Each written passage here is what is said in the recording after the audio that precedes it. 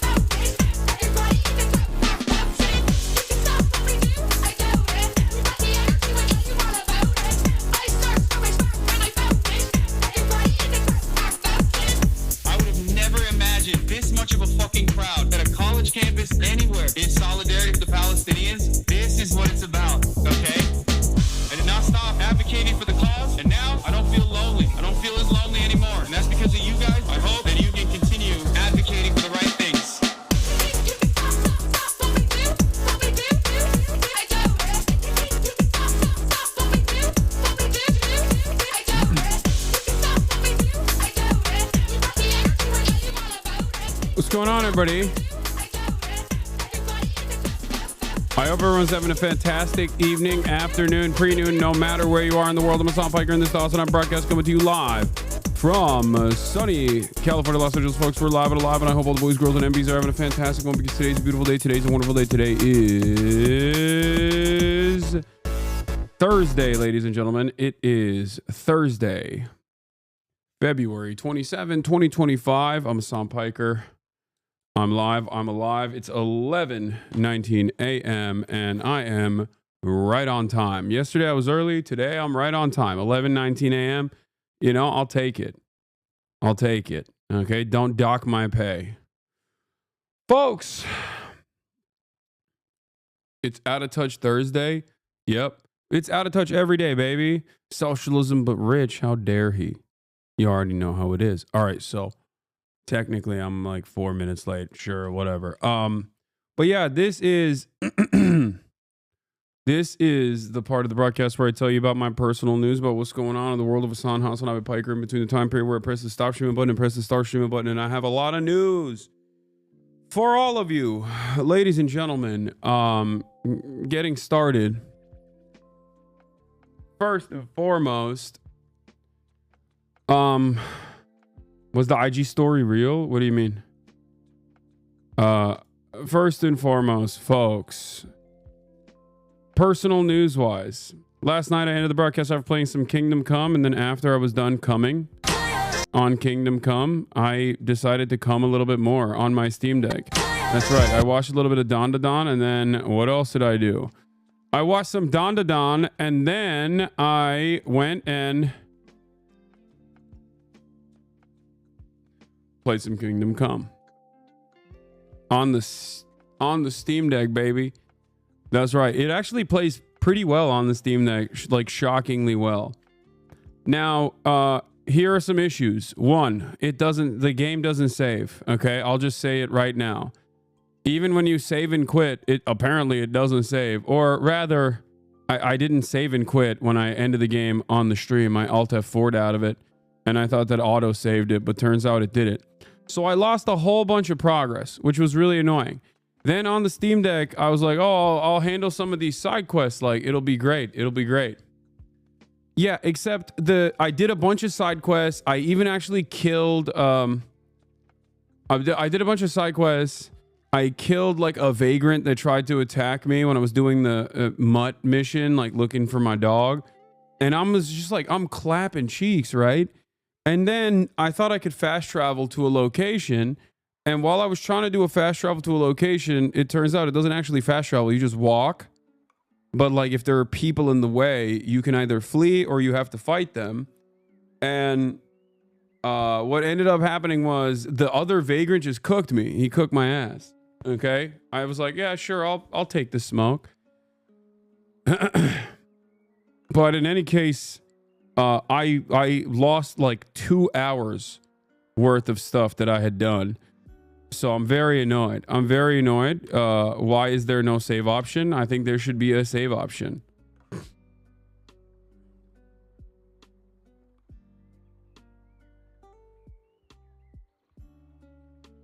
But if I get the mod, I can't play on the Steam Deck, so I can't get the mod. Anyway, that's neither here nor there. You know, I did all that. I woke up early this morning. And what did I do? I played some basketball. I played with the Bengal bruv, Ellum. Played some ball with Ellum. Beat his ass, yeah. But also,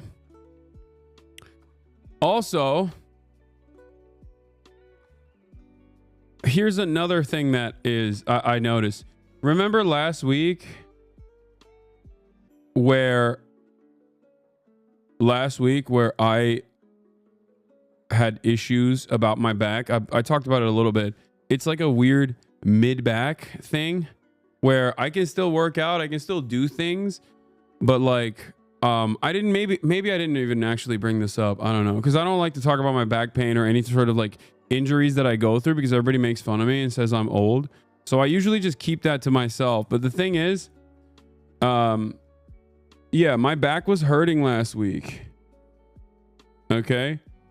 My back was hurting last week and I'm the co-chair of DSA Cuba. Hell yeah. Okay, this is great. I'm gonna do this. Thing.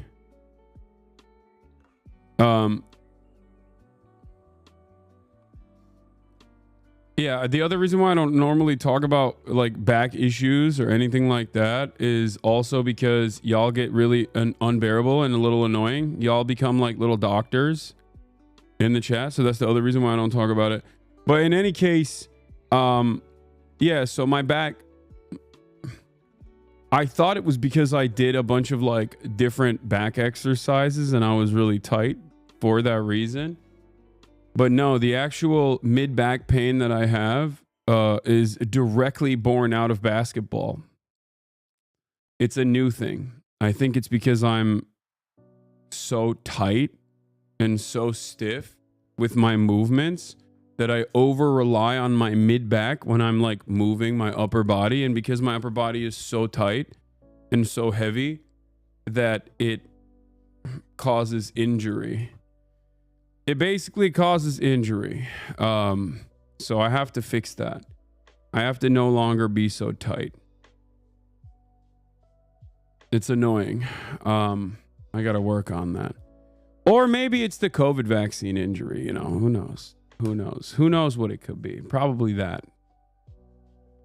Probably the COVID vaccine injury making me gay and autistic and have back pain. But yeah. Other than that,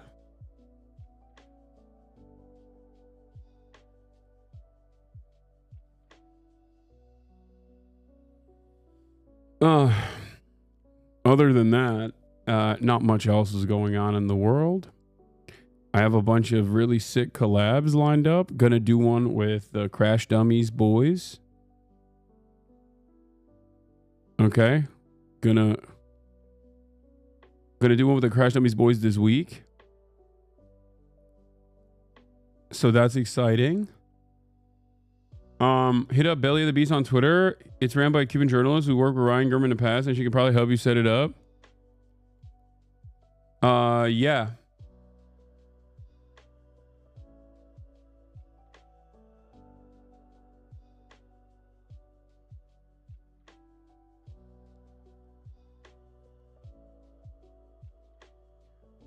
Japan throwback. Hassan being gifted in art. Oh. Yeah. Trump news conference with Keir Starmer. UK Prime Minister Keir Starmer is going to be live in a little bit. We're going to be taking a fucking look at that, right? It was scheduled for 11 a.m., right? They've done a bilateral meeting, but they're going to do a press conference in a moment, right? Keir Starmer. also known as Keedstarver. They gave the Epstein files to MAGA influencers. Oh my God, that's amazing. Oh, that's actually pretty sick. Yo, I'll take it.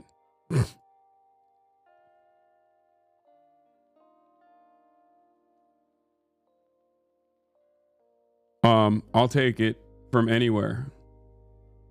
But if they gave it to the MAGA influencers, if they gave the Epstein files to only MAGA influencers, they probably redacted a bunch of stuff and it's carefully curated and only shows, like, weirdly enough, liberals. You know what I mean? Which, as you guys know, obviously, Epstein is uniparty. American foreign policy is uniparty, and also pedophilic elite is uniparty. All right. So remember that. Yeah, we'll talk about Columbia Barnard as well. Obviously, that's a big situation. Let me just blast off real quick. There's not really much else going on in my life anyway. Okay. What is this? Immediately we got... I go on Twitter and the first thing I see is this. Truth nuke. Bad Empanada Instagram post. Ethan Klein claims the Hasan platforming got more viewers and Hasan needs to be held to account for this. The platforming in question was Hasan watching one video made showing that Lonerbox and Destiny justify genocide. Ethan's reaction was to invite Lonerbox onto his show so he could justify genocide there too. Ethan never responds to the actual content. He just complains about who made it and calls it a day, hoping no one notices it proved him wrong and that he's avoiding responding to the actual facts and arguments and is especially terrified of live debate where he can be scrutinized directly. In reality, I got almost no viewers from Hasan. Most of the new ones are just people who saw me dismantling Ethan's pathetic Zionist gibberish, which I made numerous videos doing, none of which Hasan watched. Ethan, by being comically wrong and disgusting every time he opens his mouth, has created grounds for me to grow by using him as an example of generic Zionists to debunk. I thank Ethan, not Hasan. Okay, first of all, put some respect on it. You see, Bad Empanada, no, not true. I only know Bad Empanada because of you. Yeah. It's not Ethan that's scared to debate me. That much is true. Ethan is scared of debating me. But you know what's also true? Bad Empanada is afraid of me. Bad Empanada is so afraid. That's why he's doing this stuff. Okay. Classic. Yeah, this administration is insane though. We're gonna get to the real shit in a second, not this like silliness. Nah, he's the puppeteer, bro. Yeah, he's out here claiming that he's a puppeteer.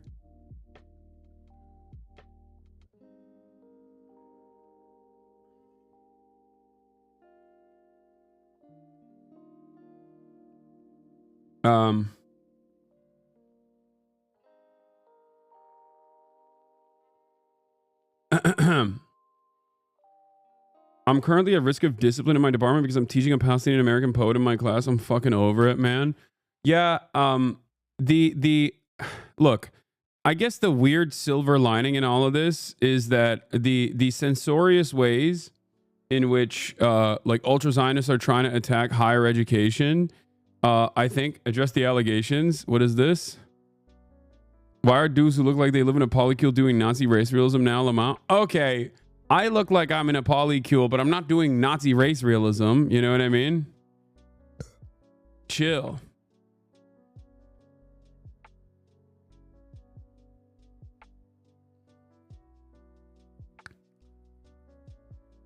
Who knows, man? Yeah, I'm doing something worse than Nazi race realism. I'm criticizing Israel for killing too many children. Killing any children really is unacceptable, but Israel certainly has gone above and beyond. So where was I? What was I talking about?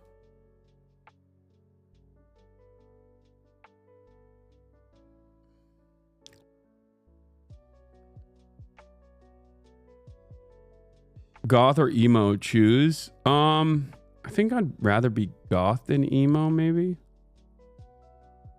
Yes, I know there's PKK news. Chat. This is entirely too complicated for me to go into. Okay.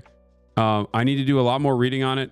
But my initial assessment on this is most likely Recep Tayyip Erdogan trying to set the stage for like a Kurdish nation state potentially, but like that is directly in control, or directly under the control and protectorate of the Turkish government, in an effort to sidestep like allowing like an Israel-style formation of ethnic Kurds that would never be allowed by any of the regional actors in general. Oh my God! See, you baited me. You baited me into fucking talking about it. Jesus, Lord mercy. I low-key don't even. I don't know. I don't know enough. I don't know enough about the dynamics. But most likely, like maybe a Kurdish autonomous region or something like that. God, I'm such a lame ass.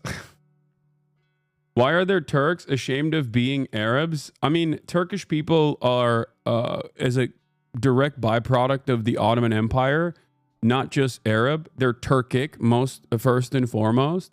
There is a lot of Arab in there as well, but also there's Greek. You know what I mean? There's Balkan in there too. There's just a bunch of different things. So that's the reason why they get very mad. Well, partially because they also, there's a little bit of ethno-supremacist opinion baked into it, but it's also incorrect. And it's one of those unique dynamics where it's basically it's not dissimilar to saying that a Kurd is Turkish, right? Like a Kurdish person will say, "No, I'm Kurdish. I'm not Turkish," right? And it's similar to that, where a lot in the Western world think that like Turkish people, Kurdish people, Iranian people, and Arabs are all a monolith. They're all the same. And so that's part of the reason why a lot of people correct the record on it. And then the other reason why they get really mad about it is because they're also kind of anti-Arab. Some Turks are, let's be real. Not me, but some Turks certainly are. But yeah, it's partially because of Western racism and partially because of some ethno-supremacist opinions that maybe some people have. Let's be real, if I'm being brutally honest. So there is some good reason for Turks to get upset, because obviously, like, one of the most common metas when at least I was growing up and would like visit America was, oh, you ride a camel to, you live in a tent and you ride a camel to work. You ride a camel to your school, right? Like that's what people thought, which is weird because like almost the entirety of the Arab region does not do that either. Like you're talking about a very specific subsect of like tribal people, tribal populations in like Saudi Arabia or some shit. Like it's crazy. Imagine being like, oh, are you Syrian? You must be riding a camel to work. It's just regular ass Western supremacist thought, Orientalism, racism, all of it.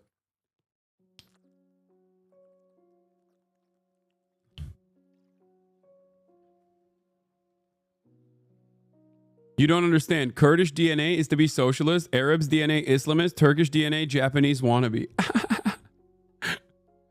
That's funny.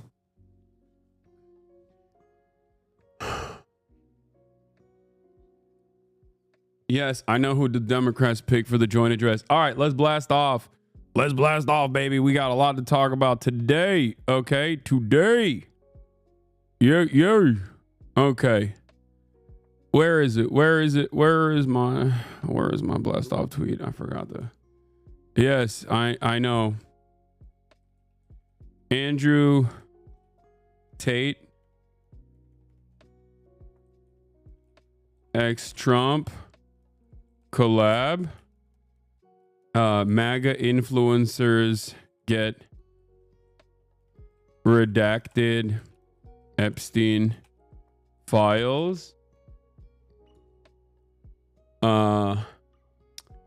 Dude, if Brace was a real journalist, he would have presented himself as like a fucking MAGA influencer a little bit harder so he could actually get the goddamn Epstein files. You know what I mean?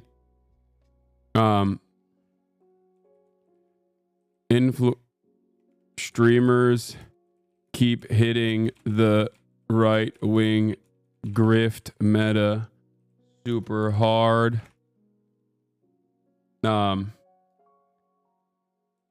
Ceasefire updates.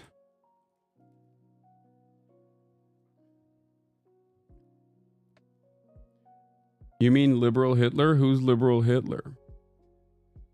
Who calls himself liberal Hitler? First time posting a link, but I have to know if this is true. Look who Schumer picked to represent the Joint Dems address. I know, man. I know.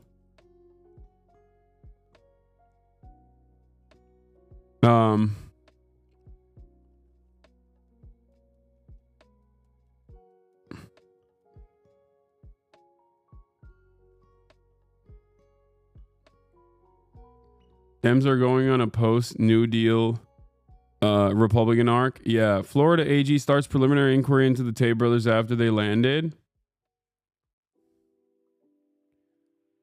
I just don't believe it. Like, I don't believe that they're going to... I mean, Florida is the most Andrew Tate coded place on the planet anyway, but...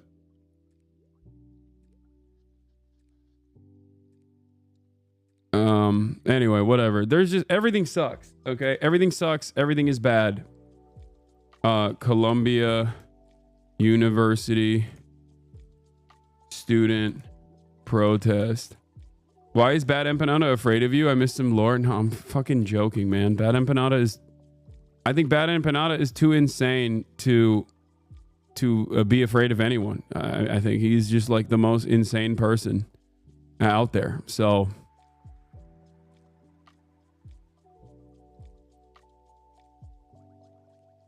I was just kidding when I said he's afraid of me. Okay.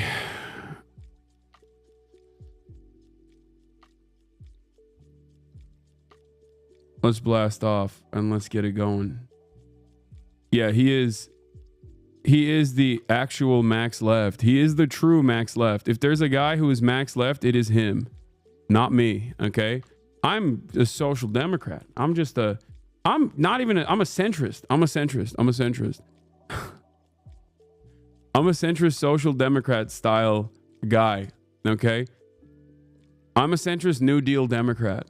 I'm a centrist Republican neocon, okay? I'm just right wing. I'm actually reactionary. I'm full-blown a MAGA Trump supporter.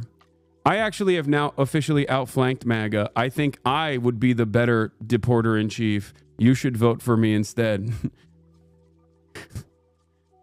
That was quick. What do you mean? I'm just picking up the pace. I'm trying to be as Democratic Party adjacent as possible, chat. What are you talking about? No, they're saying that because of this. Hold on. Where the frick is it? Bad Empanada has been trolling and posting a bunch of stuff.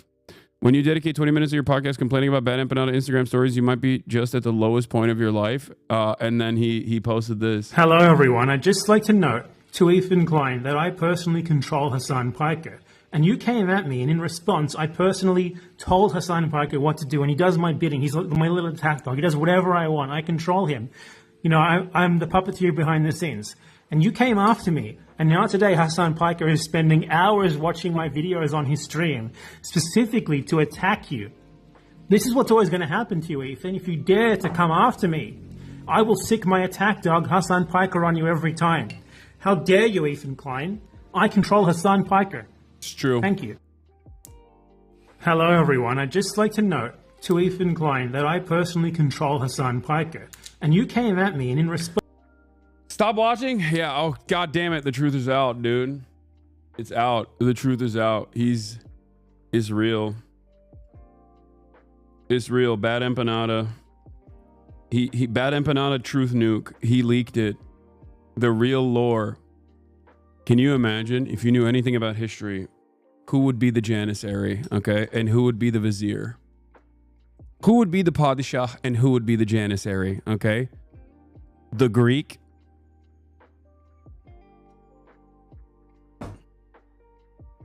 This is an antiquated ethnic conflict. You understand?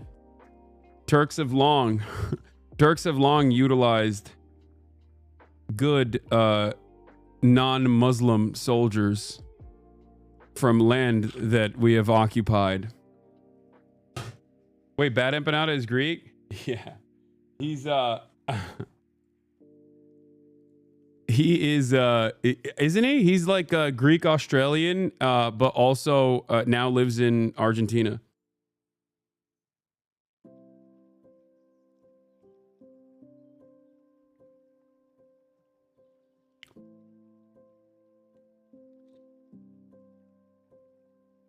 Listen.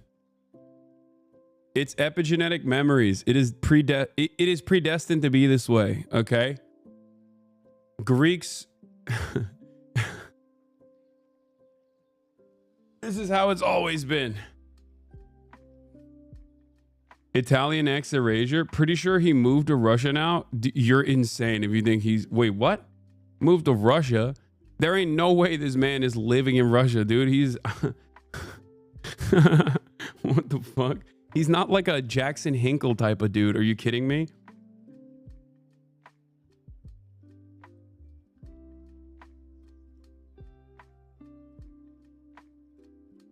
The body keeps the score. What does that even... What does that mean?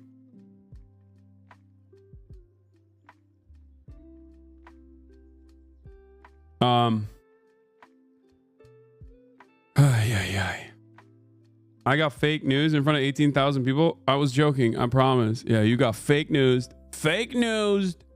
You got fake news. All right. Where were we? It's a book about trauma.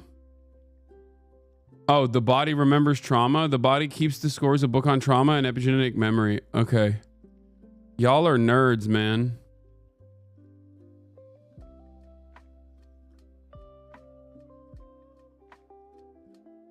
Wikitubia says Bad Empanada is of Turkic, Greek, and Italian descent. Oh, he is? Oh, no. So we're a lot closer to one another. He just moved to one penal colony, and I moved to the other one. You know what I mean? Both.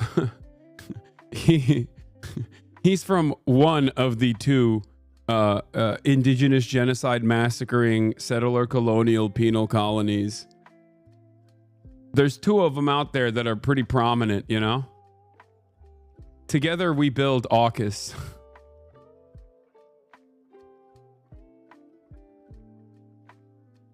Who were you talking to when you was pointing with that look on your face? I don't remember. But it was not Rob Blagojevich. Rod Blagojevich for Creator Clash versus Will. That's funny. Rod also has the same Ryan Grimm hairstyle. This is coming back in a big way, like that bucket style. When you got that bucket hair.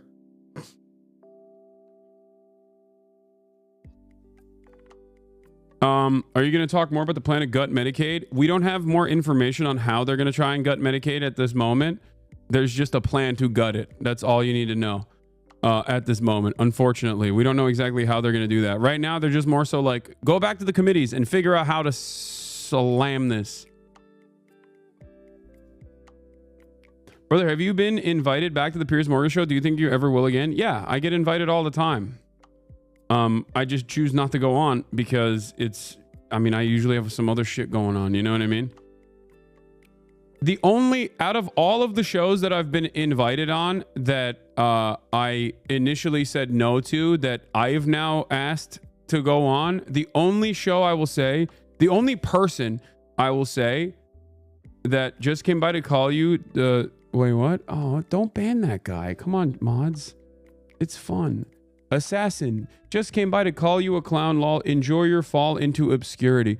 Yeah. The thing I was gonna say is, out of all those people that initially asked me to be on, that I said no to, the only person that has not invited me back after months and months of back and forth was Lex Fridman. I think he unfollowed me. I don't think he likes me anymore. And I think it's partially because he really likes Destiny. I don't know what it is. Yeah.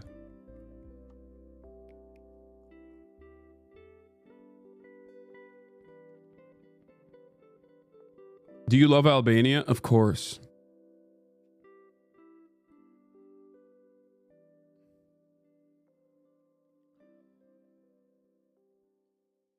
Can we get you on Democracy Now! With our Queen Amy? They're the same kind of... You gotta accept that invite and call him a baboon in a suit every time he cuts you off? No. Hi, I'm from Germany and I'm getting more and more left radicalized lately. Do you have any recommendations on how to deal with the new worries one develops in this process? I feel so overwhelmed by all the fucking horrible world. Find some good comrades, you know? That's what you got to do. And also focus on setting goals for yourself. Not everything has to be about the immediate unlocking of the political consciousness. Focus on goals for yourself, set goals and achieve them, and you will get a lot of pleasure out of that.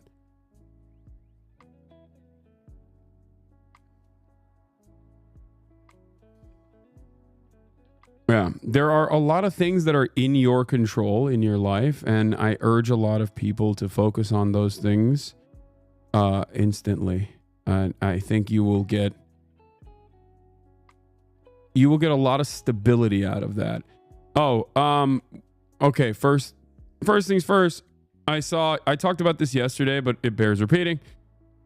Jason Hickel says, not Jackson Hinkle, Jason Hickel. I think he was formerly at, he's a professor, but I think he also sometimes writes for Huffington Post.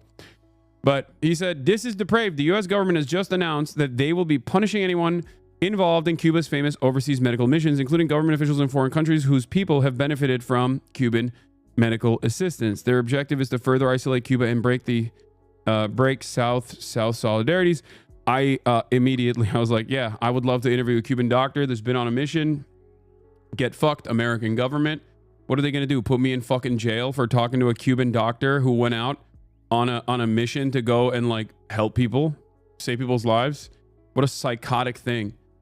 We are so officially bad guy territory. We are, like, America has always done a lot of bad things, right? But the Trump administration is so consistently moving in the direction of just outwardly being bad. You know what I mean? Where the Trump administration is basically going like, no, we are evil. Like, you misunderstood. Do you still sit when you pee? I've actually never been a sitting pisser. I feel like it's too much of a waste of time. I'd rather let it rip. But I understand why people do it. You're missing out.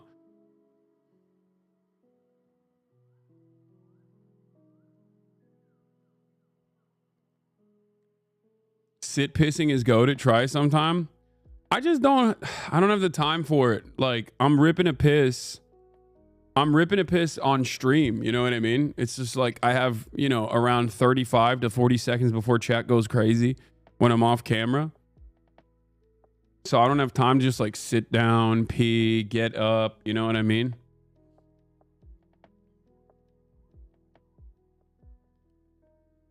But when I'm pooping and I'm peeing, that's when I'm sitting down. All right. Everyone's going to be annoying and keep posting that bad empanada video, right? I already watched it, chatter. Come on. I already watched it. The list has been public since 2015. All one had to do is Google it. Oh, Jeffrey Epstein court documents. Like, the only thing that they released is literally just something that was readily available for people. Owns a Steam Deck and doesn't sit pee. Yeah, that's why I don't sit pee, because I own a Steam Deck. If you own a Steam Deck and you sit piss, it's over. Like, you're going to be wasting all of your time. Asmongo reacts to your stream about the Amaranth stuff. Okay. I wonder what he'll say. He's going to be like, yeah. This guy's not all right. He's just mad because a lot of people hate him. He's just mad because a lot of people hate him. It's all right. Probably because he's a radical anti-Semite. Yeah. Well.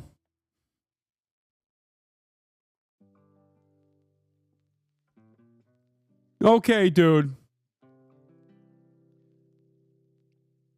He said you're wrong on almost everything. Is there a reason Asma won't just talk to you? I think it's beginning to become the same exact reason why Ethan won't talk to me either.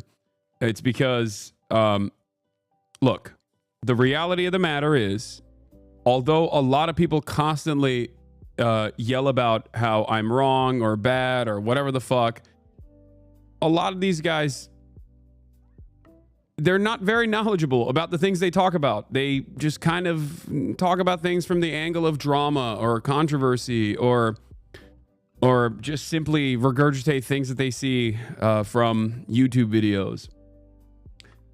So in any sort of direct contest, in any sort of direct conversation, it would not be an actual debate. It would be more so similar to a lecture. And I think in the past, like Asman and I, we were cordial, but I don't think now he will, like, now that he has firmly solidified his position as like a right-wing content creator, I don't think there's a big financial incentive here to have a conversation with me and go back on any of his thoughts. You know what I mean? He's in denial about being the top one political streamer. It's funny as fuck. I don't know why he does that. I mean, it's not even like a dunk. It's just the truth.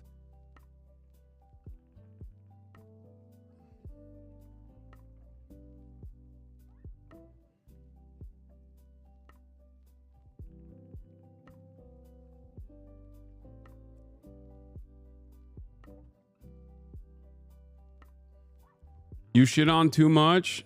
You shit too much on HasanAbi. You shit too much on being anti-boobs in games. I love boobs in games.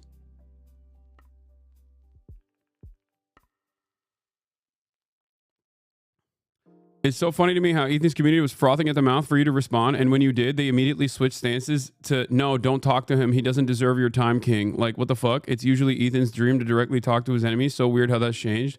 Yeah, because they want to keep up the idea that they want to keep up the idea that like things are working, you know, that the opinions that they're presenting are actually true. And if you have someone who knows better and you can't really misinterpret their stances in real time, that's going to be quite difficult to maintain this. It's going to be very difficult to keep lying to your audience, basically. That's it. In 1 year from now, this won't be relevant. The Asmongold stuff will be, but I don't think the Ethan stuff will be relevant. Yeah.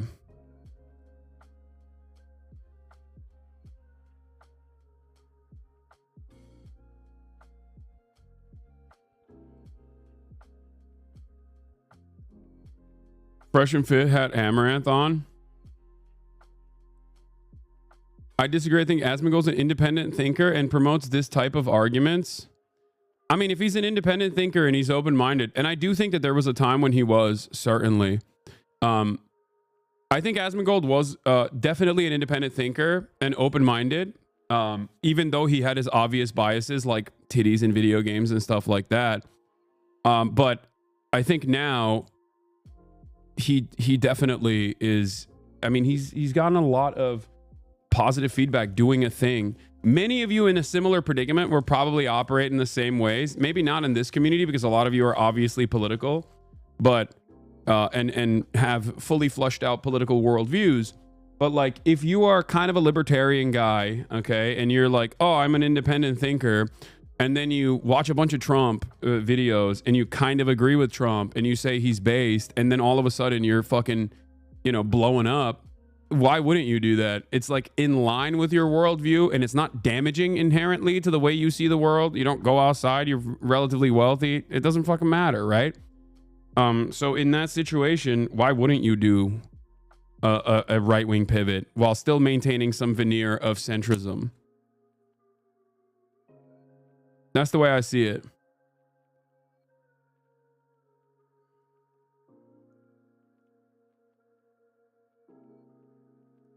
It makes sense. I've said this before. People misunderstand this, but I've said this before. But I understand Asmongold very well. And the reason, there is obviously a major difference though, because like I do have ideological conviction. I don't think he has ideological conviction or a fully fleshed out worldview. Maybe he has like the bare bones of one. But as far as like what motivates Asmongold, I think I understand it very well. Look, if you're a top content creator on any platform, especially Twitch, you're going to be able to understand other top content creators on the platform and their ambitions and what motivates them, right? Hasan gives off smartest man alive vibes. No, I'm a fucking dumbass. I also always say I'm an idiot. That's the other thing. Like, I'm stupid. I'm a stupid guy. I think a lot of the things that I talk about I approach from the point of common sense. Don't ever admit you're wrong. You're perfect all the time, every day. Never made a mistake. That's it. You guys heard it here first from the man who has never... Like, I don't know why this fucking pisses people off so much. I'm stupid, man. I say I'm stupid all the time. I always say I'm not an activist. I'm not a leader. I'm just a fucking dumbass Twitch streamer. I don't know why. I don't know why people are just like, nope, don't hear it. Don't care.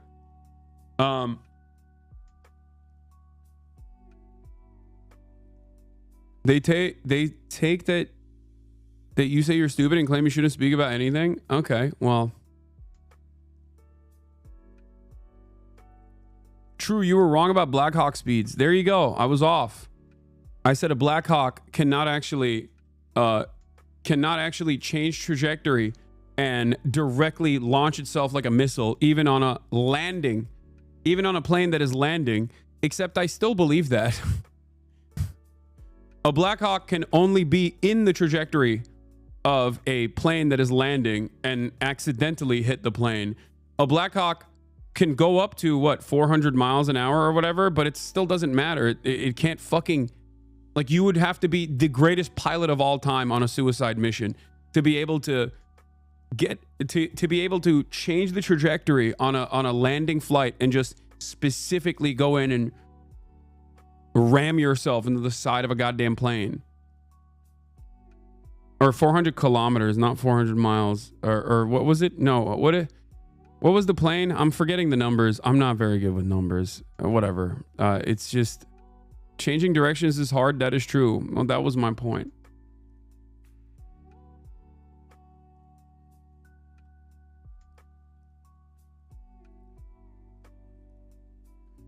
Also, I do admit when I'm wrong. That's the other thing that people don't understand. 400 miles per hour would be nearly supersonic, bro. Read MHUD's message. As far as streamers go, at least you've heard of things. Tim the Tapman couldn't find Russia on the map and also thought islands were just floating on the water. And he's the smartest guy on Twitch besides you.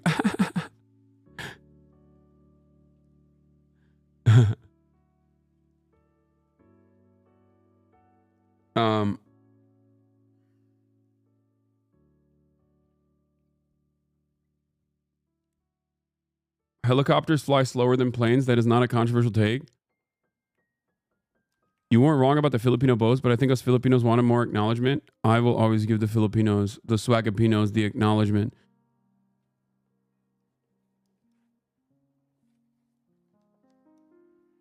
I've watched Asmongold for months and watched HasanAbi for months as well. And Hasan's worldview is significantly more reason than Asmon's is. Asmon seems to gauge his positions based off whatever the current right-wing sentiment is. Yeah, except that's popular though. Obviously, Donald Trump won. You know what I mean? Clearly, people want that. Okay? For me, I try to make my worldview popular in a country that is incredibly resistant to hearing me out or hearing what I have to say out. Okay? That's the major difference between someone like myself or even someone like Sex Pestany. Aside from the Sex Pest shit, like, Sex Pestany is the closer to Asmongold than a lot of people realize. If Asmongold is just going off whatever the Republican Party is saying and whatever Trump is saying and whatever MAGA is saying, Sex Pestany is doing that for the Democratic Party, for the institutions. Now, of course, because the entirety of society is designed to uphold these institutions, he also can absolutely back his arguments with research and even a cursory Wikipedia glance. So he comes across as infinitely more well-read than any number of different dumbass right-wingers that he dukes out in the marketplace of ideas for that particular reason. Okay? Yes, saying that like the world is the best it's ever been and things are fantastic in the Western world and that the American government is this like infallible institution of good is not exactly a difficult position to come by. And there is going to be a lot of valid, reasonable, seemingly centrist, objective information that's readily available in terms of research that you can point to. What is happening? Place. But in terms of like dick riding, one of the two planks, Hog Trucker 69, I think Asman's position is his view counts prove that he's popular and logical and correct position. Yeah, I think so too. I think that's part of it.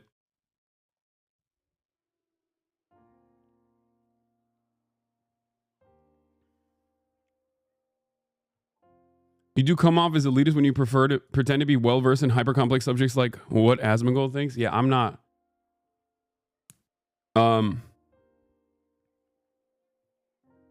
Yeah. More views equals I am right. It's true. That's why the most right person is Kai Cenat. Everybody knows this.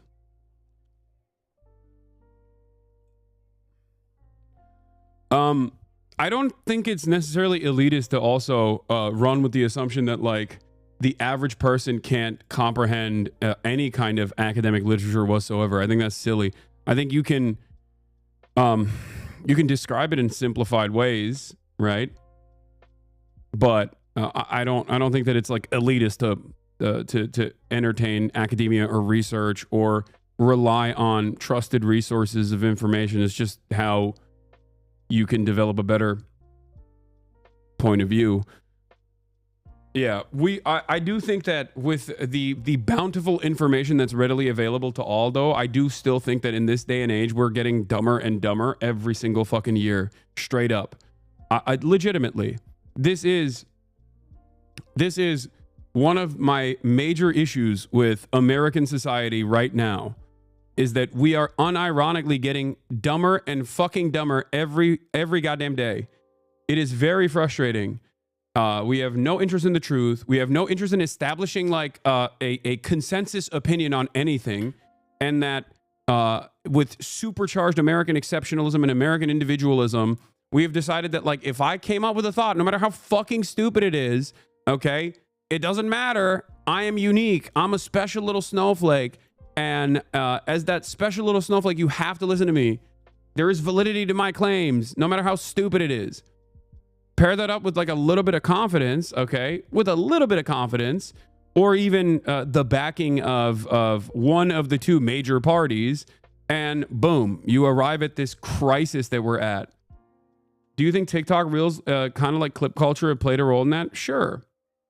Bad information is worse than no information. There was a point in time when I wouldn't have agreed with that, but I certainly do agree to that now. Yes, we are moving in the direction of idiocracy. Absolutely. And when you say YouTube is such an insanely powerful resource, or even TikTok, people say that about that too. Yes, there are wonderful things that you can learn on TikTok and in numerous other places. But the issue is, you don't know who you're getting this from, okay? I mean, wouldn't that include people like you? I like that you shit on others for their opinions, and I don't see you try to find much middle ground. No, because I'm not saying that there is supposed to be a middle ground. Hello? There is no middle ground between good things and bad things. There is no like, oh, well, we should do marginally bad things, and it will be fine, okay?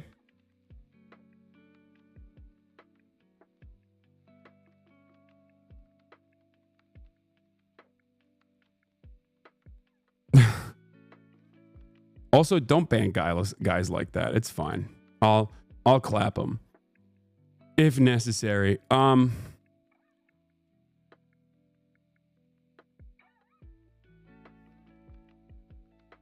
Remember the other day you talked with the German streamer about the election? You said the crime rate is at an all-time low. Do you think I know about the German crime rate? But the government statistics say otherwise, especially the violent crime with immigrant background is way much higher than Bio-German. First of all, Bio-German is hilarious. And secondly, I don't know what the fuck the German crime rate is, dumbass. Why do you think I made a statement on the German crime rate? I never did. If I will talk about the American crime rate, which is at an all-time low. Also, what the hell is a Bio-German? This is what I'm talking about, okay? This is what I mean. When you make neo-Nazi sentiment, when you make neo-Nazi sentiment appropriate, allowed, permissible, people just kind of drop shit like this. What do you mean? What is a bio-German? Do you think that like biology plays a role in you know, people assimilating or integrating into any cultures? Is that what you actually think? Because that's kind of crazy. I know some other biological Germans who believed that as well back in the day.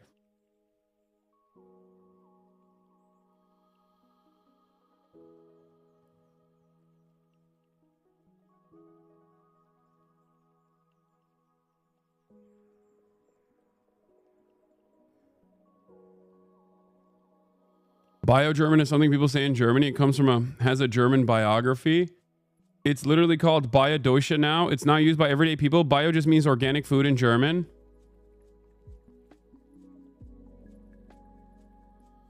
Bio-German or Biodeutsche was Unword of the Year in 2024. In Germany, it's AfD Talk. Yeah. I am the Biodeutsche. Nein!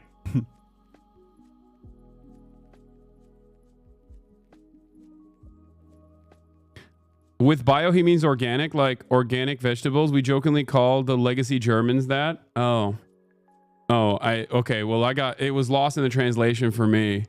I misunderstood. I thought you meant you're biologically German and not you're like organically German, which is still fucking stupid. Yeah, I'm pure. I'm of pure Germanic origin. How does that not ring any alarm bells for anybody, bro? That is crazy. I can't believe 2025 we got Germans who don't think they're neo-Nazis saying the exact same shit that Nazis said. Oh no, we're not saying deportations. We're saying remigration. It's different. We're not saying, Übermensch. We're just saying bio-German, like pure German, the Volk, right? Like Volkswagen. Like, you couldn't even wait 100 years to try to restore Nazi Germany? How did this happen? It hasn't even been 100 years, man.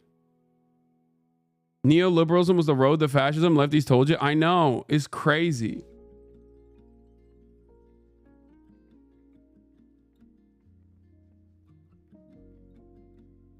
It's Nazi shit. No one in Europe says that. Yeah, I guess you can't even say that they're neo-Nazis. It's ironic how you can make fun about every country but can't come to homeland Turkey law. Wait, what? That's not ironic at all. I also shit on Turkey all the time. This is a thing that I never understand when people go, yeah, dude.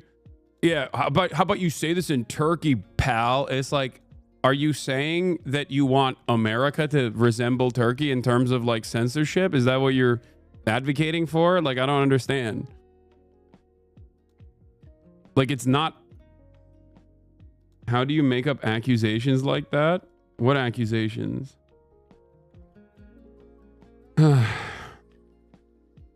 Asmongold just lied and said you're a radical because you introduced and talked to a terrorist. I mean, yeah, I am a radical. It's true.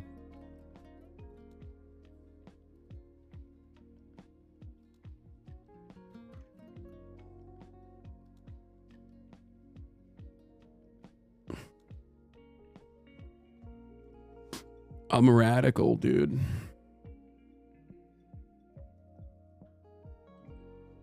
I'm pretty rad.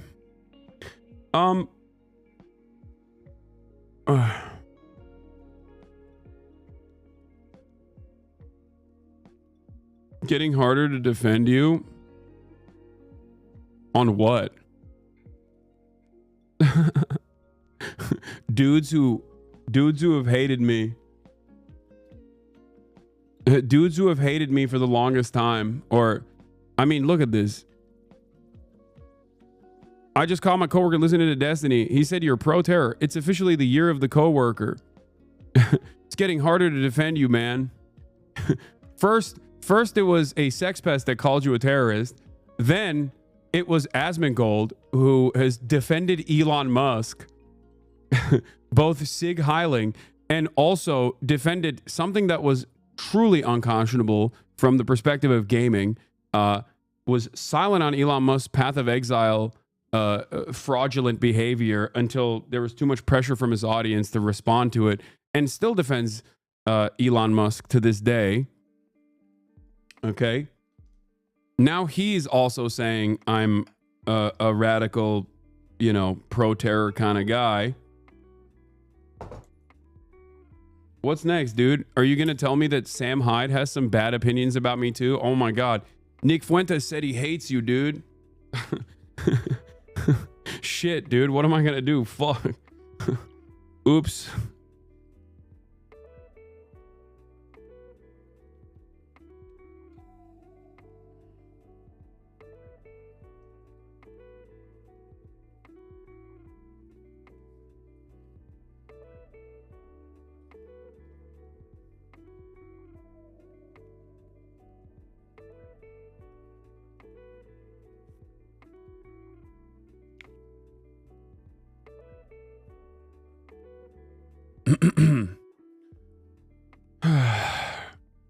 Yeah. You know who else doesn't like me? Andrew Tate. That's another guy. I'm cooked, I guess. It's over for me. You stepped out of your echo chamber for 2 seconds and got absolutely cooked. You are a disgrace, Hassan Piker. I don't even know what this person is saying, but we don't need to ban that guy. It's okay.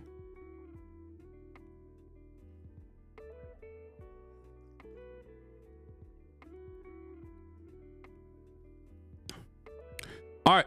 So no news today. Drama Thursday on the menu, Lamau? No, we're getting to the news right now. Also, drama and news do have the capacity to intersect.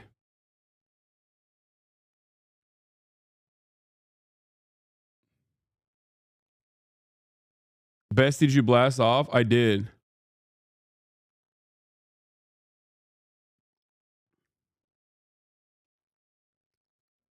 Chat hoppers got to stop coming in here from Asman to report stuff. We do not care what a guy with sit-down air that could kill a dog says. Jesus Christ. Emhut being a WoW player has more smoke for Asmongold than I ever will. Let's be real. Which way, Western man? If you're a WoW player and you love Classic, you probably are over the age of 30. Okay? And if you're over the age of 30, you get your political opinions from either someone like myself, okay? You rely on someone like myself to describe to you what's going on, or someone like Asmongold. Many of them get it from Asmongold. A lot more people get it from Asmongold, especially in the WoW Classic community, I think. Why are you calling me out like this? I'm sorry.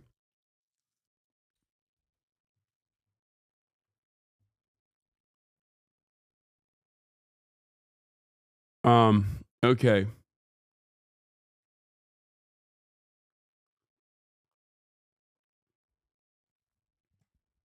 Idiocracy clip shows what you will be covering 1,000 years. Okay, let's get started. President Trump and UK Prime Minister Stalin. Okay, UK Prime Minister Keir Stalin in a bilateral meeting. We have Russia, we have Ukraine. I think we're very well advanced. I think Russia has been acting very well. We have Representatives Steve Witkoff and Scott and Marco and JD. We're all involved. Everyone. My goat, Steve Goatkoff. And a lot more. But I think we're very well advanced on a deal, but we have not made a deal yet. So I don't like to talk about peacekeeping until we have a deal. I like to get things done. I don't want to give it the bad luck sign. We don't want to do that. But we've had very good talks with Russia, and we've had very good talks, as you know, with Ukraine. Yes, sir. Mr. President, does the Prime Minister have to choose a closer relationship with the EU as he is seeking and a good trade relationship with you? Which one should he go for? Well, I think we have just a great relationship. We actually had a good relationship before. We've met a couple of times. I'm very impressed with his wife, I must say. She's a beautiful, great woman. And I second that. I said you're very lucky. He's very lucky. And no, we've had a very good relationship. Let's see if Kier sucks him off more than Macron. Oh, 100%. That's not even a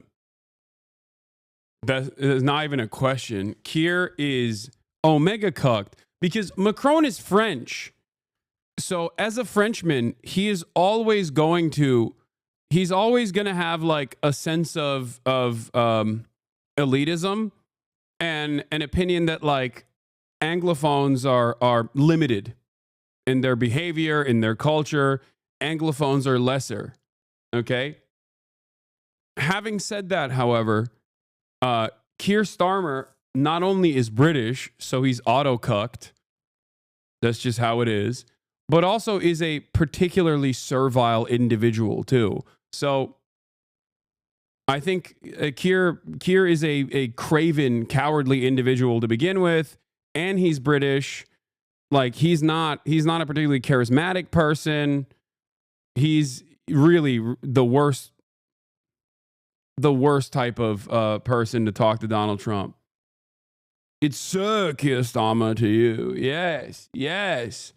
Might I share two good news involving you, please? First, thanks to my HasanAbi Clips channel, I finally got monetized, and I'm going to keep grinding. Yesterday, we had our first Creatives Union meeting, and next meeting, we're setting up a charter. You were the inspo for this. Thanks for constantly encouraging us. Hell yeah. Keir tried to do the same as Macron, fact-checking him on EU-Ukraine aid, but it was Rizless. Yeah, Keir also is like incredibly uncharismatic. Macron is married to a pedophile, and Kid Starter is friends with pedophiles. That's true. But they're European politicians. Also, American politicians also have obviously direct involvement with pedophiles too. I mean, look at fucking Jeffrey Epstein, which we're going to be talking about in a little bit. So like, who amongst these people is not like in one way, shape, or form directly involved with a pedophile? You know what I mean? Yeah, I mean, Tate Brothers. We got that going on too. It's become a very weird like political movement. On the gaming side, a lot of gamers made bigger titties in video games like this unashamed political movement for themselves, right? They try to hit that from the angle of like censorship and talk about how like if we don't have bigger titties in video games, if I can't like sweatily jerk off to every video game that I play, then, you know, this is a genocide. And basically a lot of other content creators and you know, just like right-wing people demonstrating right-wing ideology have actively talked about like undermining age of consent laws for some weird reason. And I don't understand it. Like we are not only getting dumber, but we're getting grosser as well. It truly has made me anti-gooner. Despite the fact that I was almost always a pro-gooner kind of guy, these past couple of years, I think has definitely changed my attitude a little bit because like we are devolving. Like I can't even joke about it anymore because I don't want fucking people to think I'm like those weirdos, you know?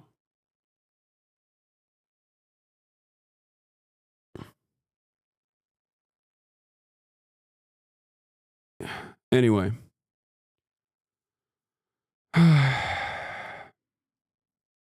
He's worried about Britain potentially undoing some of the benefits of Brexit by seeking a closer tie with the EU, who you said was set up to screw No, I don't worry about that. States. I thought, you know, frankly, what they did was the right thing at the time, and I think that'll probably prove out over the centuries. You know, you have a long time to go, but I think I predicted that was going to happen, and it did happen, and it'll work itself out. I think it's already worked itself out. Yes. Mr. President, can I ask on Chagos, Mr. President? Keir Starmer has signed the deal to give away the Chagos Islands to Mauritius. Will you approve that deal? Well, we're going to have some discussions about that very soon, and I have a feeling it's going to work out very well. They're talking about a very long-term, powerful. There's some suspicion that after talking to all these European leaders and also getting this, the mineral rights, the mineral extraction rights from Ukraine, that Donald Trump is going to do a big dump of weapons to Ukraine to continue the fun, right? I don't know. I don't know if that will actually happen, but it also wouldn't shock me. I would say that Donald Trump actively saying he's pro-Russia over and over again has been more shocking than Donald Trump continuing the Ukrainian resistance to the best of their ability narrative. Even the fact that he was saying, like, we're going to take all the minerals and stuff like that. Like, I don't think that in and of itself is all that shocking. That's just Donald Trump doing Donald Trump. He softened his tone on Zelensky today since he's coming tomorrow. He said he didn't remember calling him a dictator. Yeah. I mean, that's also classic Trump. If you remember anything from the previous administration when he was president, he would always like say some unhinged things. And then the more reasonable adults around him would be like, oh, he didn't mean it. Like Steve Witkoff, from what I understand, literally went around and was like, yeah, no, he's just saying like he wants to ethnically cleanse the Palestinians from the Gaza Strip. But like, it's just to get the conversation started, you know? He doesn't mean it. He just wants to get the conversation started. It's just a prank. He's just pro-ethnically cleansing Palestinians from the Gaza Strip as a way to get the other surrounding Arab coalition partners to get more involved in the conversation, as though they haven't been involved thus far. You know? Lease, a very strong lease, about 140 years actually. That's a long time, and I think we'll be inclined to go along with your country. Yeah, I think it's sounding. It's a little bit early. We have to be given the details, but it doesn't sound bad. Yeah, please. Mr. President, you obviously can do business with our Prime Minister Keir Starmer. You said yesterday that the EU was constructed to screw the US when it comes to trade. What can our Prime Minister say to you to persuade you not to impose tariffs on the United Kingdom? Yeah, did I use the word that you said, that bad word? I think so. Well, I think that the EU, yeah, I've had problems with the EU because, and we're not talking about, we happen to have a great relationship with you, but we do have problems with the EU because they've tariffed us.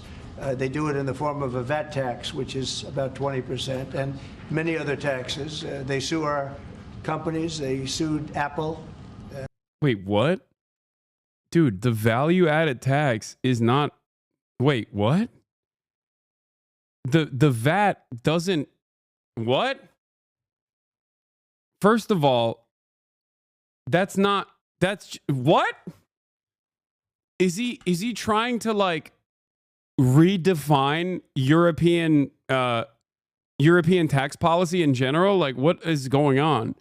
VAT is not applicable to just imported goods. What are you saying? Or specifically American goods? VAT is across the board. It's literally in the name. It is value-added tax.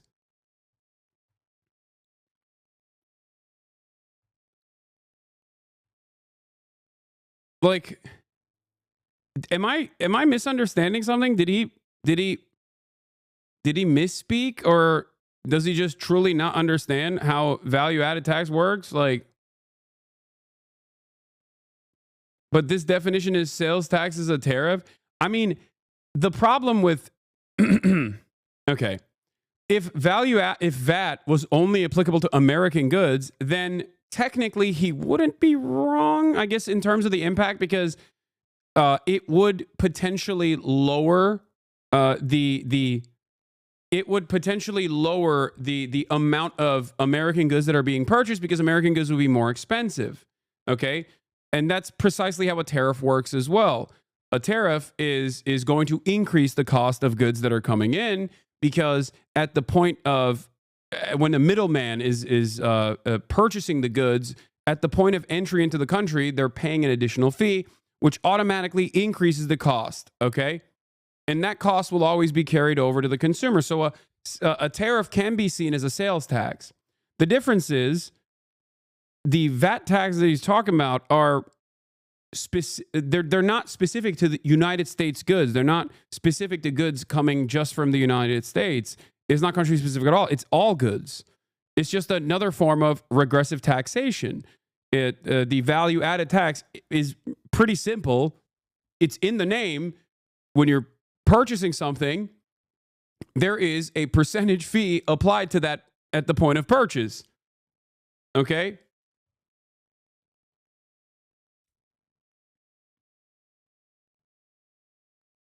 VAT, victory over America tax.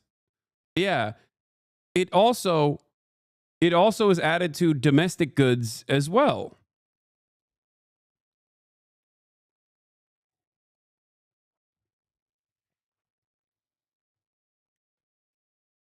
The argument is that the tax is due by importers and not at the end of the chain by the customer.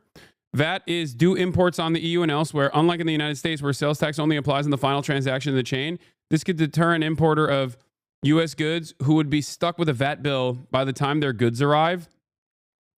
Okay, but it's not specific to American goods. A tariff is specific to goods coming in, either specific to a good that has like in normal circumstances a competitive domestic manufacturing opportunity, or goods coming in the way that Trump is using it from individual countries. A value-added tax is across the board. At least as far as I understand it, it has been in the EU across the board. It's like for domestic goods as well. So I don't know why Reuters is trying to play catch up with Donald Trump, and I don't know why Reuters is trying to play catch up with Donald Trump and trying to make his sentiment make sense when it very clearly is wrong.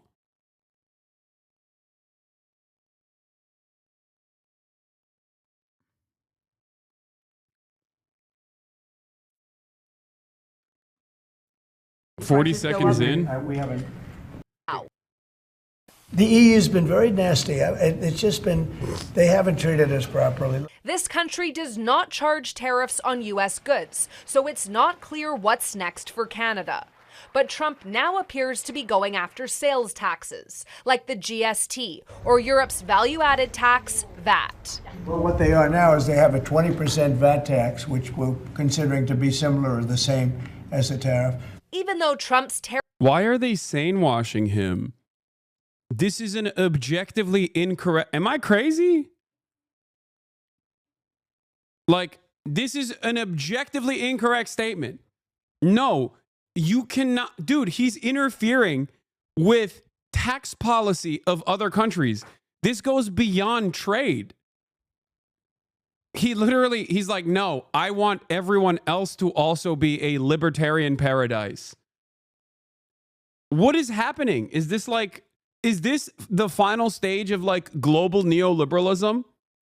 Donald Trump is interfering in foreign markets and their own personal sales taxes and whatnot in an effort to make sure that their coffers are dry, and then, you know, his buddies can come in and purchase all of those underfunded public sectors. Is that what is going on? Like, is that what's happening here?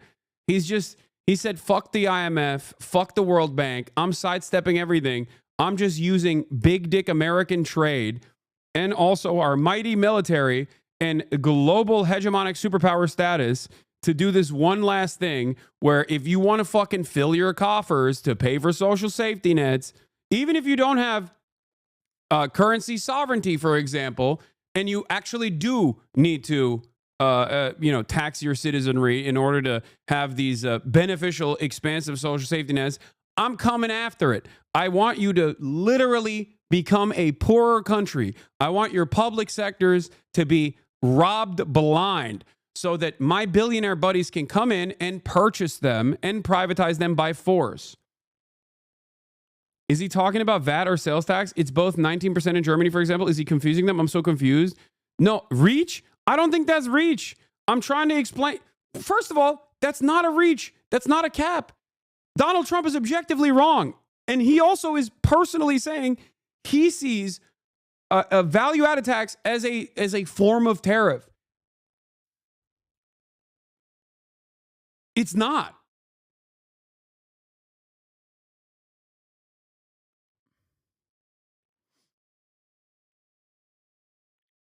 He also is not even correct about tariffs to begin with. tariff threat is now I can't believe this is the one, dude. This is like kind of boring in general. This is like a kind of boring part of this conversation, and it also doesn't make any sense whatsoever that he's like, this is his this is what he's chosen to do. But like a tariff can be a tariff will have costs carried over to the consumer and can be seen as like a sales tax or a value added tax, if you want to consider it that. The difference, however, is that a tariff is either industry specific, sector specific, good specific, or country specific. A value added tax is across the board unless you have exemptions. And I don't think these countries have, exemptions for domestically manufactured goods that can avoid VAT taxes versus fucking American goods that get slapped with a VAT. With members of the G7. Tomorrow, the progress toward peace will continue when President Zelensky visits the White House. He'll be here tomorrow in the early part of the day, and we'll be signing a historic agreement that will make the United States a major partner in developing Ukraine's minerals and rare earths and oil and gases, and we have a great understanding. I think it's going to be great for Ukraine. We're going to be at the site, and we'll be digging. We'll be digging. Dig we must. A big utility in New York con us, and they used to have a sign, dig we must, and we will be digging. But much of the European aid to Ukraine has been sent in the form of loans for which they expect to be paid back, and we didn't have that honor under the Biden administration. He sent money, or just sent it, money after money after money, and never had any knowledge of ever seeing it back. Maybe $300 to $350 billion, but under the breakthrough agreement, very unusual, which everyone said was difficult to get, but it's really very good for Ukraine and very good for us. The American taxpayers will now effectively be reimbursed for the money and hundreds of billions of dollars poured into helping Ukraine defend itself, which by and of itself is a very worthy thing to do. We've paid far more than any other country, and with most of our support, it's been paid in military, the finest weapons anywhere in the world. This includes vast amounts of military hardware, ammunition, and various other things that we now have to start rebuilding our own stockpiles. Additionally, the minerals agreement will provide the basis for a more sustainable future relationship between the United States and Ukraine, and thus stimulate the long-term prosperity that will help the Ukrainians rebuild their country. It's been demolished, and the ruined infrastructure. The infrastructure, as you know, is in very bad shape. In just over 1 month, our administration has already achieved more progress toward peace than years in the other administration where they did nothing toward peace. They didn't understand what was happening. Our approach is basically common sense. As I said, so many of the things that we do are based on common sense. If you want peace, you have to talk, both sides. As I discussed with Prime Minister Starmer, the next step we're making is toward a very achievable ceasefire. We hope that that can happen quickly, because thousands of young people, in this case, we're not talking about Americans, we're talking about Ukrainians and Russians are being killed every week, thousands. And it's a rough battlefield. It's a flat piece of land, and the bullet only stops when it hits somebody. And this week, I saw the reports, and it's I don't even want to say what they are, but thousands of people, young, vibrant people died. And we want to stop that. Senseless. Should have never happened. This will lay the groundwork for a long-term peace agreement that will return stability to Eastern Europe and hopefully ensure that such a terrible war will never happen on European soil, or for that matter, anywhere again. It's a horrible thing that's going on. The disaster in Ukraine shows exactly why it's so important for the United Kingdom and other NATO partners to make large investments in their defense capabilities. In many cases, 4% or 5% of GDP would be appropriate. I know that they're raising it. I just read an article, a great article about the work you're doing in the UK as to the military. You're raising it quite a bit, which is a great thing to do for your country. It's a great thing to do. It's sad that we need that, but probably need that. So congratulations on that. I know you got it through. After years of chronic underfunding, there's an urgent need to catch up for some countries. And I want to thank the Prime Minister once again for traveling here today. Working together, I believe that we'll once again demonstrate the power of our country's unique friendship. This is indeed a unique friendship. It's been many years. So unique.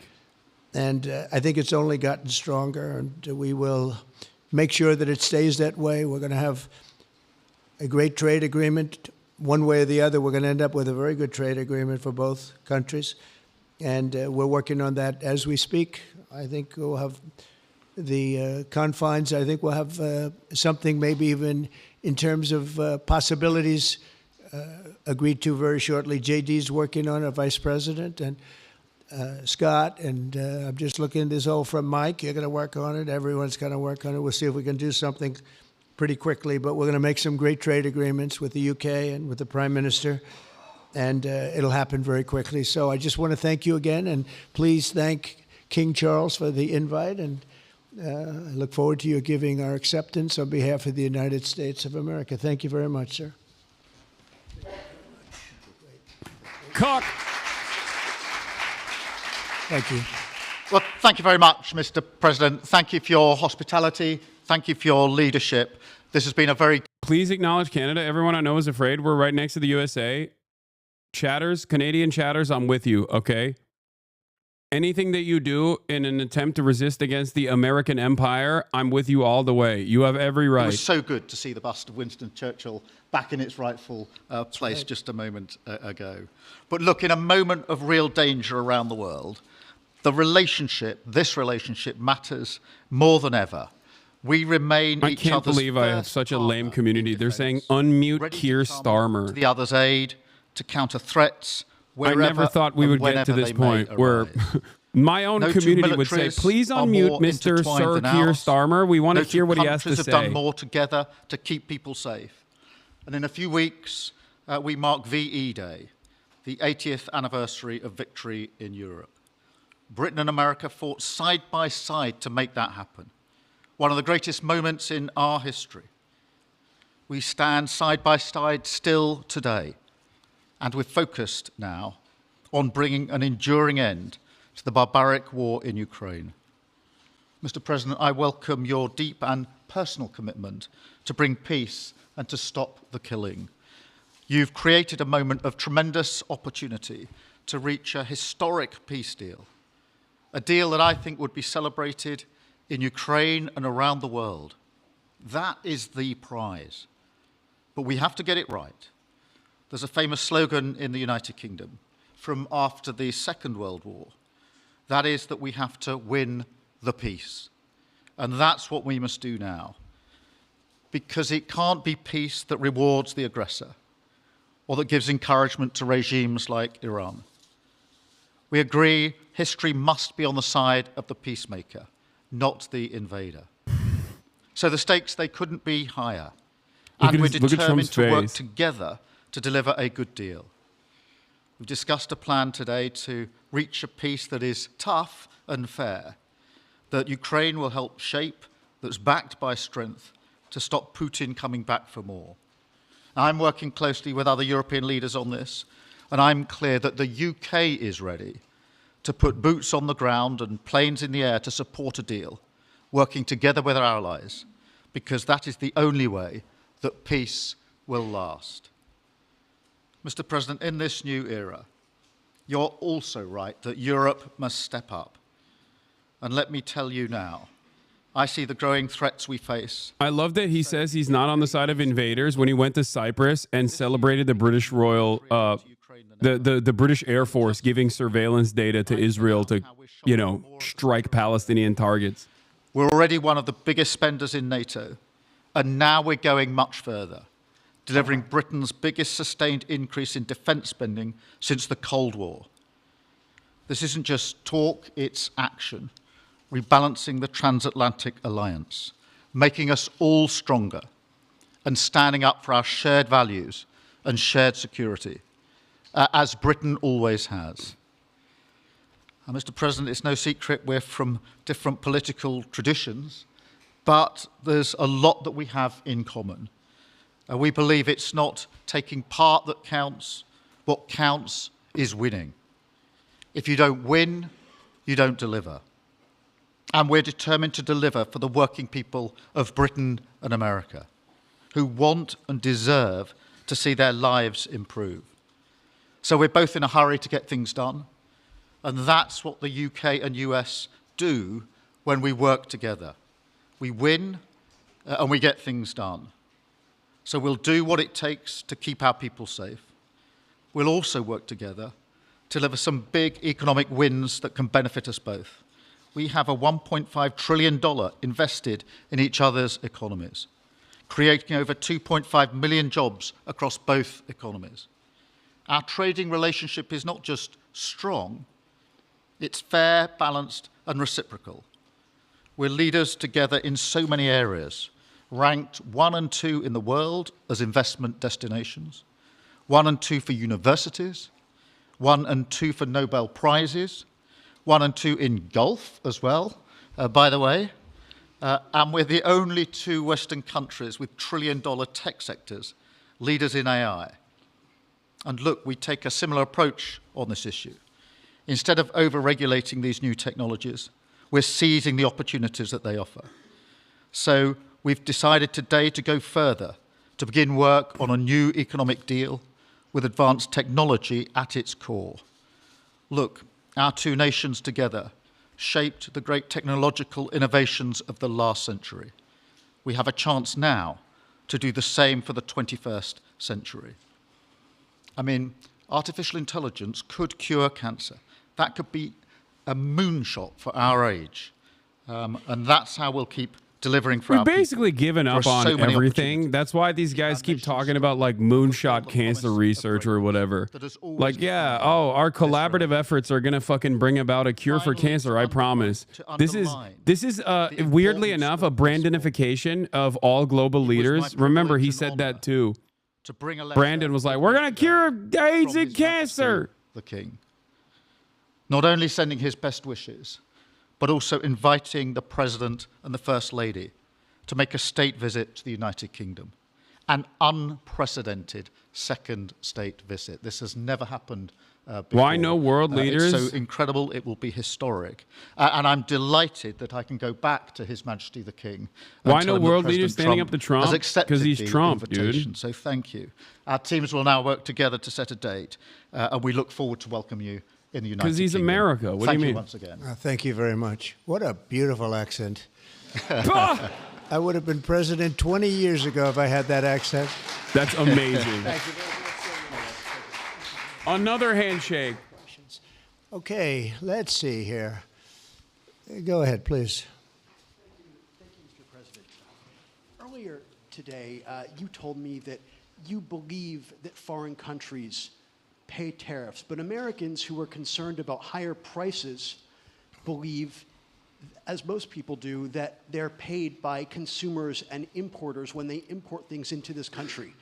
Can you explain how you came to this belief that foreign governments are paying tariffs? And, for the Prime Minister, did you discuss with President Trump his repeated statements of desire to annex Canada? And has the King expressed any concern over the President's apparent desire to remove one of his realms from his control? So I'll go ahead. The first part, the tariffs are necessary because we've been treated very unfairly by many, many countries, including our friends, friend and foe. But we've been treated very unfairly in trade. Everyone's so unfair at levels to us. that nobody's really ever seen before. The global especially under the superpower. Biden administration, they really The global superpower. Everyone's so unfair to us, even though we've dominated the world. During my 4 years, we had the best economy in the history of our country. Probably the best economy, maybe the best economy in the history of the world. And I used tariffs to even things up. And in particular with China, we took in hundreds of billions of dollars and we had no inflation. And it's a myth. It's a myth that's put out there by foreign countries that really don't like paying tariffs, and especially to even up. So we've been treated badly by a lot. We're using tariffs. And I find, and you just have to look at the numbers, but I find that it's not about inflation. It's about fairness. And the inflation for us has not existed. And I don't think it's going to exist. We're going to bring our car industry back. We're going to bring our chips back. We're going to bring so many things back to our country, including pharmaceuticals and drugs. And the thing that's going to get us there is tariffs. And I say often it's my favorite word in the dictionary, but I always preface that by saying now, because I got into a lot of trouble with the fake news where they say that's not good. So I say God, love, family, wife. What? Number 4 or 5 on the list. But I will tell you, it's going to make our country rich, and it's going to stop us from being a laughing stock all over the world, because we have been taken advantage of like no country has ever been taken advantage of. Thank you very much. And look, we had a really good discussion, a productive discussion, a good discussion, as a result of which our teams are now going to be working together on an economic deal. Our teams are going to be working together on security in Ukraine. You mentioned Canada. I think you're trying to find a divide between us that doesn't exist. We're the closest of nations, and we had very good discussions today, but we didn't discuss Canada. Thank you. Please. Go ahead. Go ahead. Yes. Thank you. Hi, Natasha Clark from Hi. LBC. Yeah, Mr. why President, no answer to the Canada a question? Trade deal with Britain, which we of course welcome. President Obama once said Britain was at the back of the queue for that trade deal. Where are we now? When do you think we're going to see that? And Prime Minister, the BBC has today admitted serious flaws over the recent Gaza coverage, suggestions of payments made to people linked to Hamas. Does the BBC still have your trust? Thank you. Well, they didn't do well with President Obama. He never got a lot of things done, and he didn't get a trade deal done that was of any importance or magnitude. We've had great discussions on trade, and I think we're going to have a deal done rather quickly as it can be done. We're going to have something, I think, rather quickly. We expect to do that. Okay? Please. On the BBC, look, I've been concerned about the programme in question. The Secretary of State had a meeting with the BBC. I think it was yesterday, could have been the day before. Thank you. Jeff, go ahead. Thank you, sir. Pardon me. Mr. President, do you support Article 5 of the NATO treaty? And are you concerned that it might be triggered if European peacekeeping forces end up in Ukraine? I support it. I don't think we're going to have any reason for it. I think we're going to have You're a doing very okay, man? successful No. peace. I don't think anyone is And doing I think it's going to okay. be a long-lasting peace. And I think it's going to happen hopefully quickly. If it doesn't happen quickly, it may not happen at all. And we want it for 2 reasons. Number one, I want to see on a humane basis, I want to see soldiers stop getting shot, because largely it's soldiers now. Towns have been obliterated, but it's largely that. And I don't want to pay billions and billions and billions of dollars, nor does the Prime Minister or anybody else, on a senseless war that should have never happened. And we're going to get it taken care of. But I think it's going to be a peace that's going to be long-lasting. Do you have a question for the Prime Minister? Thank you. Mr. Prime Minister, you were asking the President today about a backstop for Europe if the peacekeeping force ends up in Ukraine. Did you feel like you got a satisfying answer for yourself and for Europe? And Mr. President, if you want to comment on that as well, please do. I felt we had a very productive discussion. Obviously, as the President says, the deal has to come first. But yes, our teams are going to be talking about how we make sure that deal sticks, is lasting, and enforced. So our teams will be talking about that. Okay. Please, Blue. Mr. President, some experts think it could take more than a decade to mine the precious minerals from Ukraine. How much should the U.S. expect to receive, and when do you expect to see that come to fruition? Well, we're never going to know that answer, but by our being in Ukraine and doing the exploration and also the digging and taking the rare earth, which we need in our country very badly, we'll be doing a substantial amount of work. probably about at least what we have in there, and we hope to be able to do that. You never know when it comes to that. You know, you dig and maybe things aren't there like you think they're there, but we'll be spending a lot of time there. It'll be great for Ukraine. It's like a huge economic development project, so it'll be good for both countries. Okay? Please. Prime Minister, excuse me, Prime Minister, you've talked about putting British soldiers' boots on the ground in Ukraine in the event that President Trump succeeds with his peace deal. But can you do that without a firm assurance that America will have our back in the form of some kind of security guarantee were Putin to breach that agreement? And Mr. President, tomorrow you're seeing President Zelensky to sign this deal on minerals and energy that could be hugely important to the United States. Will you take the opportunity to apologize to him for calling him a dictator while praising Vladimir Putin, who is a dictator? Well, Robert, let me start by saying I've been really clear today and previously I mean, I guess like this is the only type of fucking response we're gonna get. The United Kingdom need to step up. Trump doesn't like it. Look at his face. And security. We've been doing that in recent days. You saw the announcement we made on spending. I think you know what's funny. I'm gonna go along with the Krasnov Trump is a KGB agent memes because like the most extensive mineral maps on Ukraine come from the USSR. Okay, like USSR surveys. So maybe they gave it to him in the fucking 80s as the KGB asset that he was, and that's why he's like, I am Krasnov, sleeper cell for USSR. I need access to USSR mineral map. I have USSR mineral map of Ukraine in my penthouse. I know there is rare earth mineral. Will be a lasting deal. And coming out of this, our teams will now be talking in detail about that. And I think we're going to have a very good meeting tomorrow, 11 o'clock. And I like that they never answer the dictator shit. Come on, man. We're going to get along really well, okay? We have a lot of respect. I have a lot of respect for him. We've given them a lot of equipment and a lot of money, but they have fought very bravely, no matter how you figure it. They have really fought. Somebody has to use that equipment, and they have been very brave in that sense. Yeah, please, go ahead. The ceasefire deal is nearing an end this No Saturday, answer to the dictator thing. There's been some worry that phase 2 might never get there. Do you believe that phase 2 of the ceasefire in Gaza will come to fruition? And have you spoken to Netanyahu about it? And for the Prime Minister, this peacekeeping deal has been pushed forward by the UK and France as well. Have you been in discussions with any other European countries to join this initiative? And are you expecting Commonwealth countries to also join the effort? Thank you. So we're working very hard in the Middle East and Gaza and all of the problems, and it's been going on for years and centuries. He's working very hard. That's why he made the AI video. He posted the AI video. But it could be a very beautiful neighborhood, and I think we're going to come up with some pretty good solutions. But phase 1 is almost complete.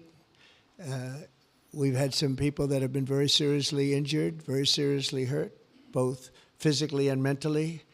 They've come out of there very, very, and some of them in very, very bad shape. It's shocking.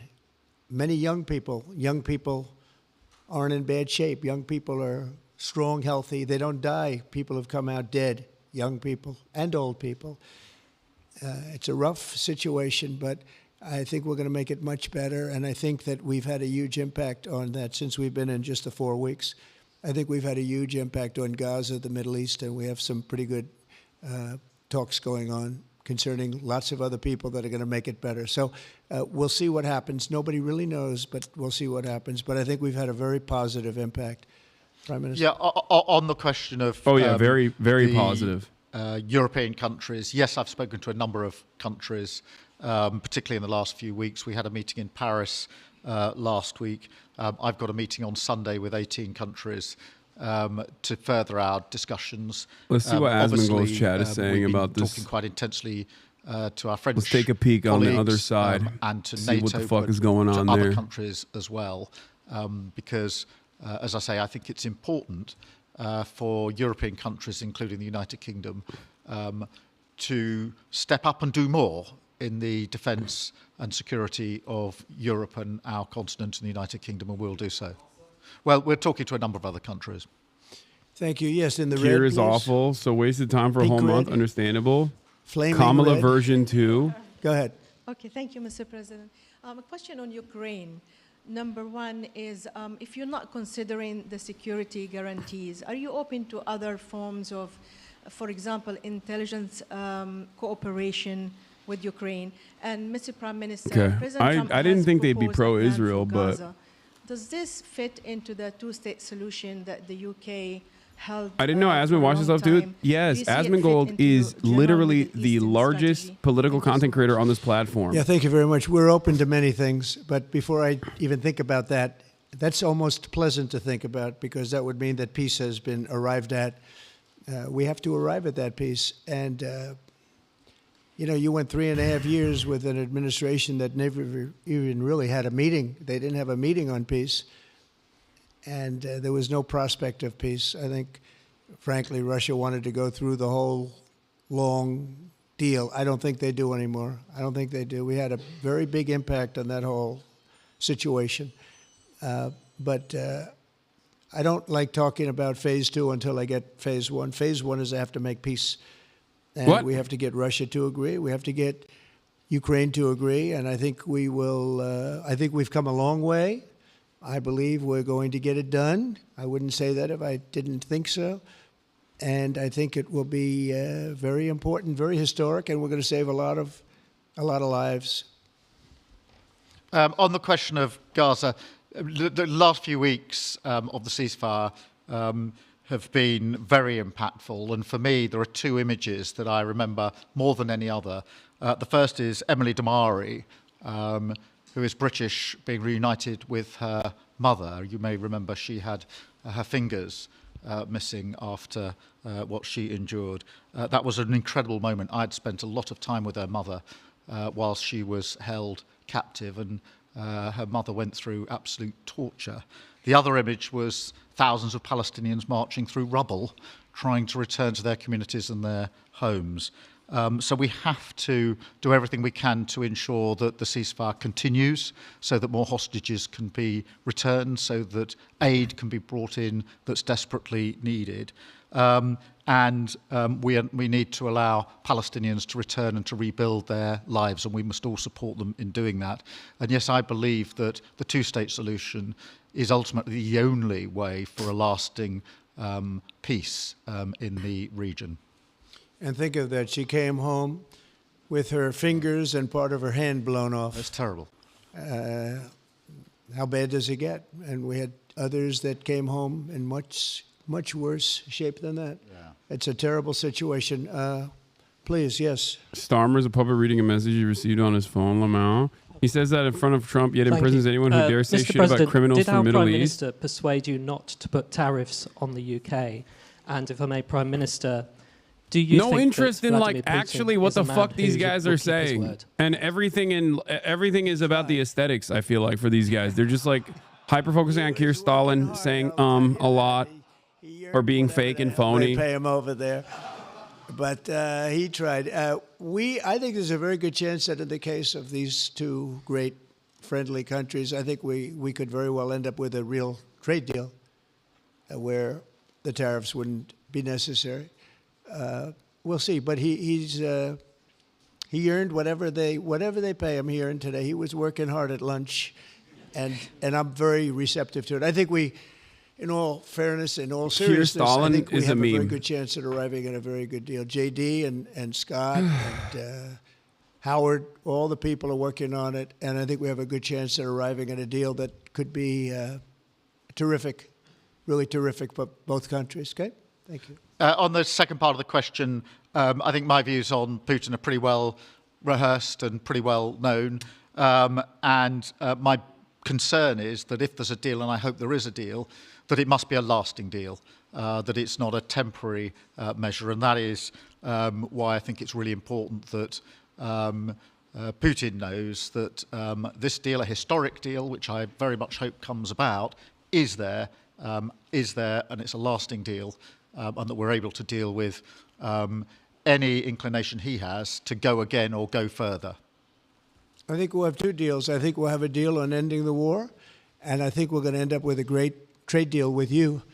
And it's an honor to be with you, and I want to thank everybody very much. Thank you very much. Thank you. 3 handshakes, baby. 3 of them. Kid Starver got the triple handshake. Art of the deal, baby. Art of the deal. Yeah, I mean, I often find myself knowing less, like learning less about where America is most likely going to go in terms of foreign policy after these press conferences. It is truly unique the way that these guys can get up there and say so much and virtually say nothing. Like, it is wild. I feel like every time I hear a Trump press conference, I'm like, I'm more confused than before the press conference started. You know? Maybe I'm losing my critical thinking skills. I don't know. But it's just like it truly feels as though they're saying a lot and saying nothing at all at the same time. It seems like they're saying a lot, but they're actually saying nothing at all. But seemingly, the reason why I also like to look at what like Asmongold's chat is saying in this situation, because he's the largest content creator on this platform and has a massive community of people who are seemingly tuning in to get some right-wing commentary, is because I want to understand like what their attitude is, like what their takeaway is from this stuff. And unsurprisingly, I guess it's usually just, you know, optics. Like they like that Trump is like dominating people, right? They like that Trump is dominating people. They think like Keir Starmer is a cuck, because he is. I mean, it is, that is true. He does do the like wishy-washy. He's basically Kamala, but, you know, English. And it's interesting because like Western foreign policy is all unified under the American direction, under the American umbrella. And that has been the case for a very long time.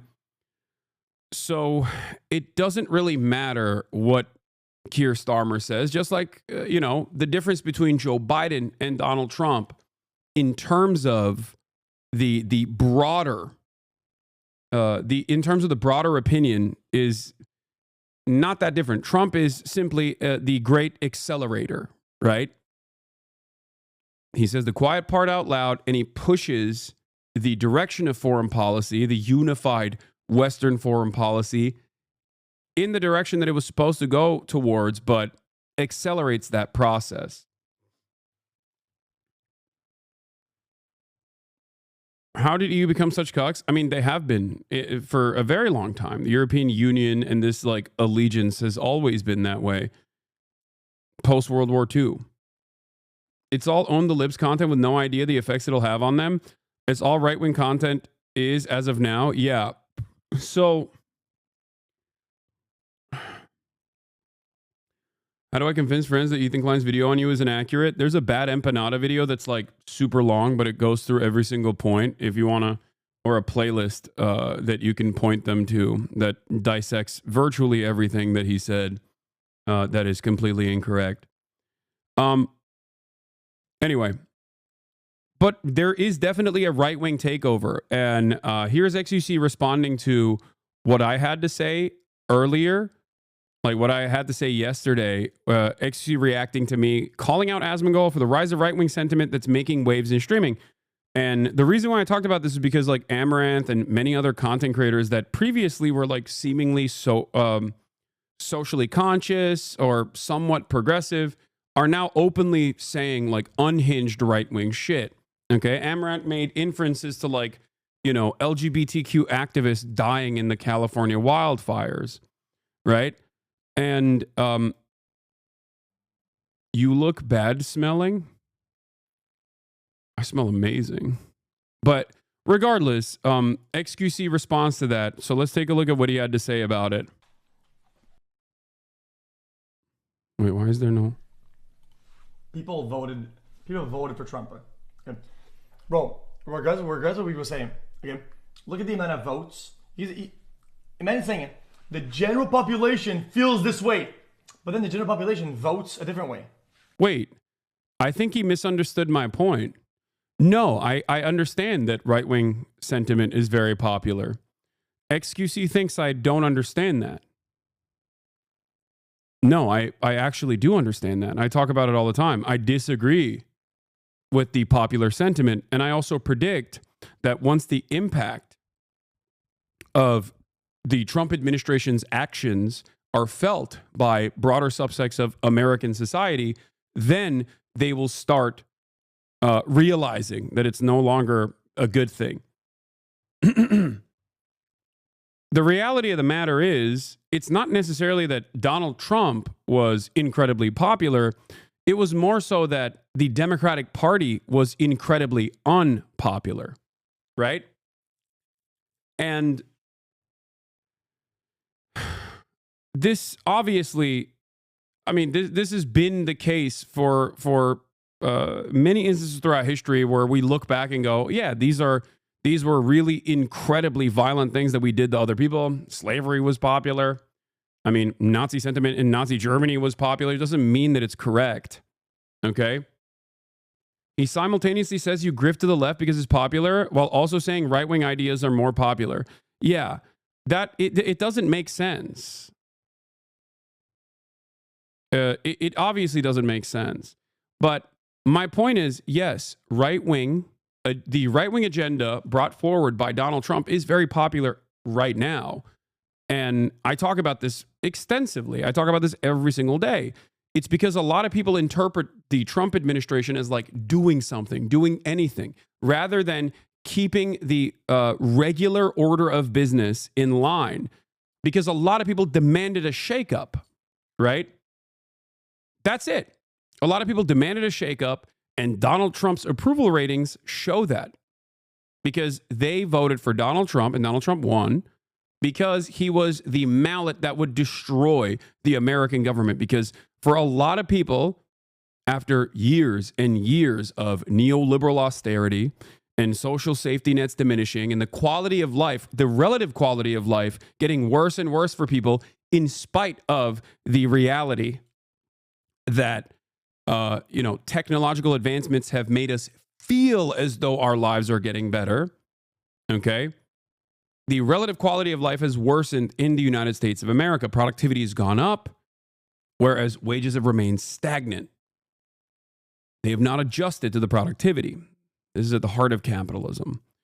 And a lot of income inequality exists in this country to the same degrees that it existed in the Gilded Age. These are the reasons as to why many people feel uncertainty about their future. They're angry, they're resentful, they hate these institutions, and they thought that Donald Trump was going to break these institutions. And Donald Trump is breaking these institutions, but not in the direction that actually fixes these institutions and fixes the problems that people actually experience, but in a way that will worsen. Okay? Calling every single person in stream over 55,000 people a Nazi is not venting, is labeling. That behavior is exactly what the elite want you to do. They want you to alienate everyone that can be brought over to our cause. They want you to fracture and isolate. You're being too emotional. What are you talking about? The number doesn't matter. They believe what they... Okay, these guys are yapping amongst themselves. They're arguing amongst themselves. I'm not going to read it. But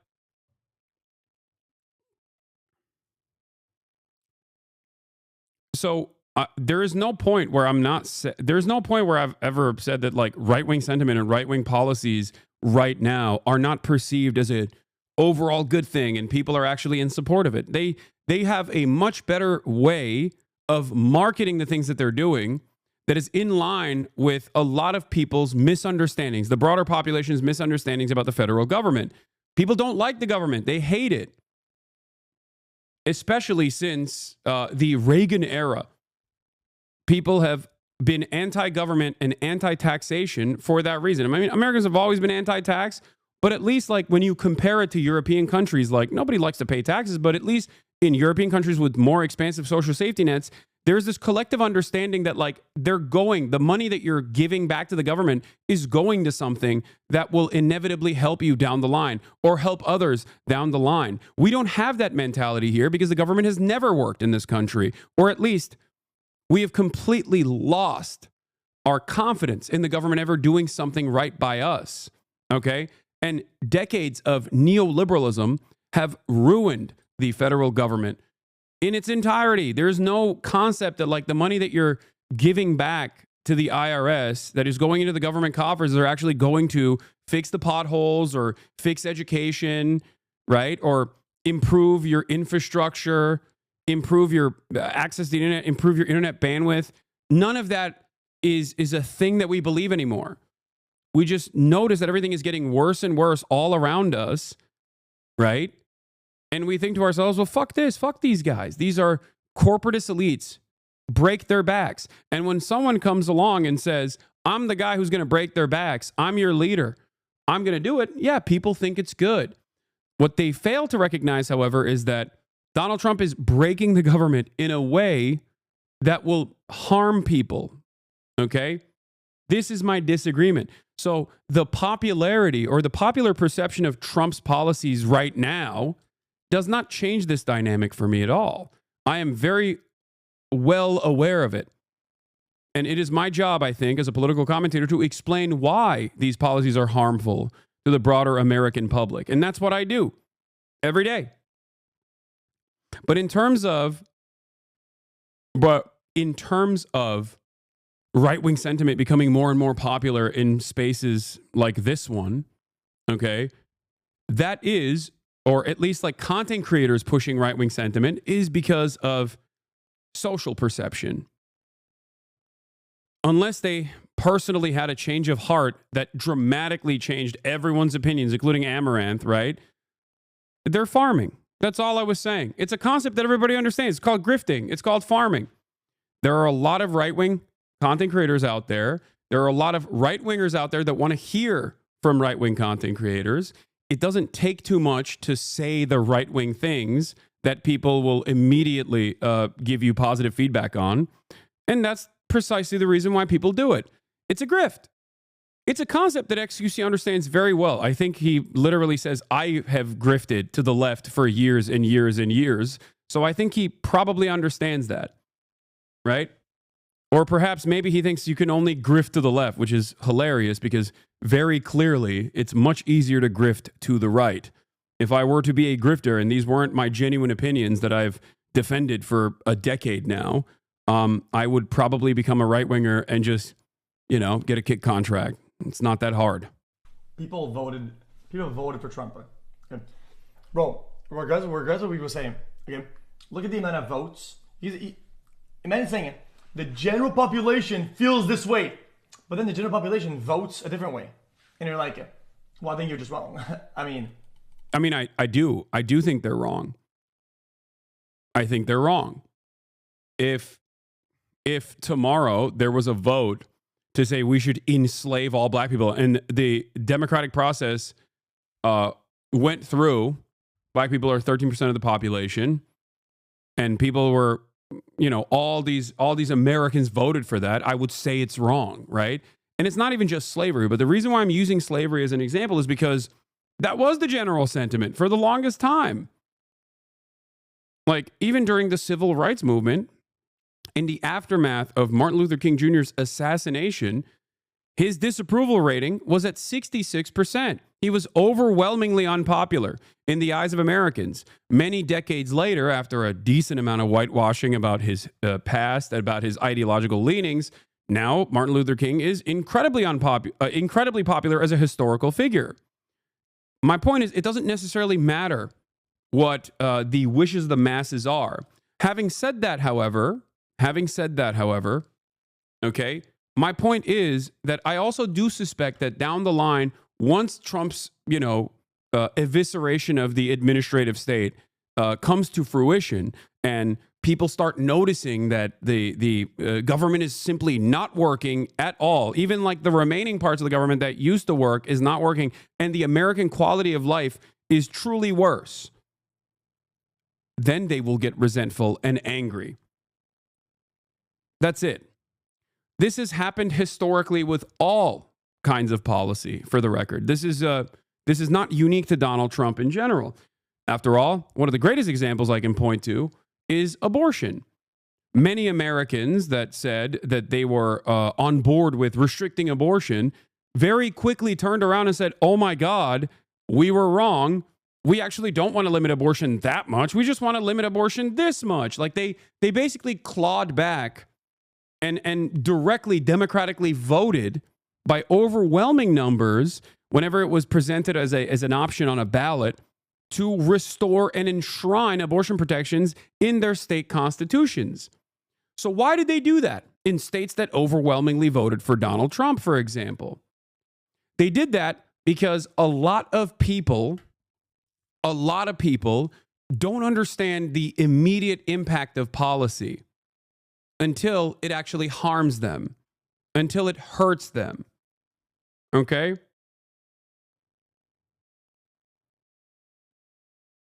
Yeah, buyer's remorse. What are we talking about here? I'm confused.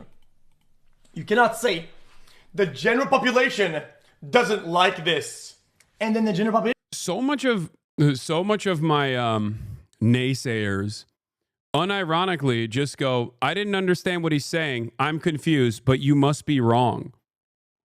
You're arguing against a position that I have not presented. I'm not saying that Donald Trump's policies right now are broadly considered unpopular.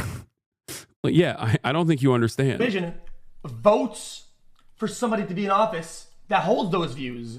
So who are you talking to? Like, who is the general population? Is it the residents of California? Is it the big cities' online personalities? Is it people that are on Facebook? Is it the Twitter Andes? No, stop saying the general population. Also, especially in the United States of America, the majority opinion is not necessarily the majority of the voting public. That's the other side of this as well, especially because of Electoral College and many other reasons. Like the plurality of people, at least historically, the plurality of people don't vote. Yeah. 64% of the U.S. voted, and Trump won 49% of that vote. Exactly. But that doesn't matter either. Fair is fair. Trump fairly and squarely won the election. Okay, he did. Too big to rig, baby. He did. That's just what it is. Really give a shit about politics. Too big to rig. That is. And then he continues to talk about like Asmongold's perspective or something. I don't understand, but I disagree. I think holding the view that is the more popular does give you the more popularity. I think like another little hint of projection. If you hold leftist views in areas that are very outrage heavy and leftist, you get a lot of notoriety and you get a lot of appraisal. And his takes are extremely popular and are always in the center of what public opinion likes. And he speaks loudly about what people like, and he's just gonna. He's saying Asmongold takes extremely centrist positions on broadly popular sentiment. He reads the room and tries to hit the center of that room. I don't think this is correct either.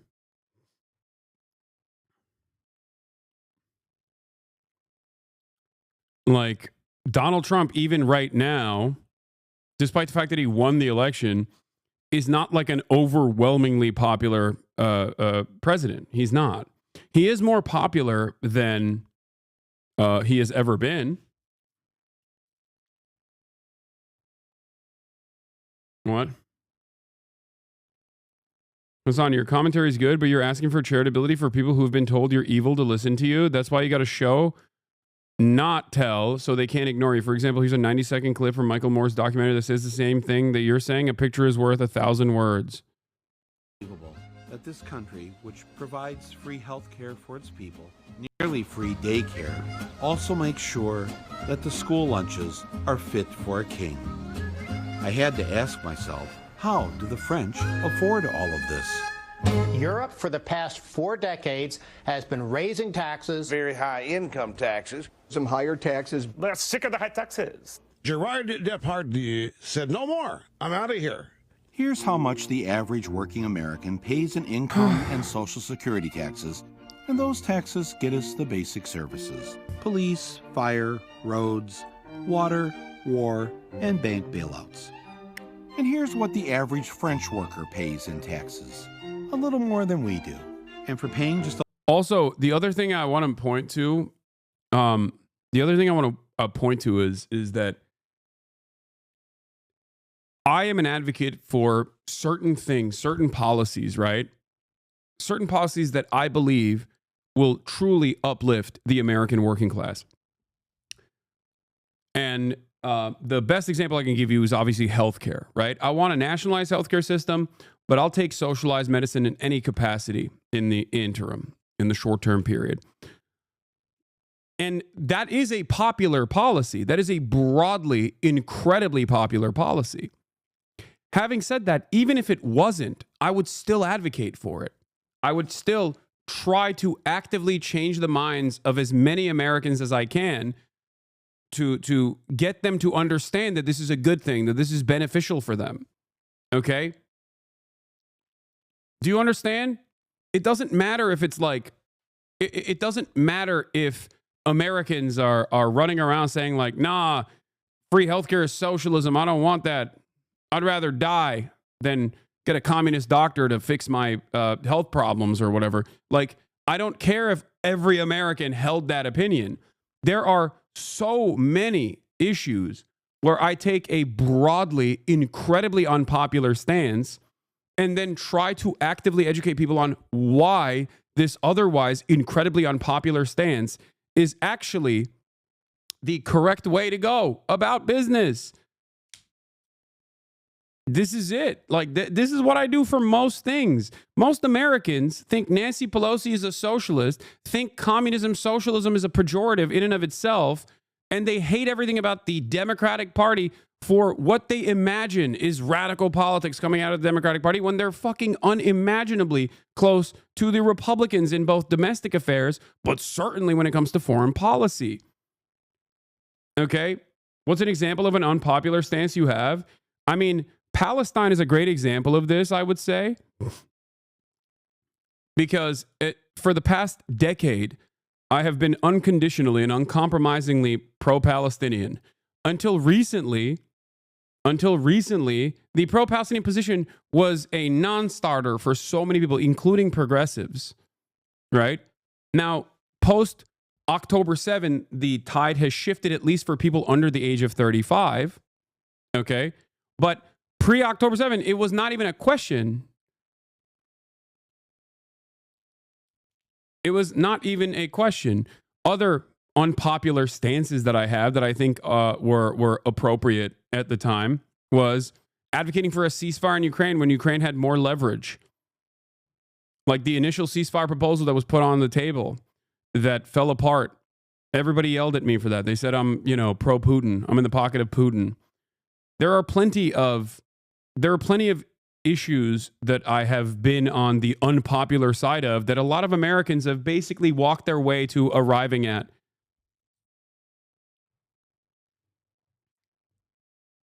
Housing the homeless, moving towards a rehabilitative approach to criminal justice,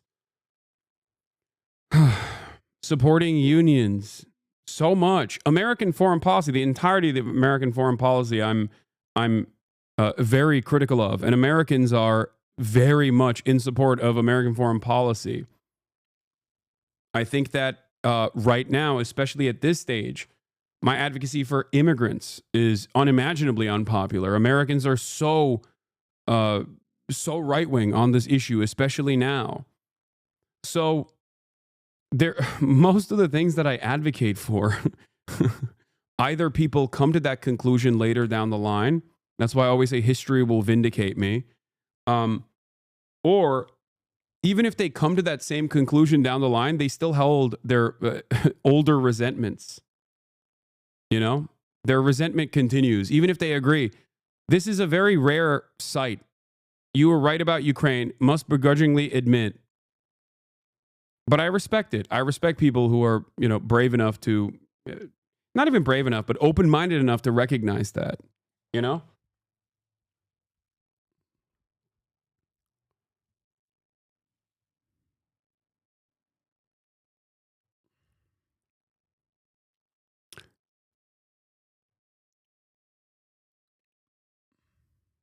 A lot of Hassan's general positions that would favor Americans are still contentious by both parties despite popular sentiment for those things, progressive ballot measure type stuff. Yes.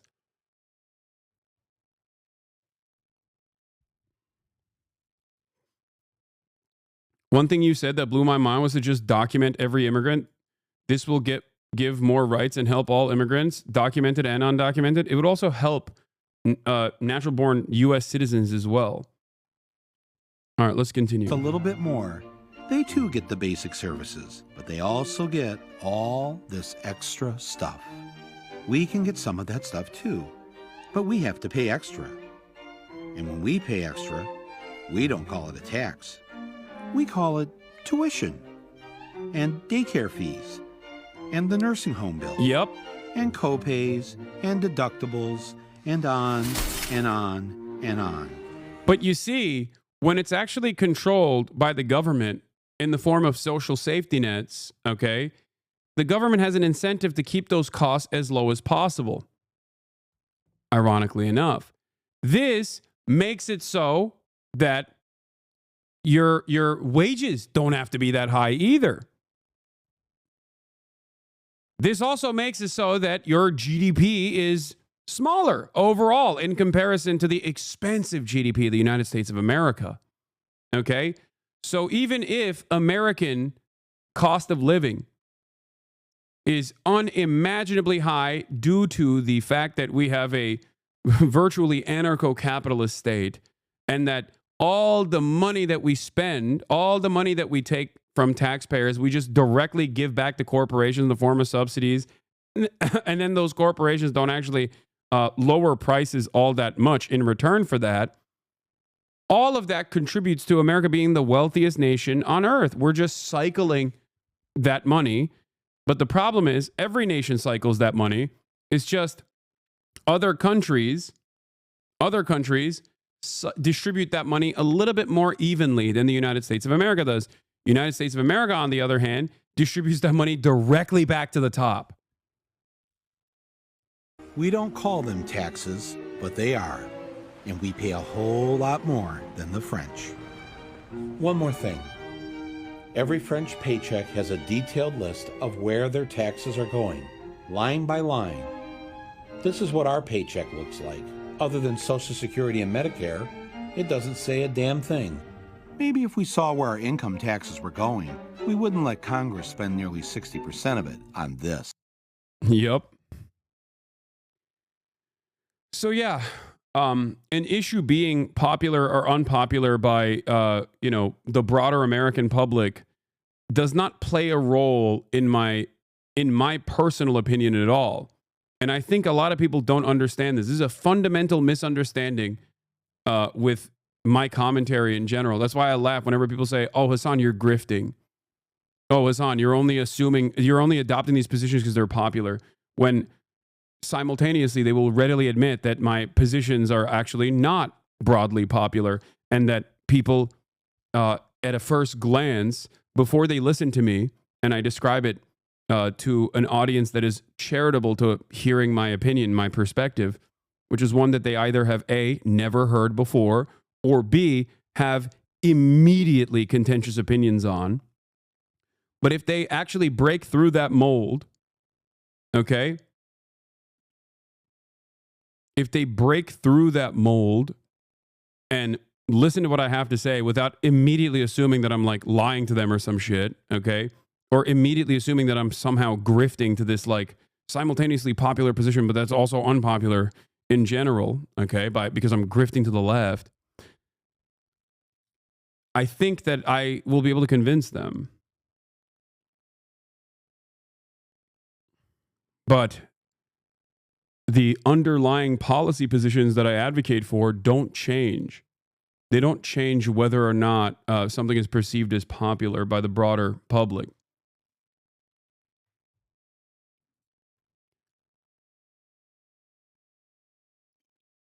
Public opinion. So explain how that doesn't apply to him.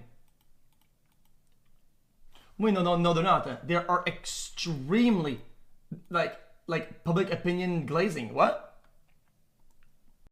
Yeah, that's the point. The overarching public opinion glazing doesn't change my advocacy at all. Whether it's incredibly popular or incredibly unpopular doesn't change the dynamic for me. I will talk about it. I will talk about why it's unpopular. I will explain to you why it should be more popular, how it will help you. But it's like, I'm the one who is working to advocate here. I'm not as audience captured as what my naysayers assume me to be. That's why it's always funny when they're like, Hasan is so audience captured. It's like, dude, have you seen the broader fucking American consciousness when it comes to when it comes to like leftist opinions? Your ego is clouding your judgment. Admit you were wrong about Hamas, says young herpes. My ego is clouding my judgment. Admit I'm wrong about Hamas. I don't think you know the first thing about Israel Palestine, brother. I'm gonna be honest with you.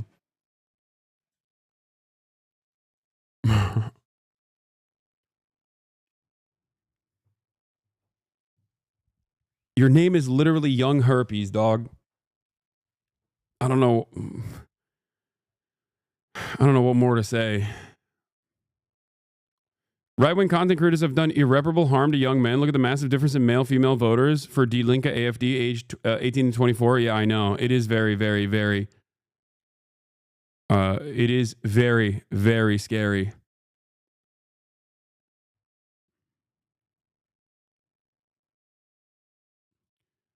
All right. Reporter, less than 1% of fentanyl comes into the U.S. That comes into the U.S. is apprehended at the Canadian border. Why use fentanyl as a reason? They should be apprehending much more. Mr. President, less than 1% of all fentanyl that comes into the U.S. is apprehended at the Canadian border. So why use fentanyl as a reason? Because they should be apprehending much more. They're only apprehending 1%. You're right about that. It's a little more than that. But they should be apprehending much more because a lot comes through Canada. And as Mexico gets stronger in terms of the border, it goes up to Canada. And a lot of drugs are coming in through Canada. We can't have that. Yeah. It should be more. They're not apprehending enough. That's it. Yeah. Great stuff.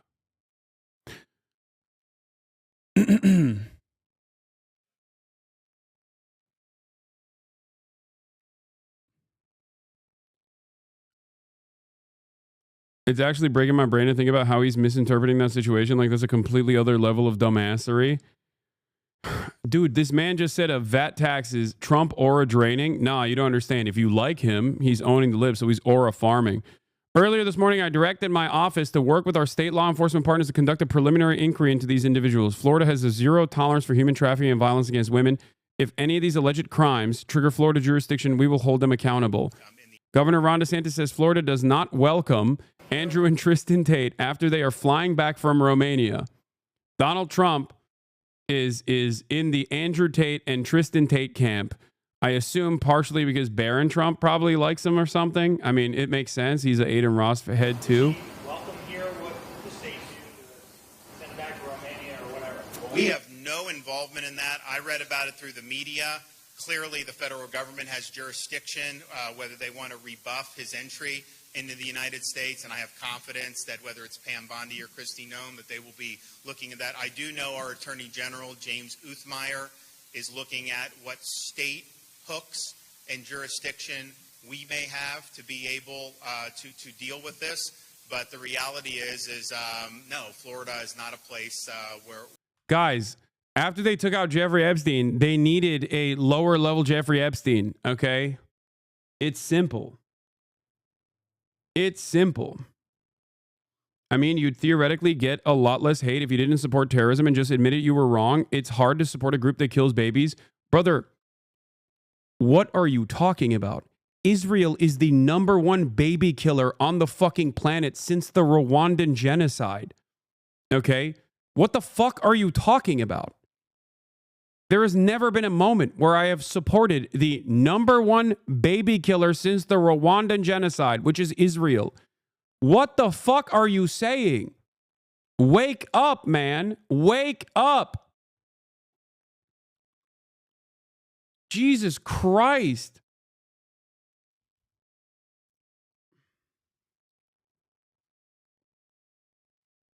Holy shit.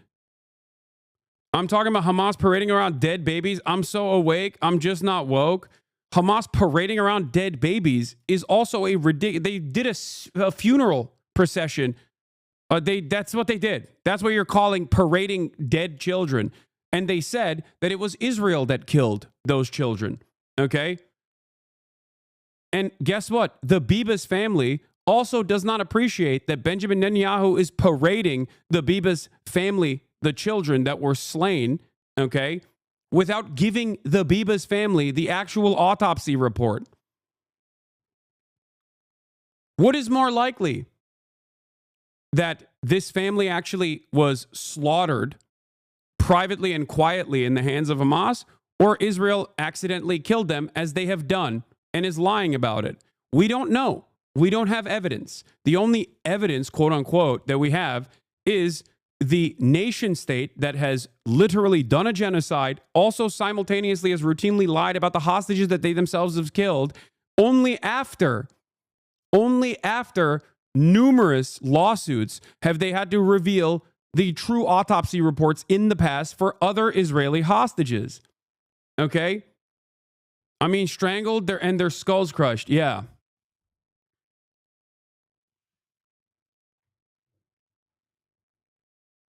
Benjamin Netanyahu literally, instead of giving the autopsy report to the family, turned around and paraded the autopsy report, which I doubt the veracity of at this stage, 100%. Okay. The Israeli government has used AI imagery to, talk about the children that died. Okay. And you're over here talking about how, I know for a fact Hamas actually strangled them. Yeah, here it is. The Bibas family has threatened to sue the Israeli government for exploiting the deaths of their family members for propaganda purposes, as layers of evidence support claims an Israeli airstrike killed them. And you're over here using dead children once again, this time dead Israeli children, which by your estimation, I suspect, has a higher value than dead Palestinian children. After all, you literally do not even recognize that Israel has killed more children in any global conflict since the Rwandan genocide, okay? And that is not even a thing in your mind. That doesn't even matter in your mind.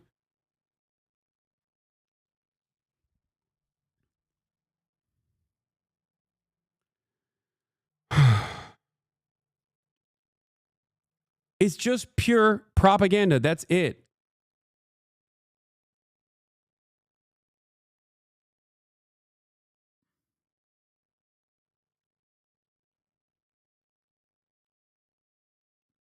Here it is. Bibas family tells Netanyahu to shut up as he details the murders of Shiri, Ariel, and Kfir. Publishing unapproved information is abuse for its own sake, says Ofri Bibas. Hours after Netanyahu publicly gives graphic details for the second time, despite this family's request.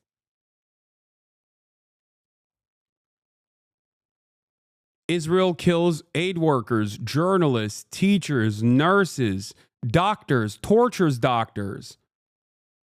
Even if you don't care about them because they're Palestinian, Israel still does that.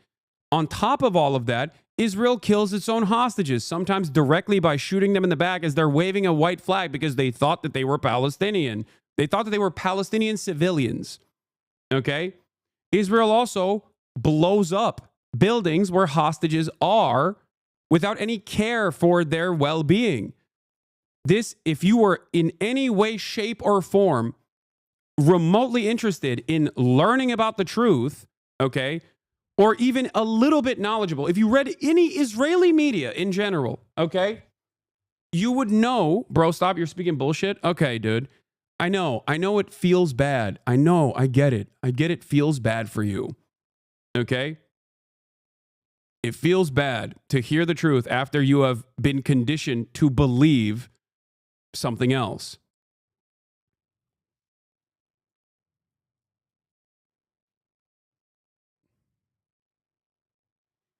Here's the Bibas family from 3 days ago. We appeal to a number of authorities, including the Prime Minister's Office and the Information System, to make it clear that the decision to publish any details about the gruesome murders is solely the decision of the family, and no pressure should be put on it to exploit the murder for alleged public purposes.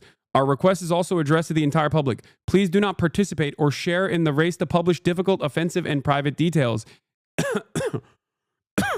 Even in these painful times, the Bibas family and an entire nation are mourning the murder of their family members, and while the family is busy preparing for the funeral and burial of their deceased loved ones, and before the report from the Institute of Forensic Medicine was received, the family surprisingly continues to receive repeated requests from domestic political parties, media parties, and private parties for needs that are assumed to be explanatory, or with the aim of satisfying the public voyeurism and mainly publishing the details of the murders. All this despite the family's request to avoid harming her privacy and dignity. If you knew anything about this process and the conditions that these hostages were put through, Israeli hostages were put through, even Noah Argamani recently testified. Noah Argamani is by no means pro-Hamas, okay? Or by no means pro-Palestinian. She is an Israeli occupying force soldier who was captured by the militant resistance groups on October 7. She was held captive. Israel propagandized her all the time. Israel, when she was released, lied about her conditions and said Hamas actually broke her arm. She openly stated that the Israeli government was lying about what had taken place, that her biggest fear when she was held captive was actually Israeli bombings that killed one of the hostages that she was with. You would know that if you just got your fucking news from any outlet that actually cares about the truth. But you don't care about the truth, okay? You just care about shit stirring for a fucking psychopathic, drama-loving weirdo.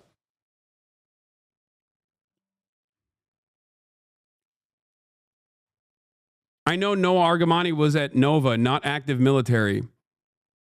Wait, no, she is. No, she was. I thought she was IDF as well, regardless of being at Nova. She was captured at Nova.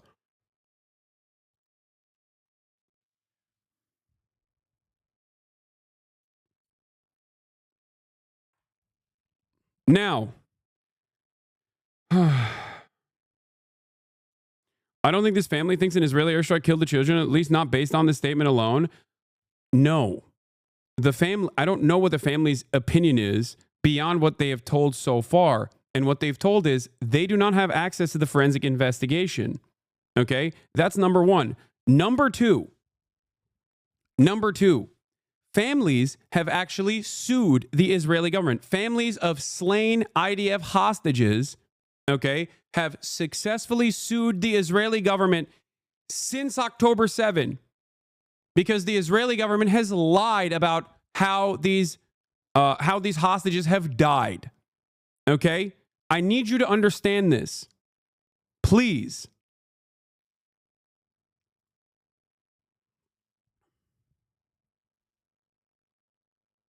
If your immediate family members are killed, you would probably care about the truth more than doing propaganda. Okay? That is what these victims want. And that is the most understandable demand of all time.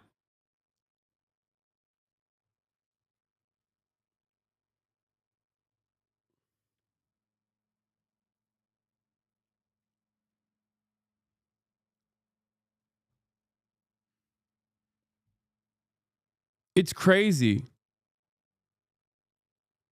Yeah, speaking of Noah survivors, they also sued the Israeli government for deliberately putting them in harm's way as well, allowing there to be a fucking rave next to a concentration camp when all evidence suggested that that concentration camp was slated to break out at any given moment. And they refused to listen to any prior warning from the Egyptian government and prior warnings from Unit 8200, which is the surveillance unit at the Gaza envelope that surveils Palestinian activity. But of course, you don't care about any of this stuff, but it's fine. I will sometimes respond to trolls before you chatters get mad. Okay? before chatters get mad and say, Hasan, why are you responding to trolls? Because this is informational. Okay? This is a moment for a lot of people to learn the truth. It's not going to be the troll himself that actually goes, you know what? My bad. That rarely ever fucking happens because they're not in here. They're not in here to actually understand what truly is happening. They're in here to just shit stir. Okay? But it's a good moment for education.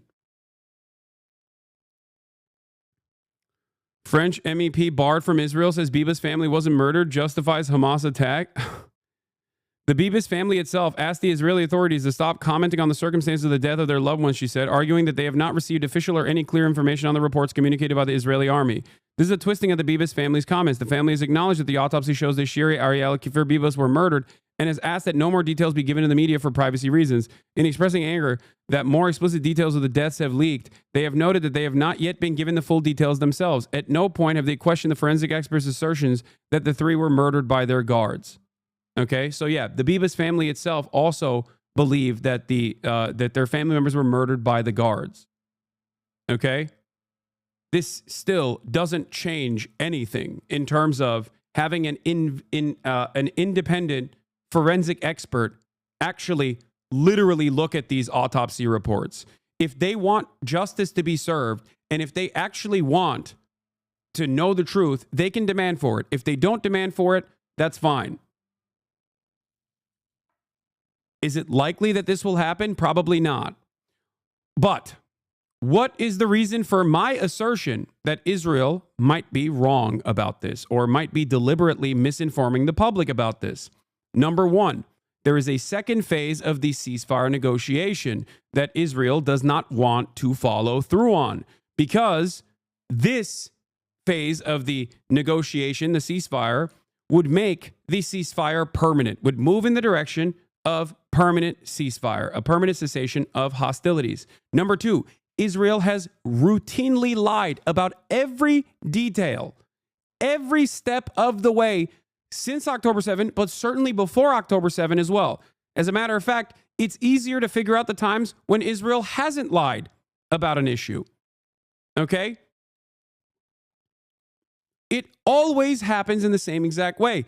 Israel doesn't even talk about many of the death and destruction that they cause until it becomes a newsworthy story in the West, like the World Central Kitchen aid workers. Okay? And their first response is always immediately to lie. Immediately. They get disproven time and time again. Sometimes, if there are actual Israeli citizens that are victims to these lies, they have the capacity to sue the Israeli government, and then the truth is uncovered. The greatest example I can give you is quite literally the Israeli, the IDF hostage that was killed, whose mother demanded the truth from the Israeli government. The Israeli government said Hamas killed the hostage. Of course they did. They did. They were like, oh no, Hamas killed the hostage. What are you talking about? But the mother said that the asphyxiation was most likely caused by the bombing. And she kept suing the government, and lo and behold, Israel quietly admitted that Israeli occupying force hostage was actually killed because of Israeli bombing campaigns.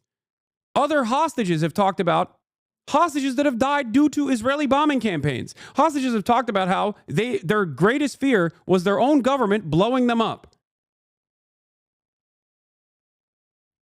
And we're still having this conversation. We're still having this back and forth. It blows my mind. But this isn't the only reason why I think that the claims being made by the Israeli government might not be true. The other reasons why I think the claims being made by the Israeli government might not be true is because I don't believe that Hamas militants are the most moral people on the planet and are operating on this like unimaginable morality. Although Palestinian emancipation is the moral cause, individual actors are not always going to behave in this most moral fashion. That's not my argument at all. But they do still follow normal logic. Okay? They did not capture Israeli civilians and Israeli occupying force soldiers alike simply to go and kill them quietly. This is why since October 7, I've said over and over again, this is why I've said since October 7 over and over again that there is a reason for why they did this. It doesn't matter if you don't agree with the tactics or not. That's not what I'm talking about. Okay? The reason was obvious. It was leverage. They had demands. They're an entirely captive population that understandably felt like they had no other option but to fight back, to escape the conditions that they were in. They were forced into experiencing by the Israeli state that doesn't see them as human. Okay? And in that process, I kept repeating over and over again, if Hamas or any members of the Palestinian militancy kill any of the hostages, they will tell you. And they did. There was an instance where a Palestinian guard actually engaged in a revenge killing of a hostage. Hamas revealed that information. That did happen. There's also the other part of this process. Hamas has also killed hostages when Israel, during a ceasefire negotiation process, decided to militarily go and extract some hostages. Okay? And in the process, they did. They killed, I think, 4 hostages. They openly revealed this information as well. But not only that, but also, the Bibas family was slain in November of 2023. Okay? November 2023. And when they were killed in the process, and I believe that it was initially not even that they weren't captured by the Al-Qassam brigades. I believe that they were captured by some random group, and they had a hard time. Obviously, under the bombing campaign that was happening, figuring out where every single hostage was and take accountability. Okay. Taking account of where all the hostages are. But as far as it was the Mujahideen movement. Yes, thank you, Murat Butler, that initially took the Bibas family hostage, the Mujahideen Brigade.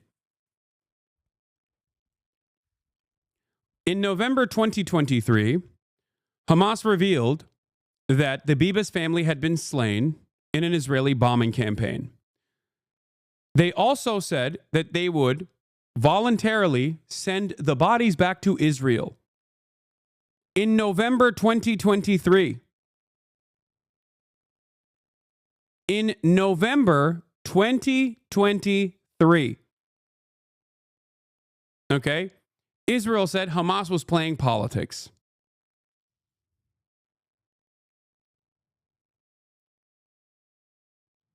Think about that. I feel like that context is never really mentioned in this process. Why didn't they return the bodies? Israel refused. What are you talking about?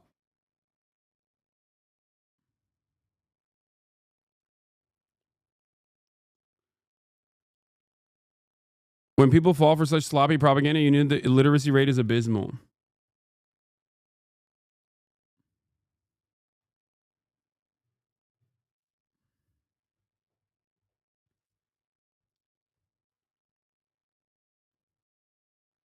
So, there is a massive onslaught of Israeli propaganda that the Israeli Knesset has spent $250 million on this year. We know that Israel is not shy about lying about the details of things that have happened. So excuse me for being a little critical about the initial statements that come from Israel, especially when they have shown over and over again that they do not actually give a shit about Israeli citizens. Here's another point of Israeli propaganda or the Israeli government lying and then turning around and openly admitting that they did something. The Israeli military directive, the Israeli military has a protocol called the Hannibal Directive. Okay? The Hannibal Directive directs the soldiers to shoot and kill Israeli civilians or Israeli soldiers if they are in the process of being captured by Palestinian militants. Because in the eyes of the Israeli government, those people are better dead than alive. Because when they're alive, their immediate family members are going to create a lot of pressure on the Israeli government.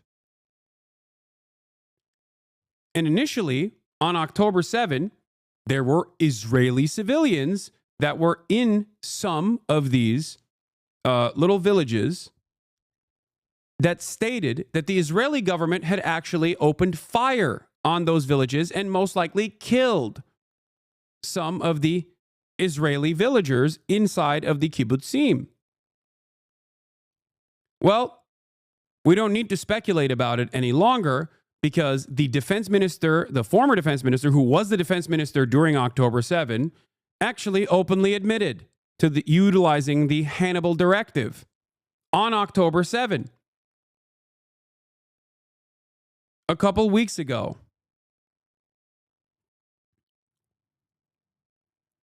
IDF carried out Hannibal Directive, new Sword of Damocles operation on October 7. All means are kosher. A look at the IDF's controversial Hannibal Directive explainer.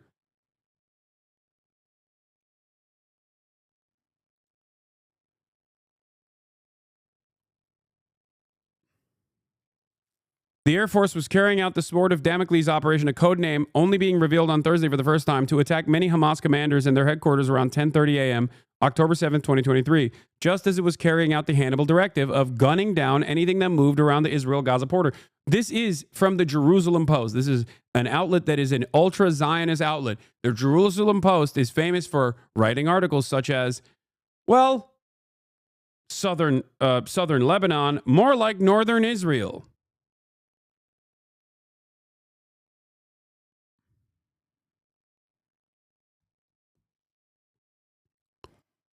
Just so you understand, this ain't, the woke lords over at Haaretz. This is the fucking Jerusalem Post.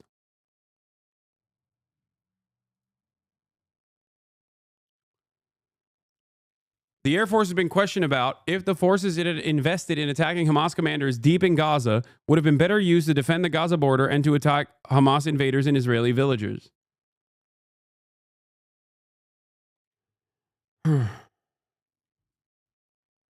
And yes, it was reported at the time that Hamas had offered to hand over remains of the hostage baby and family. Okay, look, this was written about, wait, what?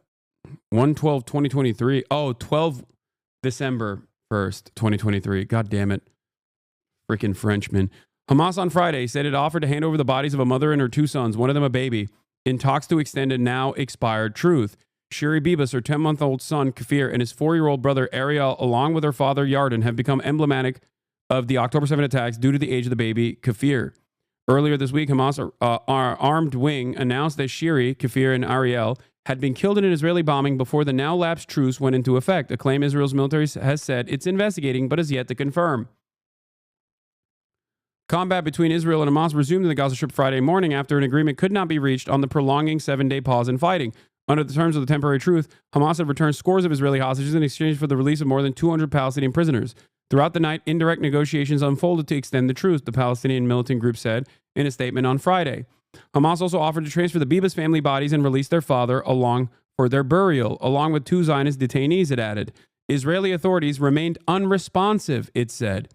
The Israeli Prime Minister's office, meanwhile, told the AFP Israel will not address propaganda-based reports coming from Hamas.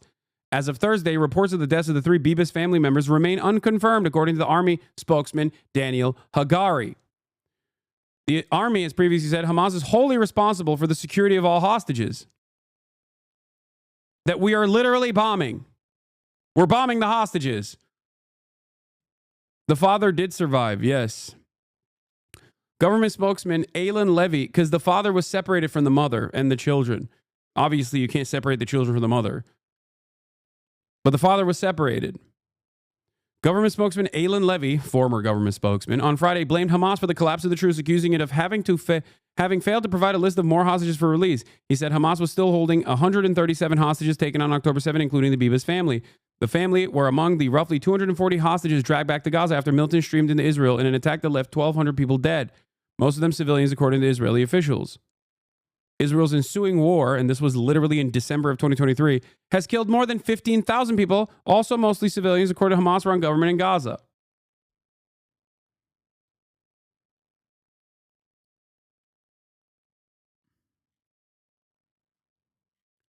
These are the reasons as to why I am critical of the Israeli government's propaganda on this, and I am suspicious because I recognize Israel's motivations. I also recognize that Israel has, time and time again, lied about how hostages have been killed. You are lying. You can't. Wait, what?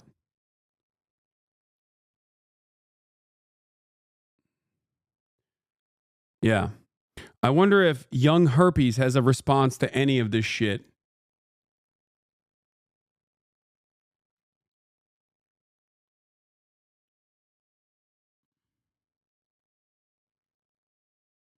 Probably not.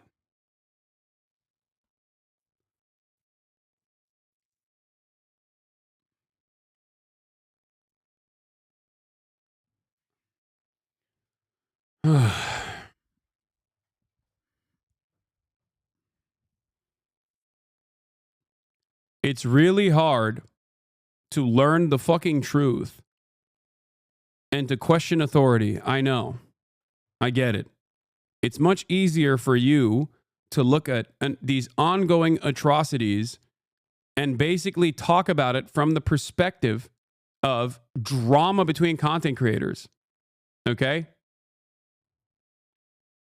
They're probably being sarcastic. No, young herpes was not being sarcastic. He was just saying some dumb shit. He probably got banned. Yeah. Lake McGroove banned them. Here, we'll unban them and we'll hear what he has to say now.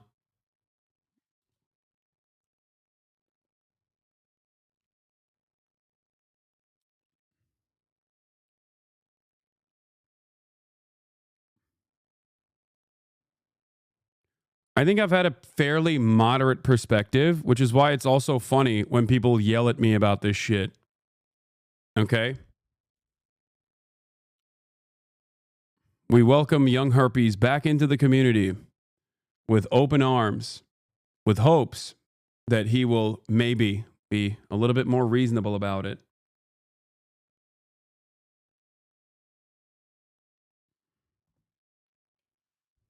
It's a great moment for young herpes to learn something instead of just regurgitating falsehoods.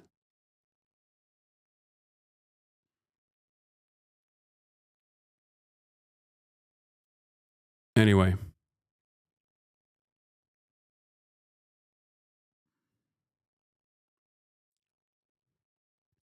Breaking. Far-right extremists and notorious racist Israeli Finance Minister Bezalel Smotrich to meet with the U.S. Treasury Secretary Scott Bessent next Wednesday in Washington. The meeting is expected to focus on economic cooperation in Israeli settlements. We're strengthening the ties. The working relations, said Smotrich's spokesperson, Eitan Fold. A key member of Prime Minister Netanyahu's coalition, Smotrich is a vocal proponent of apartheid in Israel and Palestine. He advocates for the expulsion of Palestinians from their homeland and the reoccupation of Gaza, supporting what he calls voluntary migration of Palestinians. He's Mr. AFD. As minister in charge of civilian affairs in the West Bank, he oversees policies that further entrench Israel's illegal occupation while pushing for the full annexation of the West Bank and the removal of all Palestinians. His rhetoric and actions fuel settler violence and further erode any chances of peace. This meeting marks a shift as Biden kept Smotrich and far-right extremists at an arm's length. It follows Trump's decision on his first day in office to lift sanctions on violent Israeli settlers accused of crimes against Palestinians. Here are some of his choice quotes. "We will erase their smile again and replace it with with cries of grief. Gaza is destroyed and broken, uninhabitable, and it will remain so. Do not be impressed by the forces' cries of joy of our enemies. This is an animalistic society which sanctifies death and dances on the ruins of its life.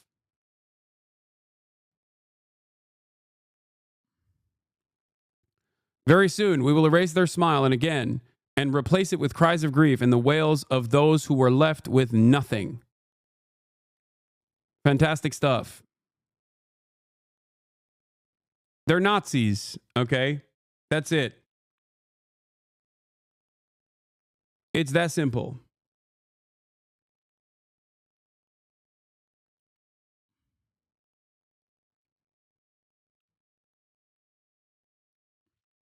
When there is no information, however, in Western news about the ways in which Israel's depraved government behaves identically to the fucking Nazi government of the past, okay? A lot of people are misinformed by it. And in that misinformation, if someone presents themselves as pro-Palestinian, but then does unrestricted pro-Israel propaganda, by not necessarily saying like what Israel is doing is super right, but instead by simply attacking. All of his commentary focuses on naysayers of Israel, criticizers of Israel, by attacking them and saying they're all terrorists. You know? They're fucking mindless drones. The fan base will come in here and also push this ridiculous bullshit.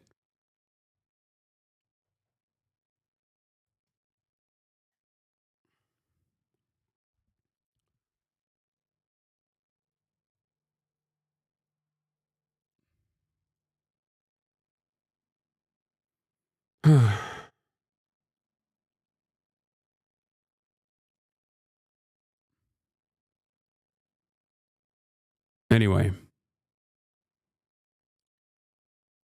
Andrew Cuomo seen as possible White House candidate by some Democrats is great stuff. Fantastic. And the newly installed FBI director, Kash Patel, has proposed enhancing the FBI's ranks with the help from United Fighting Championship, UFC, the martial arts entertainment giant whose wealthy CEO Dana White helped boost President Trump's election. Also fantastic. We'll get to Andrew Tate in a second. We got the Epstein files as well. Andrew Tate obviously is frustrating to some. Okay. To the latest on the Trump. Jesus, that's loud. Okay. Trump administration directs agencies to make plans for mass layoffs. I saw a Substack post where a fan asserted that mods of pro-Palestine subs are secretly jihadists. Yeah, I mean, that's just... That right there is just straightforward Islamophobic nonsense, okay? That's it. Even just simply saying like, oh, you're a terrorist, like you're pro-Palestine, you're a terrorist, and here are the reasons why. That right there is no different than what like ultra-Zionists say either. You know, maybe you're not taking the extra mile. Maybe you're not taking the initiative. Maybe you're not brave enough to openly say how you really feel, how you truly feel. It's like when Republicans call black people thugs, okay? Rather than the N-word. Everybody understands exactly what it is, okay? Virtually everyone with 3 active brain cells knows exactly what's going on. So why the fuck do you not recognize it if you fancy yourself to be a progressive, if you fancy yourself to being to being an active member of a otherwise progressive pro-Palestinian community? It is psychotic. That's all this is. The utilization of the American terror watch list for your commentary is fucking idiotic, okay?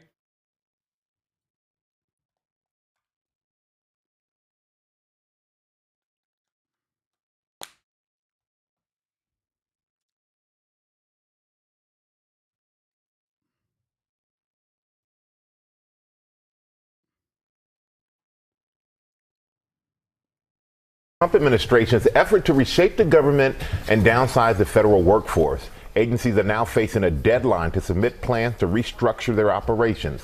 Our senior political correspondent, Rachel Scott, is at the White House for us this morning. Good morning, Rachel. Michael, good morning to you. And federal agencies and workers across the country are now bracing for mass layoffs as the Trump administration moves into its next phase of its efforts to try to shrink the size of the federal government. This morning, the Trump administration directing all federal agencies to submit plans. Yes, I know the judiciary GOP is rickrolling people. It's much ha-ha. It's very funny. Yes.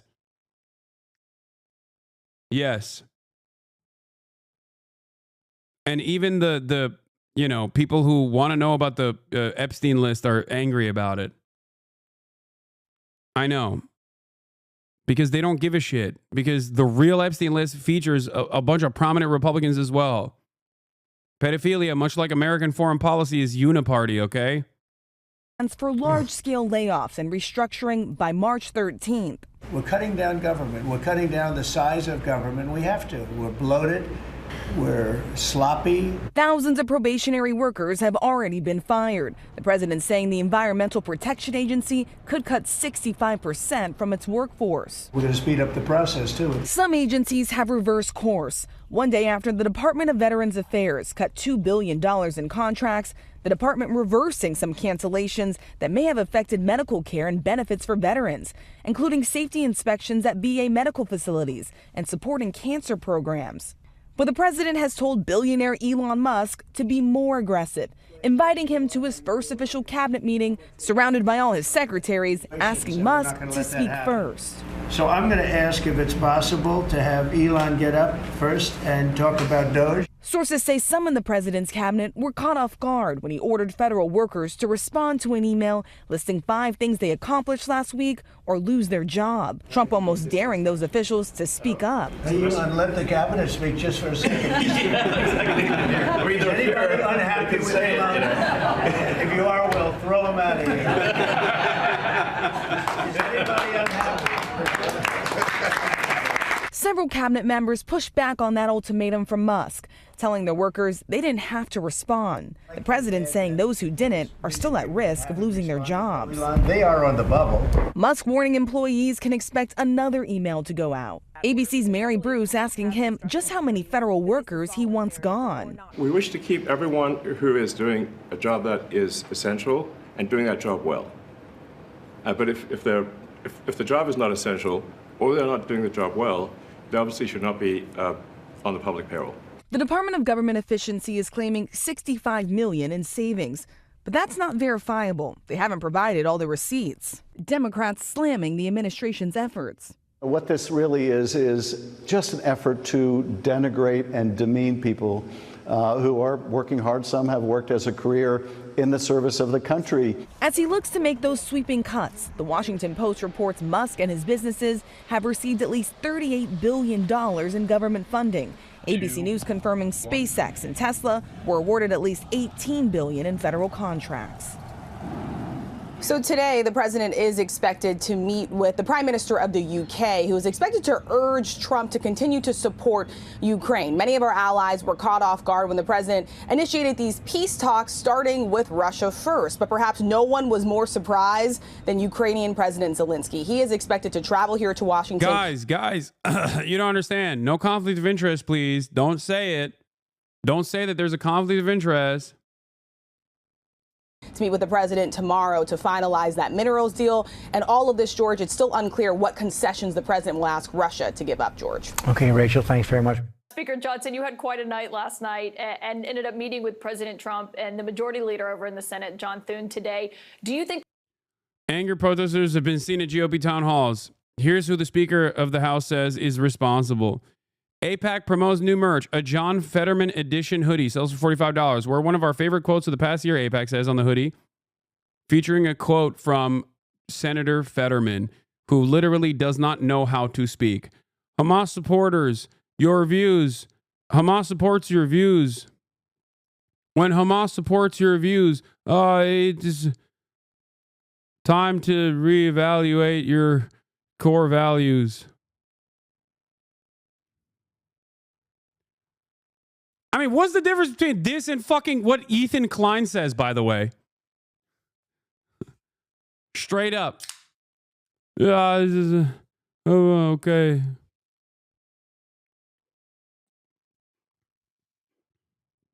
Update. AIPAC has removed their new John Fetterman-inspired hoodie from their website. AIPAC also deleted the LinkedIn post promoting it.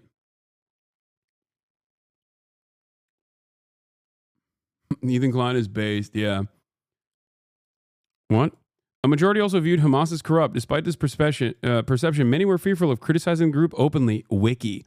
In October 2018, Human Rights Watch released a report detailing how both the Fatah-led Palestinian Authority in the West Bank and Hamas authorities in Gaza routinely arrest and torture peaceful critics and opponents, as opposed to the wonderful state of Israel, which, by the way, the Human Rights Watch literally right now considers is doing a fucking genocide.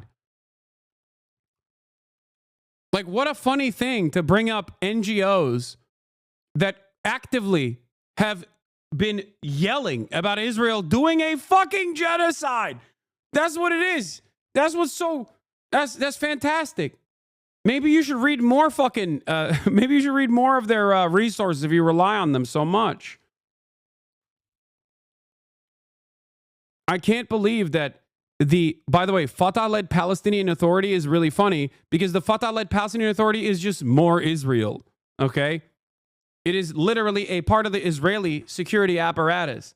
So if they're actually torturing people, that's just more Israeli torture of people in the West Bank, which is occupied Palestinian territory that is occupied by fucking Israel. Insults? Great, that's intelligence. No, don't listen to other chatters. Don't try to fucking use that as an exit ramp. Respond to my words directly. Musician Tom. What happened?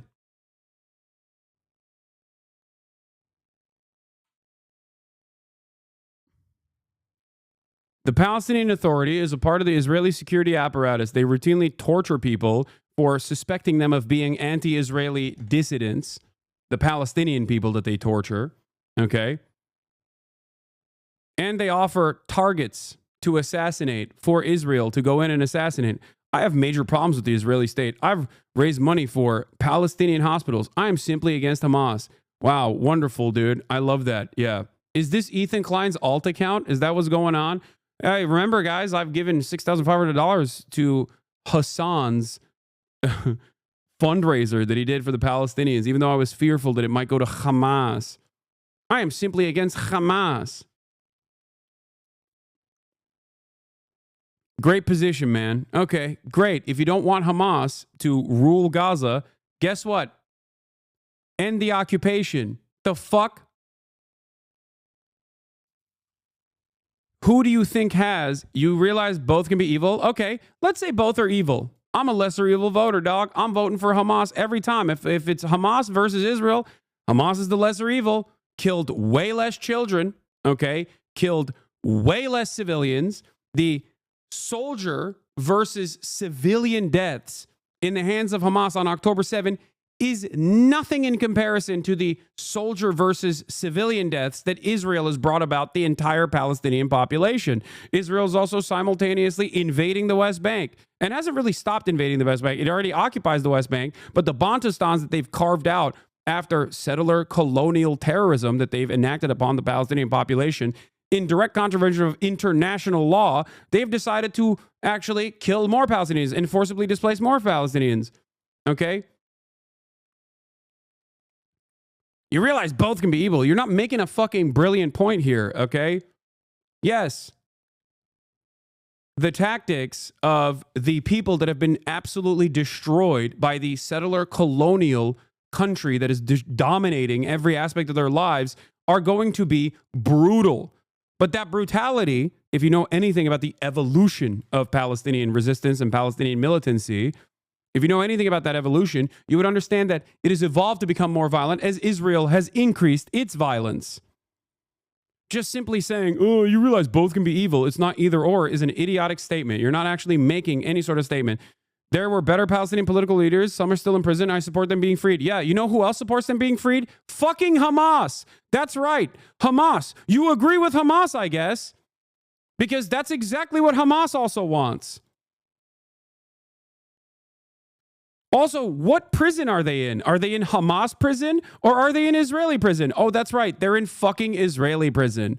Sometimes a broken clock tells the right time. Yeah. If you were to look at that clock, you would realize that it was broken by Israel.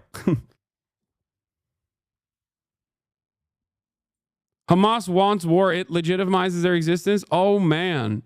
Yeah, totally. They love getting fucking murked over and over again. They're just violent, barbaric individuals who love the death and destruction. They love it.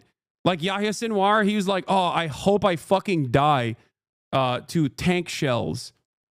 That's my favorite thing, is dying.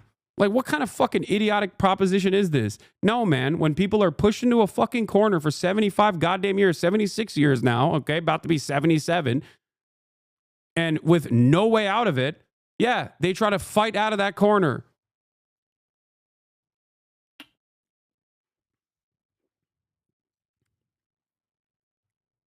That's why I said all of the cards are held by Israel. I love the supposedly pro-Palestinian guys who come in here and try to fucking argue with me on this stuff.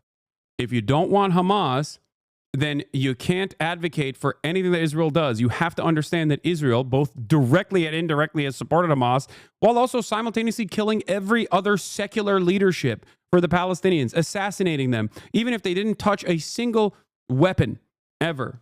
Okay?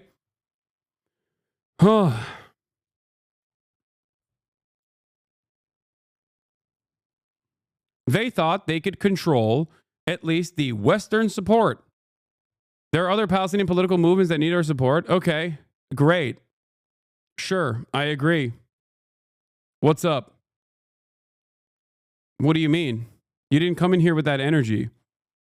Also, you literally are talking about the Fatah-led Palestinian Authority. You don't know anything. You're over here talking about both the Fatah-led Palestinian Authority, not realizing that the fucking Palestinian Authority is also a part of the Israeli security apparatus. You literally are just saying all of the leadership that Palestinian Arab dogs are electing into power are actually very harmful to Palestinian emancipation. Well, guess what? The other Palestinian political movements also participated alongside Hamas on October 7. What do you have to say to that? Literally all of them. The PFLP, DFLP, Islamic Jihad, they all fucking participated on October 7. Supporting Hamas distracts from this. I'm sure you care about Palestinians. I know this hurts because of the immense suffering. Shut the fuck up. You don't know anything. There is not a single Palestinian emancipatory group that did not participate in October 7. It was a united front. Every single one of them. So which one do you choose to work with? Do you know any of the other factions within the Palestinian emancipatory movement? Do you know the history that regardless of the tactics, every single one of them have been branded terror groups by Israel and then immediately by the United States of America?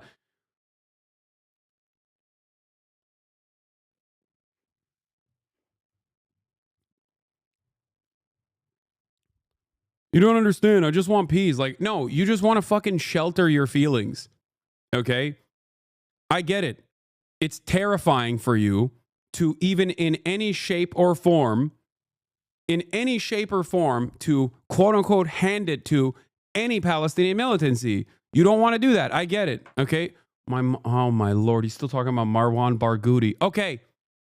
The United Palestinian Resistance that took hostages led by Hamas are literally using the Israeli hostages as a leverage point to bargain for Marwan Barghouti's release. So you literally are saying you fucking love Hamas, okay? That's what you're saying. If Hamas loves war and simply wants to remain in power, like your assertion is prior, and that's why they're doing all of this stuff, right? And they love being killed, then why the fuck are they advocating for the release of the one guy, the only person in Palestinian politics right now that could democratically overthrow Hamas? Why?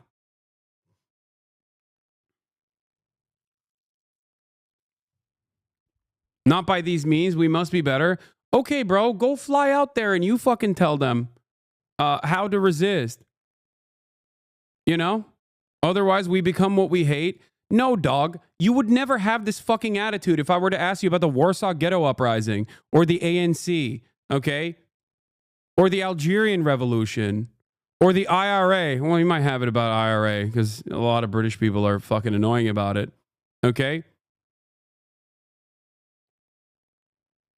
I don't see you there. I've been in the Middle East helping refugees. I don't see you there. Yeah, dude. Well, maybe I paid your fucking salary to go help them then. Dumbass. Shut the fuck up. I don't see you there. You know why I can't go there? Because I get fucking killed, okay? Anyone that wants to go there will get killed. You would get killed if you went there, dumbass. The fuck are you talking about? My assertion there was purely rhetorical. I wasn't expecting you to actually go to Gaza because you'll get fucking killed. And not by Hamas, mind you, by Israel, before people misunderstand. Yes, killed by Israel. That is the reason why people can't go in to Gaza right now. That is the reason why Western journalists can't go into Gaza right now. Okay? Because they will be fucking killed by Israel.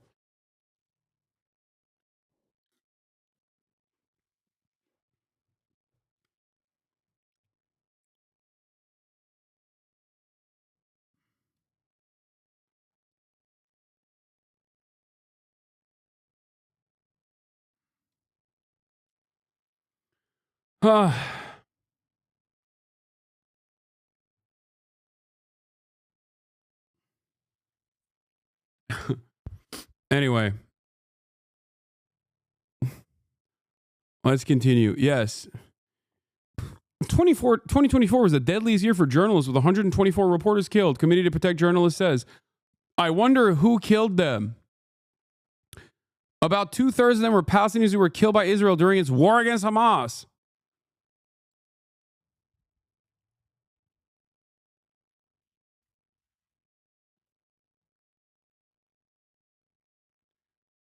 Yeah. There is nothing dumber than living in the fucking comfortable bosom of empire and being like, people that have been ritualistically dominated and genocided, I am going to set their standards. Okay? I might have my disagreements with the domestic affairs of the militant resistance against Israeli apartheid.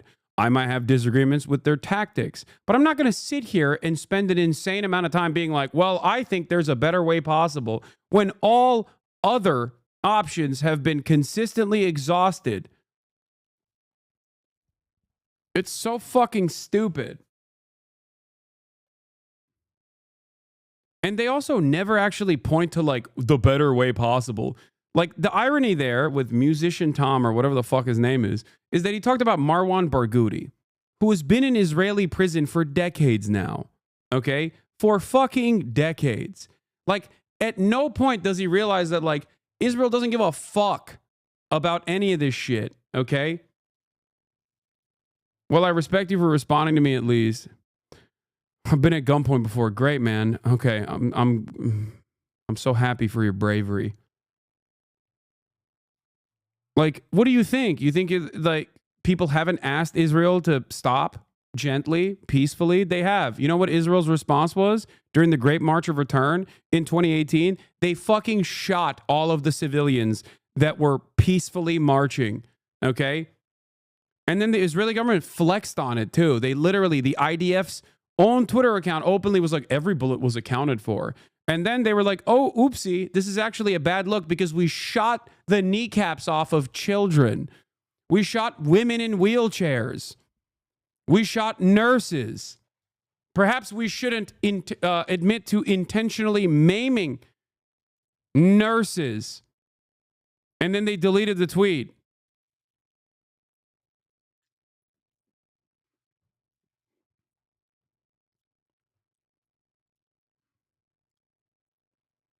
Give the power to the Christian Palestinians and there will be a better chance for peace.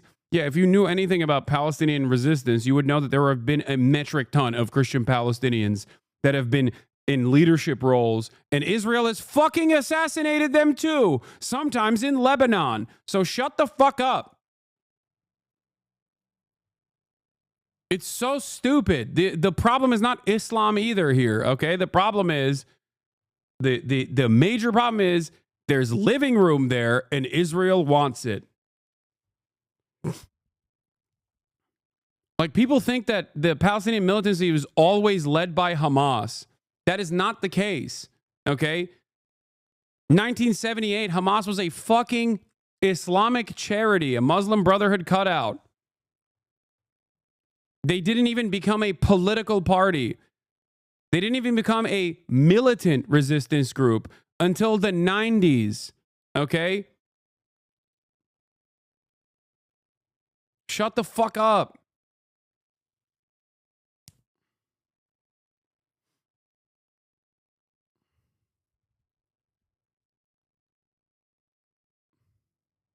Yes, 1987 is when they 1988 is when they put forth their first charter as a political party, and it had a bunch of anti-Semitic shit in it too, for sure. But they never really abided by the charter regardless, and then they updated it in 2016 or 2017, if I'm not mistaken, in order to get because they foolishly thought that the Western world would be more understanding.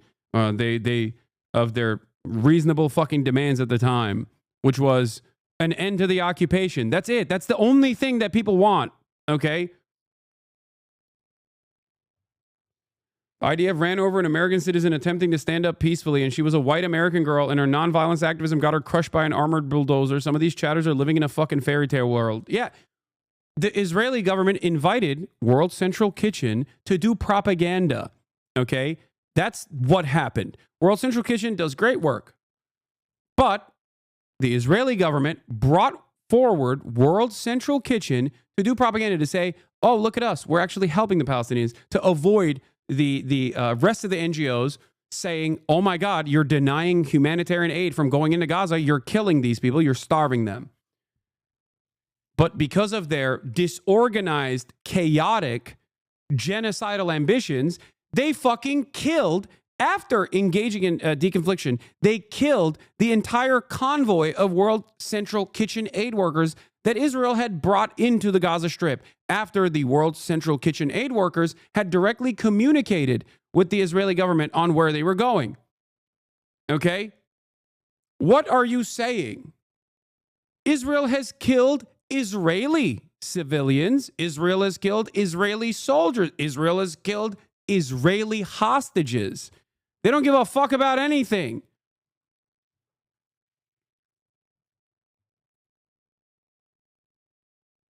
I cannot believe, like, I don't know, maybe people just recently got interested in this stuff. Maybe. Is that what it is? Like, where are these people coming from?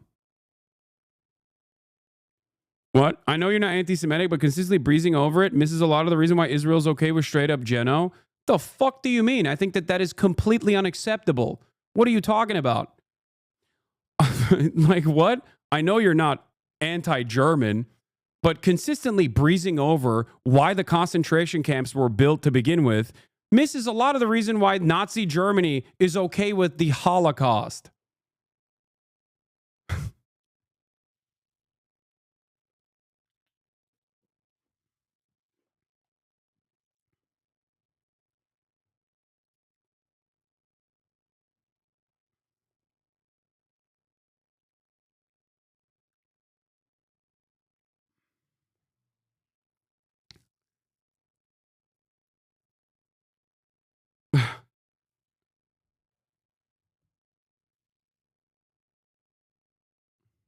Ridiculous. Completely ridiculous. Yeah. I can't believe that someone has the fucking audacity to do genocide apologia. 2 questions. Hassan, please educate me, because I don't see you talk about it a lot. Genuine questions. What do you think / claim Israel wants to do? What do you think is the solution? Also, how do you think this genocide will end? What do you mean? I think Israel wants to wipe out as many of the Palestinians as possible, and then slowly but surely rebuild settlements in the Gaza Strip and turn the Gaza Strip back into the West Bank, overtake larger parts of the West Bank, and also completely destroy any sort of Palestinian existence in the region. They just want all of it. And inevitably, they will move on to other parts of greater Israel. They will move on to southern Lebanon. They have already moved on to a larger part of southern Syria. Okay? They already have. Just because they don't talk about it, just because we don't talk about it in Western news, doesn't change that reality. Israel has already overtaken large swaths of southern Syria, as a matter of fact. They just want all the Palestinians to fucking die, or make it so that they just cannot live at all.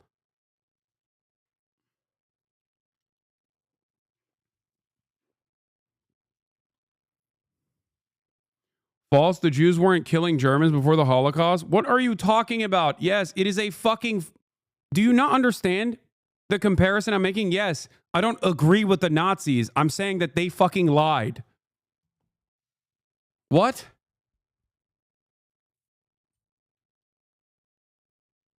No, Jewish people did not kill Germans. And then that's the reason why Germany had real security concerns. That's just a lie that the German government told at the time. That's the lie that the Nazi party told. The fuck is wrong with you?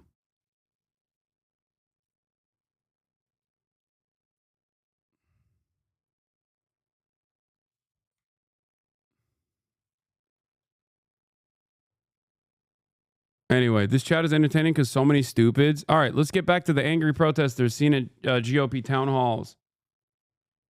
Think that the Senate is going to make big changes to what you passed last night?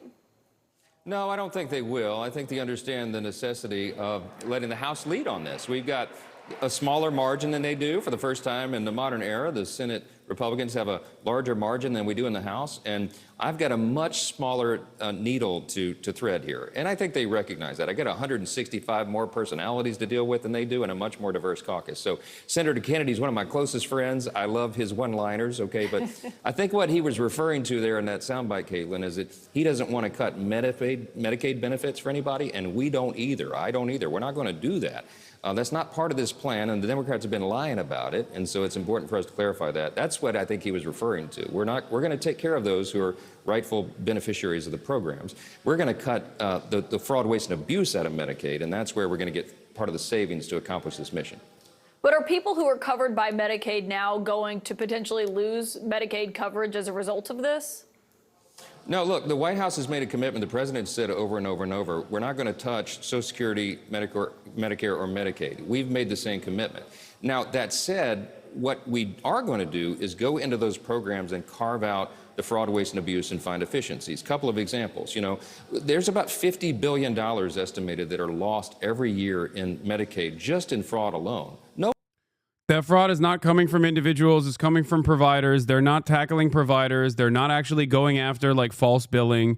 They are trying to cut recipients. Okay. It is not happening at the point of recipients. If you cared about Medicare fraud or Medicaid fraud, you would kill Rick Scott. Okay.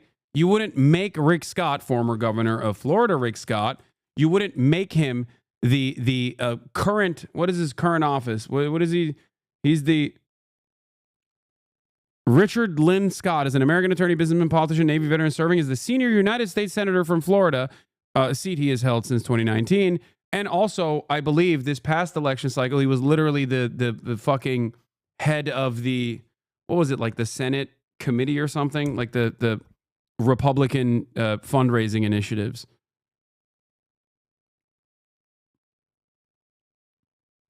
The reason why I'm saying if you cared about Medicare or Medicaid fraud, you would kill Rick Scott is because, and not make him a prominent part of the Republican Party, is because he, to this day, is still also known as committing the largest Medicare fraud in U.S. history.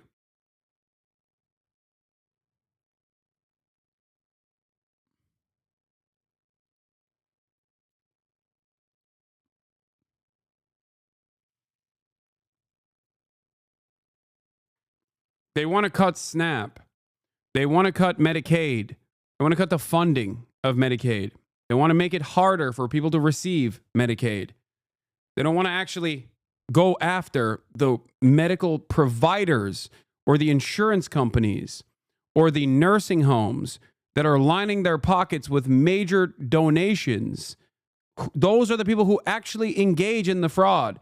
It's not your uncle that's like lying about their condition and stealing money from the government by, going to the doctor or whatever. No one's for that. We've got to make sure we eliminate it. We have the algorithms now to do that. We have advanced technology to find it. We need to provide identification for people who are Medicaid recipients to make sure they are not illegal aliens. That's another big carve-out that we will make to save a lot of money. There are a lot of places to find efficiencies in these programs and ensure they're going to the people they're intended to help. Yeah. If we don't do that, these programs aren't going to remain solvent, and so that's a big part of the equation here. Well, I'm glad you brought that up because you talk about waste, fraud, and abuse that you're going to look at instead of making cuts elsewhere. But last year, between Medicaid and Medicare combined, there was about $100 billion in improper payments. Now, no one is excusing that or fraud or any waste and abuse, but you're looking for much larger than that. So where is the other $780 billion going to come from? Well, look, we're talking about cuts that are in the range of $2 trillion, but you're also talking about the whole of the federal government. We're going to involve 11 different committees of jurisdiction in this process. So all this attention is being paid to Medicaid because that's the Democrats' talking point. We're talking. It's not a Democrats' talking point. That's where a lot of the money is, and you want to cut it. It's just what is happening. About a massive piece of legislation that looks at all of the fraud, waste, and abuse across the government and looks at programs that we do need to eliminate that isn't talking about health care for people that are relying upon that. Look, everybody needs to watch the process play out. We passed the budget resolution last night. It is merely a... Also, I wish that was a Democrat talking point. How sad. Think about how much we have devolved in American politics. Like, it's not even a Democrat talking point. Like some Democrats talk about it. You know, you got Greg Kazar, AOC. There's a couple Democrats who like come out and pop off about it, but I wish it was a fucking Democrat talking point, you know?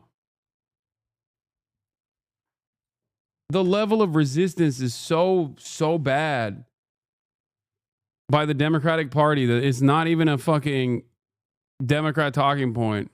Framework to set up. Democrats are too busy trying to, Democrats are too busy trying to set up Andrew Cuomo as the next mayor of New York because God forbid the DSA back like socialist adjacent anti-Zionist Zoran actually becomes the mayor. That would be terrifying.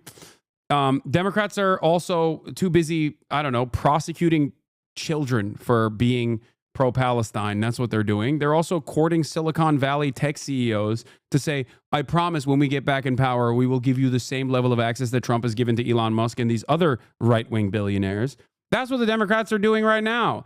Democrats are also doing this. You know what they're doing? Aside from Cuomo seen as possible White House candidate by some Democrats, aside from running for New York mayor, where's the other thing that the Democrats are doing? Hold on. Let me see if I can find it real quick.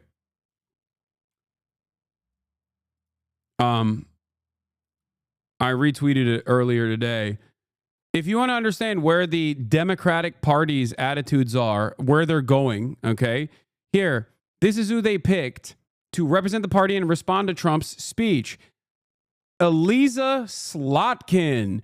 She was the first Democrat ever endorsed by Liz Cheney, voted for the Laken Riley Act, which is the if you suspect a person who is brown, who happens to be undocumented of doing a crime, they can be deported instantly act, okay? Which is a violation of the Constitution anyway, violates due process. Empowering Trump to detain people without due process, and is a top Democratic voter of Trump's cabinet, okay?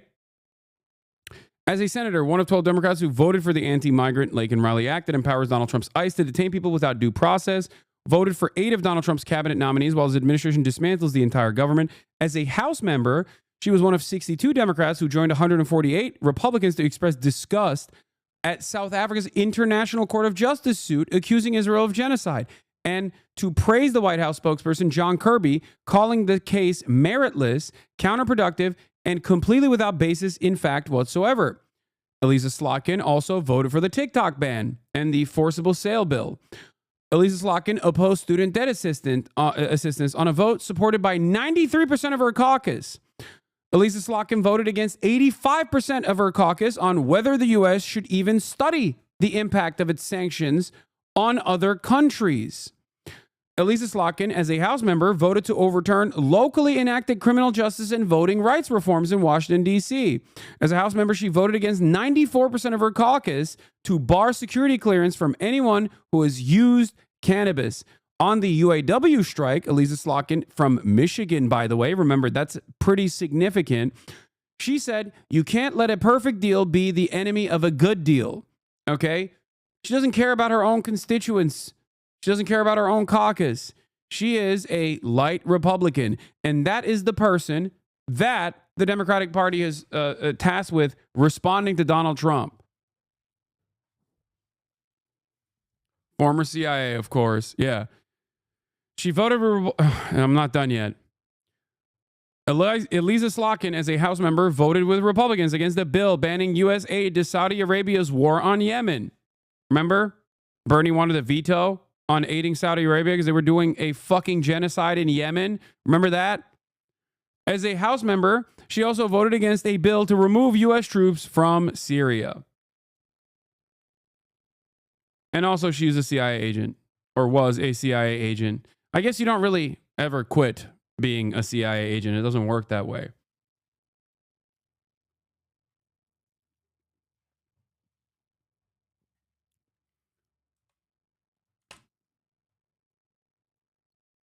It's great. America is a real democratic country. There's so much democracy. Look at all of our beautiful options. Oh my God, I can't understand how Donald Trump won the election. Oh my God, he's destroying the administrative state. What are the Democrats doing in this process? Oh, just voting for his cabinet picks and not really saying anything about it and kind of showing their bellies, waiting for the opportune moment to farm you for fucking campaign contributions once again, hoping that you recognize the harm that the Republicans have done and be fearful enough to, expect the Democrats to at least win a majority in the House or the Senate during the midterms so they can obstruct the Republican agenda. Well, there won't be an agenda remaining by the time the midterms come around if Donald Trump keeps bouldering over the administrative state like this anyway. Why are the Democrats doing this? Don't they want to win? No, dude, they don't. Okay? They don't. They don't. They don't. They just want your fucking donations, and they want to maintain the same corporate hegemony. They want to, because they're funded by the same exact corporations that the Republicans are funded by, they want to look like they're marginally better than the Republican Party by saying, hey, we're pro this, we're pro that the Republicans are not in favor of. Hey, we don't want to kill trans people, but also we won't do anything to fucking defend trans people. And maybe we defended trans people too much. We should also kill trans people. We're better than the Republican Party. We care about undocumented migrants. This is a nation of immigrants. Also, when we're in charge, we won't do shit about the undocumented migrants. We won't actually push for amnesty or anything. God forbid. Their strategy is quite literally do nothing and expect W's. James Carville openly said this, by the way. The best thing Democrats can do in this moment is to roll over and play dead. That's what James Carville said.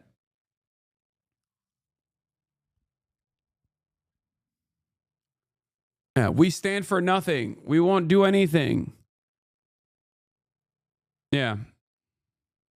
But hey, we're marginally better. Yeah, the stand for nothing and not do anything party is still marginally better than we want to fucking kill you party, okay? And then every single goddamn liberal that is unconditionally loyal to the Democratic Party that does not care about their fucking well-being whatsoever will forget all of the instances where the Dems didn't do shit, okay, stood idly by and let the Republican roll over the entire administrative state, will come into my chat and be like, Hasan, sweetie, are you telling me that the Democrats are not marginally better? Not realizing that year over year, the marginally better position is basically just, the Republican position from fucking 4 years ago. That is precisely what happened with Kamala Harris's idiotic campaign.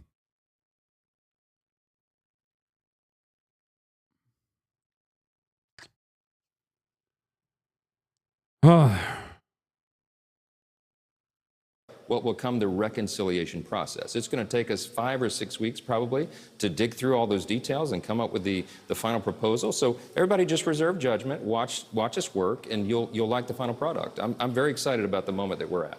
You say Democrats are lying when they say you're going to cut Medicaid. The plan that you passed does instruct the House Energy and Commerce Committee to find $880 billion in cuts, right? That's right. That's one of the and committees. So how did they get Caitlin, $880 billion in cuts from that committee without touching Medicaid? Because ENC has it actually has the broadest jurisdiction of any committee in Congress. It covers everything, energy and commerce. The name indicates how broad the jurisdiction is. I challenge you or anybody on your staff, do a word search for Medicaid on the resolution that we passed last night. You will not find it. That is not part. Yeah, because Medicaid is a part of the expenditure that the committee that you've tasked with cutting billions of dollars, okay? This is so stupid. This is so incredibly fucking stupid. Oh, wait, what do you mean? Medicaid is not in the bill. Yeah, no shit, dumbass. That's why Caitlin Collins is saying, yeah, Medicaid is not directly mentioned in the bill, but you have tasked every committee to cut billions of dollars. They have to cut Medicaid in that situation. Part of this equation, okay? We're talking about finding efficiencies in every program, but not cutting benefits for people who rightly deserve that. That's a little twist of tongue too. People who rightly deserve it. There's people who wrongly are getting far too much Medicaid, you know? We're gonna make sure that those fucking poors are not getting that extra health care that they don't deserve. We're only going after, we're only cutting the people that don't deserve the health care that are getting it. Work requirements for Medicaid. That is something that is public opinion polls almost 90%. You don't want able-bodied workers on a program that is intended, for example, for single mothers with 2 small children who's just trying to make it. That's what Medicaid is for, not for 29-year-old males sitting on their couches playing video games. We're going to find those guys and we're going to send them back to So you are cutting Medicaid. Okay, got it.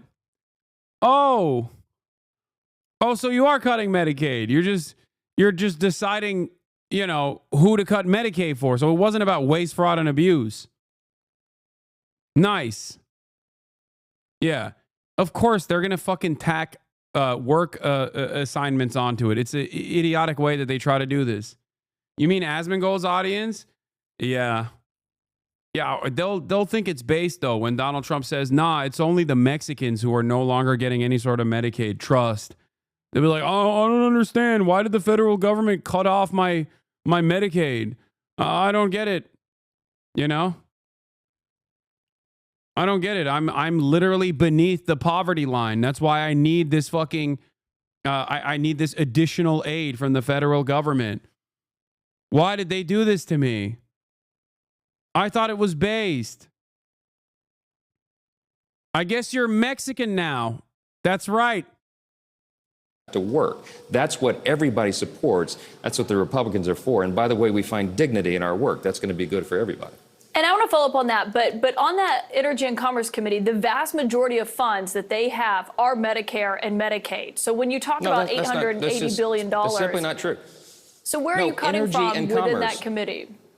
Energy and Commerce's jurisdiction would take us 20 pages. Yeah, able-bodied adult without dependents is built into Medicaid processing. He's outright lying. I mean, that's what I'm saying. They want to add additional work requirements, okay? And if you're literally ineligible for work, they will find some bullshit reason. And it's also an incredibly costly endeavor. Other right-wing states have also tried this before, okay? This failure of a program to add additional work requirements to government-funded health care. What is Medicaid? Medicare is for older people, okay? Your eligibility usually it means that you're above a certain age. You've retired, and that's why you need it, or you're disabled. Okay. Medicaid, on the other hand, also works with disabled people as well. But for the most part, Medicaid is like Medicaid eligibility means that you are below a certain level of poverty that you desperately need fucking help from the federal government. Okay. Yeah, it failed. You're talking about, I think it was in Georgia, where 6,400 people signed up and they spent $80 million to create $80 million to create a pilot program to basically force people to do work. And if they couldn't do work, they had to do community service. Okay. If they were disabled, they had to do community service. And it fucking failed.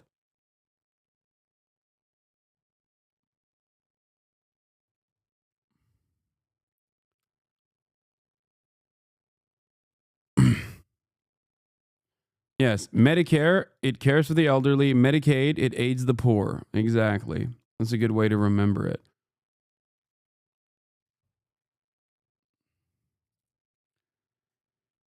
Right-wing states like Texas have the Obamacare block Medicaid for all provisions for adults without a disability since the OG bill passed.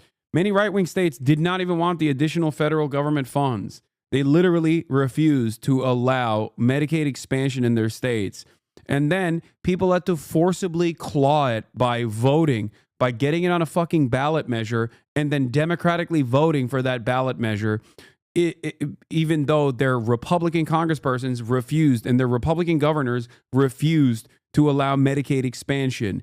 It directly caused tens of thousands of people in these red states to die in the process, okay?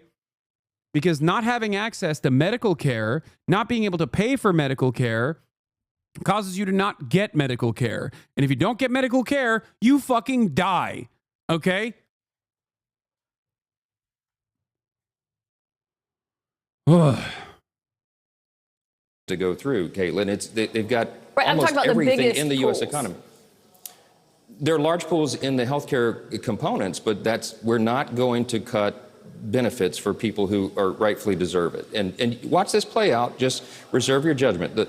The White House has said that we're not going to do that. The House Republicans have said we're not going to do that. And Senator Kennedy said, hell no. Okay, so you heard it from the Senate, the House, and the White House. So let's let this play out. We have a long football game to play. Just let it happen, Caitlin. Just let it happen. Just let it happen. Just let it happen. Shh. Just let it happen. Let me just cut a little bit of Medicaid. Come on. Come on now. Let me just cut a little bit. Last night was the kickoff of the game. So just watch it play out and you'll see. I think the American people are going to benefit greatly by the package that we're going to produce for them. We are going to deliver the America First agenda, and it's going to be good for everybody. We're going to spur economic growth. We're going to cut regulations. We're going to cut the deep state and their bureaucracy to make government more efficient. We're going to secure the border. We're going to get energy dominance back again for our country that is long overdue. And we're going to spur on the U.S. economy. And by the way, Caitlin, the big drive of all this is to ensure we don't have the largest tax increase in U.S. history at the end of this year, which is what will happen if we don't get this bill passed. I mean, dog. That is literally because Donald Trump last time around, when he put the tax cuts, I love this. This is fantastic. In 2017, Donald Trump actually pushed for massive tax cuts for the wealthy and corporations. In the process, he also pushed for tax cuts for everyone beneath the top marginal tax rate. Except those tax cuts for regular people like yourself, were set to sunset, as in go back up by 2025. Now, the reason why he did that is because he thought he would be a two-term president. And it would be the Democratic administration's thing to deal with, okay? But of course, he lost the election, and then he had the eligibility to run again, so now he's the president. So now he's watching his own legislation unfold. The tax cuts for the top marginal tax rate, tax bracket, okay, the 1%, are permanent. Tax cuts for corporations are permanent. Tax cuts for the working class are not permanent. So he's over here saying, oh, we're going to see a massive tax hike. We're going to see a massive tax hike. This is terrifying. Terrifying, massive tax hike. Okay?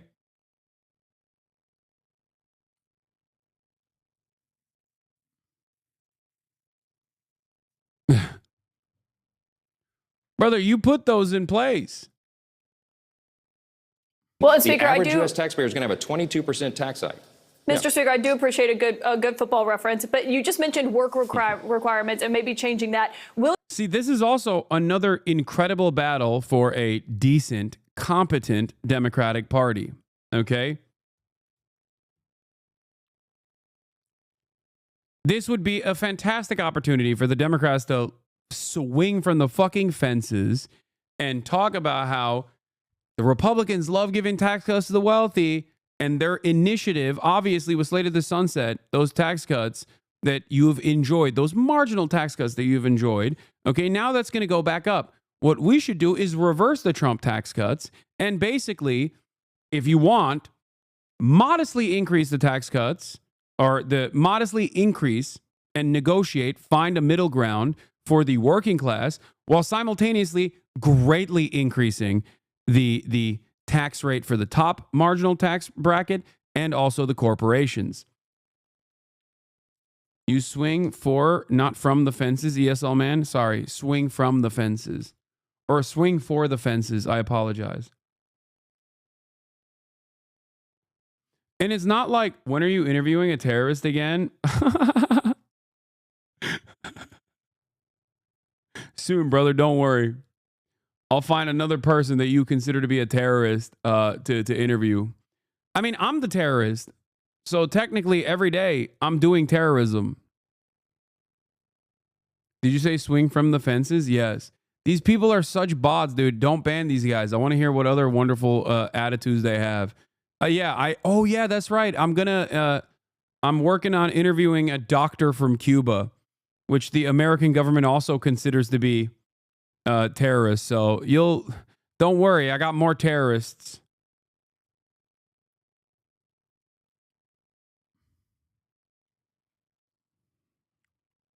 I hate this guy's smug ass smile. I know. He's such a fucking demon, dude.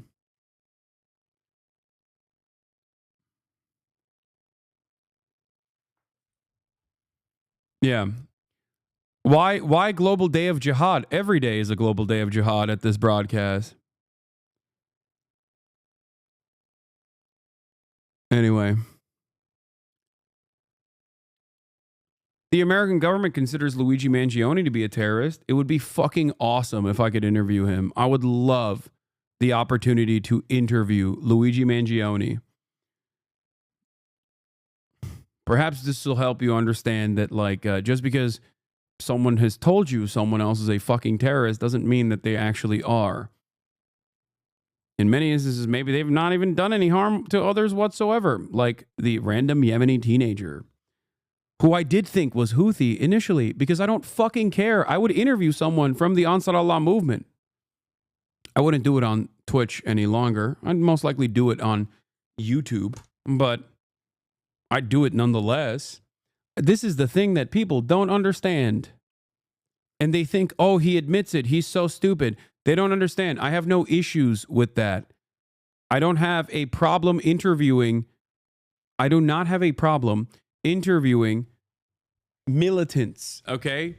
Now, the interview might be different in terms of the attitude, in terms of the vibes overall.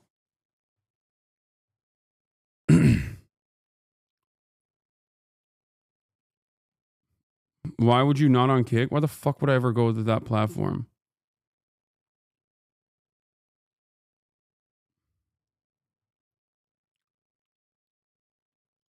Anyway. Will you reduce the federal match or try to establish? Yeah, I would interview Donald Trump too if I had the opportunity. Yeah, it's really funny when people go, dude, I can't believe Hasan interviewed a terrorist. Meanwhile, they literally have a dude who chopped heads off running the current Syrian government. And that motherfucker's going on podcasts like he's a former Al-Qaeda guy. Like, he used to chop people's heads off, dude. Now he looks like Zelensky and is going and talking about how important institutions are. The fuck? Anyway. A cap on federal funding as you sort through this for Medicaid? No, I just explained. Per capita caps is off the table. The FMAPs, we're not going to cut into those programs that way. What we are going to do is present this large tax increase. You realize if we don't pass this bill, small businesses, 26 million businesses in this country, their tax rates are going to go up to 43% overnight if we don't get this bill passed. So we have no margin for error. We have to get this done, and we will. We're going to deliver on this mission for the American people. Yeah, I was just asking because, as you know, your home state of Louisiana, about 80% of the Medicaid spending there is covered by the federal government. We've seen it in a lot of red states, of course, across the United States. It's not just a blue state issue. As you have seen through this, and we've seen the blowback that some Republicans in your caucus that are getting when they go back home to their districts, worried about these cuts or worried about what DOJ is doing. Do you have concerns that that's anything that Democrats will be able to use to run against? Sky News and AP both interviewed the Yemeni teen as well, but we're supposed to believe because you interview him that is a crime against humanity. Yes, but it doesn't matter. They're also saying that I interviewed him by glazing him, which I did. I did glaze him. Okay? I did. He's not a part of the Ansar Allah movement. I asked him about whether or not he was anti-Semitic. This person had no reason to lie. I've addressed this a million fucking times over. Okay. And also both of those places, both of those outlets literally said that he is not a part of the Houthi movement. Okay. It is probably one of the most idiotic things that people still chirp about. Where they're like, he glazed a terrorist. See how brown this kid is? See how Muslim this kid is, dude? How dare he? Suck my dick. Even fucking Fox News admitted that he wasn't a terrorist. He was not a part of the Ansar Allah movement. Weird, once you realized he wasn't a combatant, you treated him like a teenager, which is what he was at the time. Yeah, also, even if he was directly a fucking, even if he was directly a combatant, okay, I still think that there is importance to interview these people, okay? It just doesn't really matter. I mean, the direction of the interview would be different, especially if he was like, nah, I fucking hate Jews or some shit like that. Obviously, then it would definitely, the direction of the interview would change. He seemed media trained, to be honest. I thought so too at the time, but I think it's a fucking stupid thing to make an assertion over, especially when you think about it for a brief moment and realize the conditions in Yemen. You know? I thought so too at the time. And then I realized, yeah, I don't think he's fucking media trained. There's already, like he's a 19-year-old from Yemen.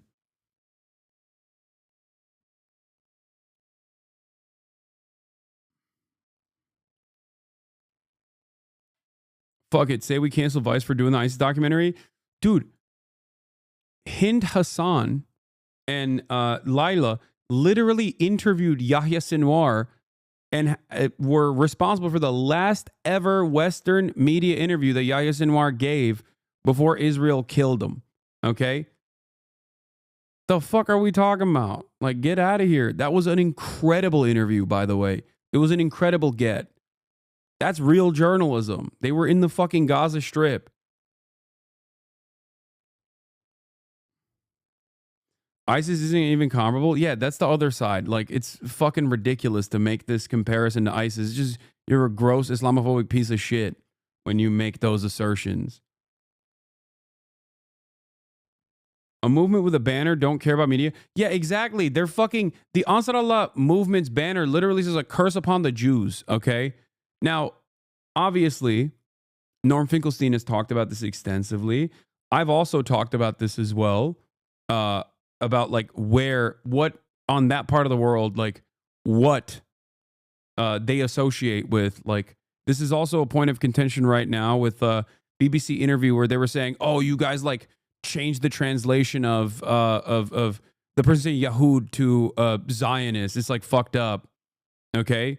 Yeah. Colloquially, because Israel uses Judaism both as a defense mechanism here in the Western world, but also as an offensive mechanism over there, Israel is not seen as a marginalized group of people that are constantly fucking under attack, understandably. Why the fuck would anybody else feel that way? It's literally the same as saying that from their perspective, they see the Star of David being carved onto the fucking face of a prisoner. They're not making this distinguishing factor where they're like, well, maybe some Jews are not firmly committed to doing a genocide. Of course they think that. It's not correct. They're also crying that BBC translated jihad, the struggle. Oh yeah, there was that too. Listen, they're going to make Medicaid nearly impossible. There you go. Actually addressing it. Dog, I'm sorry. If you think this is the first time I've ever addressed this, you are funny. Do you know how many fucking times I've talked about this? And not just to like directly respond to shitters either. Like straight up. Anyway. Against those Republicans. No, because no, I don't. Because the videos you saw of the town halls were for paid protesters in many of those places. These are Democrats who went to the events early and filled up the seats. If the videos had panned, you can't argue they were all building, paid protesters, though, Mr. Speaker. Many of them were. A Republican acknowledged they were his constituents. one Republican acknowledged they were constituents. That's fantastic. Okay, but they had Democrats come and fill the seats early. Oh, they were paid protesters. You got Right. it. This is an old playbook that they pulled out and ran, and it made it look like that I wish the Democrats were that equipped, dude. Can you imagine?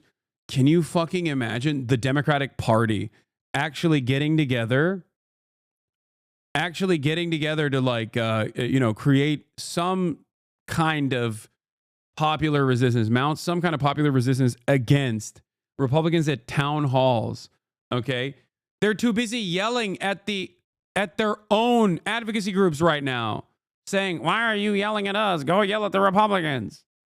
what's happening in Washington is unpopular. But I'm going to tell you, Caitlin, the American people are behind what's happening. The DOGE efforts is polling over 80% right now. They want us to find efficiencies in the federal government. They want the government to be smaller and leaner and more accountable to the taxpayers. And that's what these efforts are all about. That's what the Republican Party is about. That's what our commitment is to do, to make government work better for the people. This is a restoration of common sense above everything else.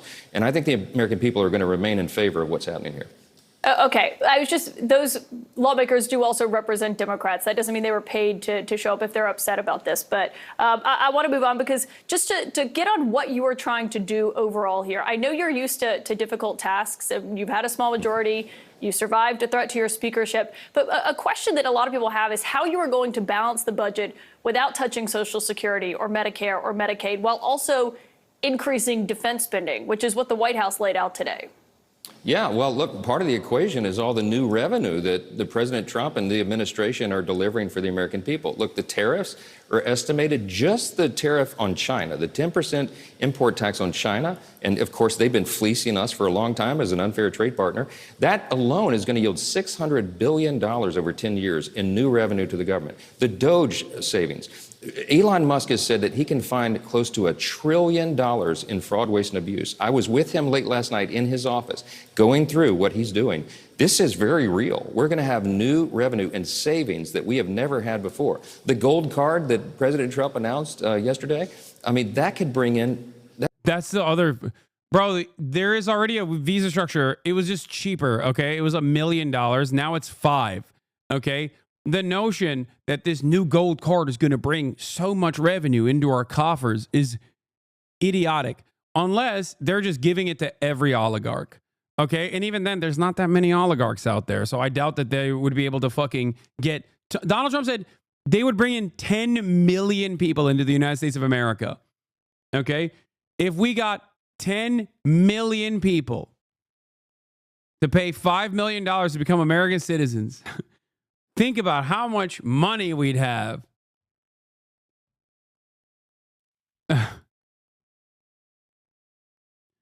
What happened to the America First races, by the way? That's also funny. Yeah. How did they feel about that? Anyone with 5 million liquid dollars will use to hire an immigration attorney and get a visa for much less than $5 million. To call this stupid is to insult stupidity.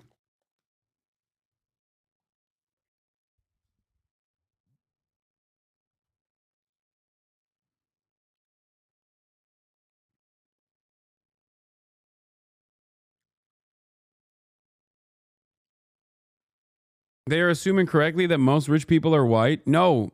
First of all, most rich people are not white. What are you talking about? First of all, why the fuck would a rich white person come to America? Okay? Where are the white people? They're in fucking Europe. They're in Russia, if you consider them white. I guess, like, some people don't. But what fucking Norwegian millionaire is like, oh man, I was really excited to come to America. Let me spend $5 million on it. Are you insane?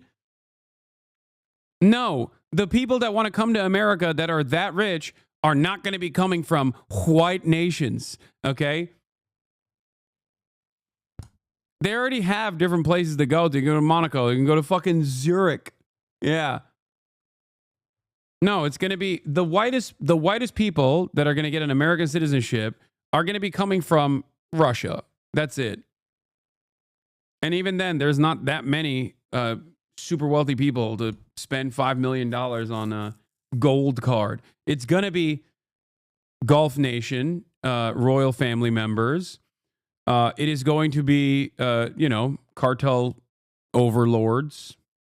It'll be people coming from, ironically, Latin America, India, maybe China, probably China. A lot of millionaires in China.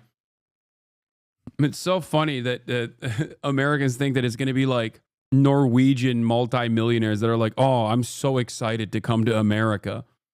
Yeah, it's mostly going to be Chinese.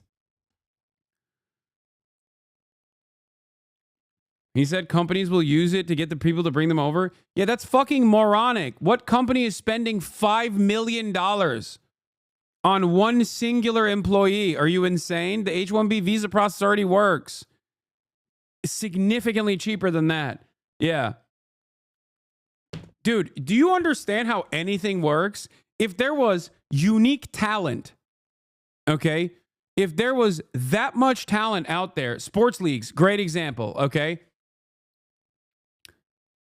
You fucking think that anyone would spend $5 million to get, like, I don't know, the next LeBron James from a Balkan state? No, they would already have reason to get a separate visa. There is a separate visa for that. Exceptionally talented people get a different visa for that. You think Wemby has to pay $5 million, or his team has to give him, or his team has to pay the American government $5 million to bring Wemby in to play at the fucking NBA? Are you stupid?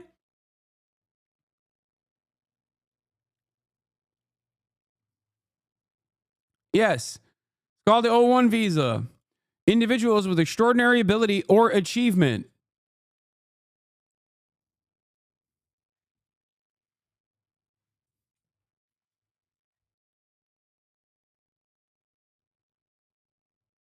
Yeah.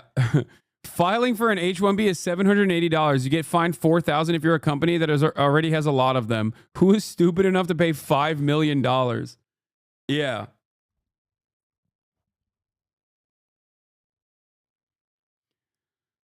You know why we have so many different visa avenues, by the way? Because America, I can't believe I'm going to bring forth this truism. America's a nation of immigrants. We've always been a nation of immigrants, both undocumented and documented. When I was a talent manager, I got an O1 for a mid DJ. You're right. It's incredibly easy. Exactly. It's so fucking stupid. Worldwide taxation, exit tax, estate tax, gift tax, foreign accounts registration, foreign business interest registration, etc. are also reasons why very few of these will be sold. Yeah.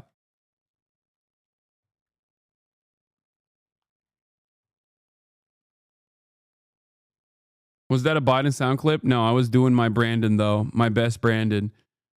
That could bring in hundreds of billions of dollars. So we'll see how all this plays out over the months ahead as the budget and the spending habits of Washington change and the efficiency of Washington changes. I think the American people are going to like what they see. Yeah, and you got to wait and see how all this balances out.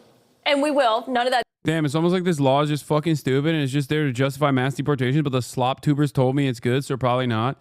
Yeah, I've decided I'm only learning politics from slop tubers who don't know their fucking ass from their elbow, who don't know anything. They barely are functional human beings.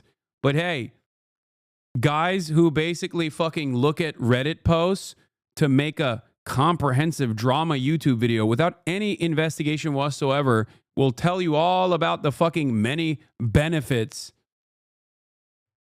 I like that people immediately, when I say this, start saying their favorite slop tuber. Like, I'm not even talking about Asmongold here. Like, literally, there are so many people that you think I'm referring to in this instance.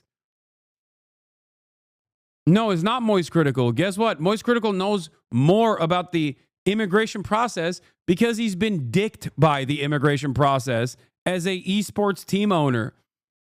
Ironically.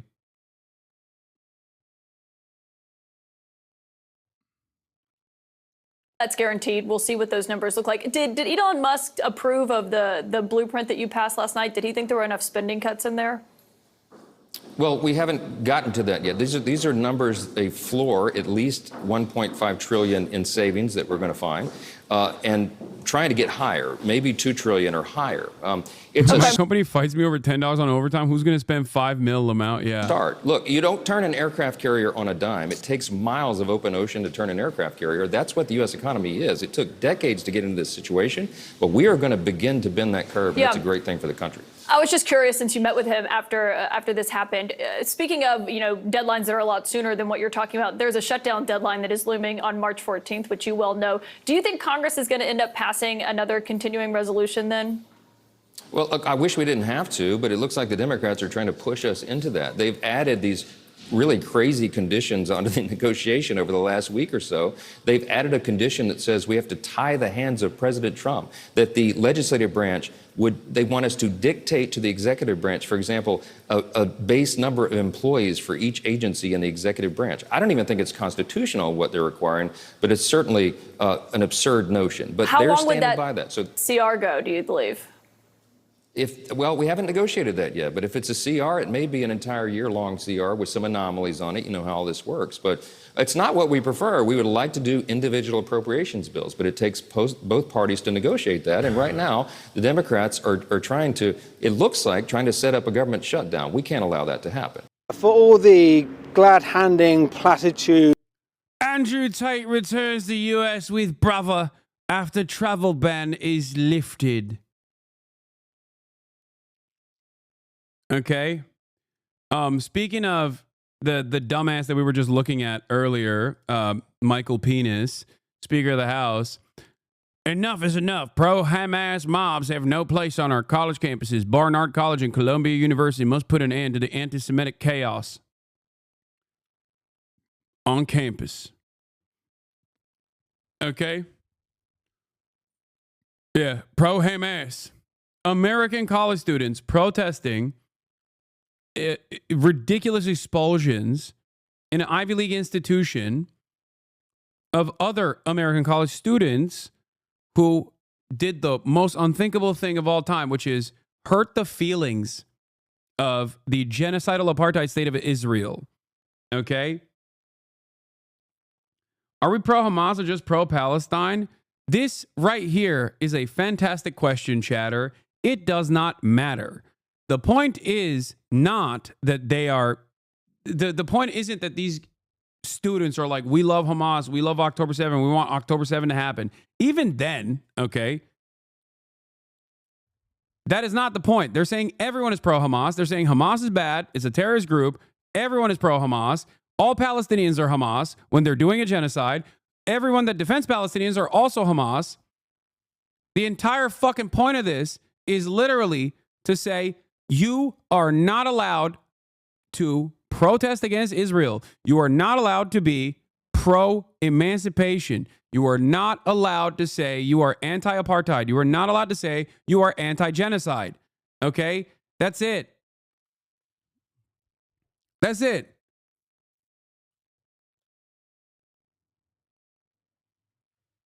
The point of this is not to like gut out the people who are pro-terrorism. Like, also, what the fuck? What do you mean? What is, let's say someone is pro-fucking ISIS even, okay? Let's say someone is pro-Nazi Germany, okay? And plenty of them are, in the Republican Party especially, okay?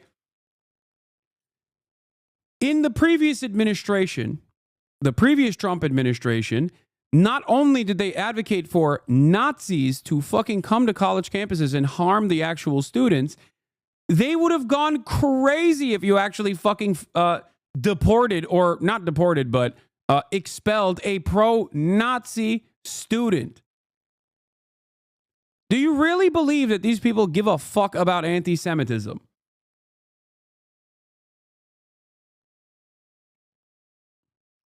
That's it.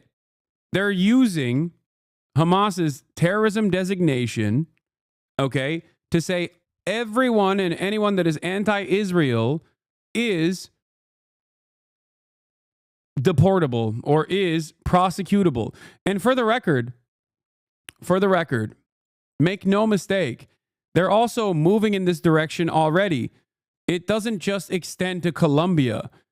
Here's the Newsmax article. DOJ anti-Semitism task force will put Hamas supporters in jail for years.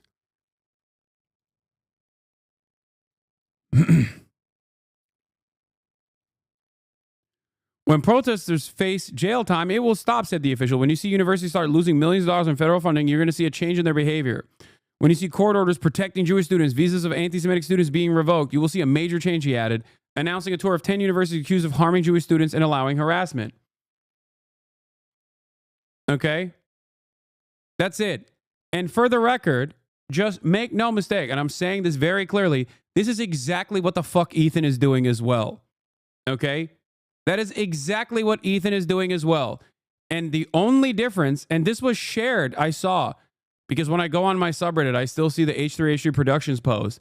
This was shared in the H3H3 Productions subreddit, Ethan's own subreddit, of his former co-host's Twitter post saying, America First Party is threatening to put people in jail for hurting Israel's feelings. Lamau, fuck this country, man. And his fucking fan base of supposedly progressive people were actually excited at the prospect of someone like myself going to fucking prison under the Trump administration.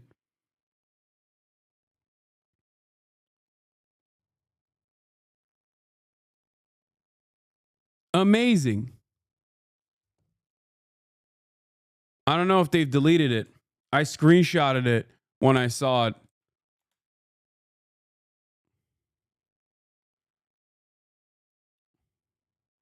They might have been a little embarrassed about how fucking riled up people got under the post.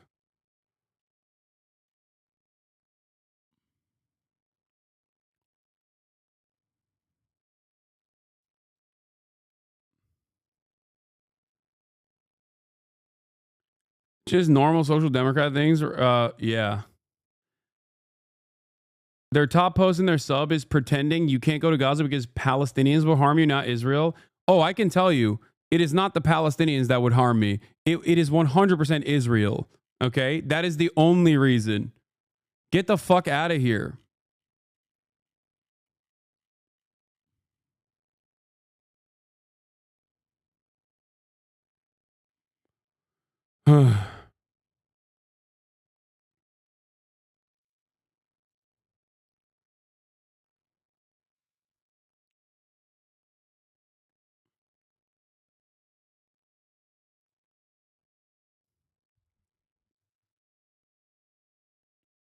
Anyway.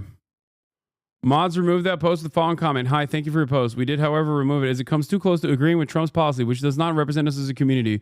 We need to be careful about what we project into the world. It's important to maintain our support for Palestine while opposing Trump's continued slide into fascism. Thanks for understanding. Cheers. Oh, nice. I think they would cheer if he got killed. I don't know about that. But yeah, no, I saw the fucking comments instantly under it. Hold on. Where is it? Yeah, what are you afraid of, Hasan? Says Lexi Nope. 3 awards instantly in 20 fucking minutes. Look.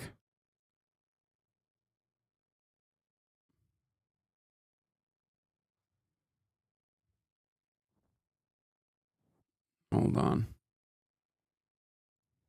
I wonder if it's being brigaded by a very active Reddit community. That community is being brigaded by a very active Reddit community. 3 awards on it.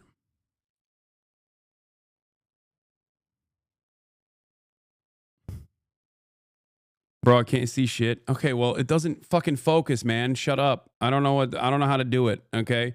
I guess I could send it to myself and then show it here. Ay, ay, ay. Yeah. You're the biggest online anti-genocide, anti-Zionist voice. If you don't think they would have no, it's not even just me, chatters. It's not me. I'm not saying I'm some fucking special person. Okay? I'm saying that anyone and everyone that is doing any kind of journalism that Israel doesn't like is directly in the crosshairs, as Israel has demonstrated time and time again that they are willing to kill journalists. The fuck are we talking about? Or really anyone that is anti-Israel within the crosshairs of an IDF soldier, including Americans.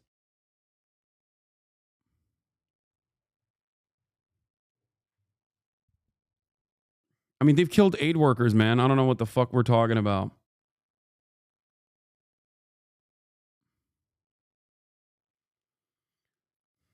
I found the link to the post.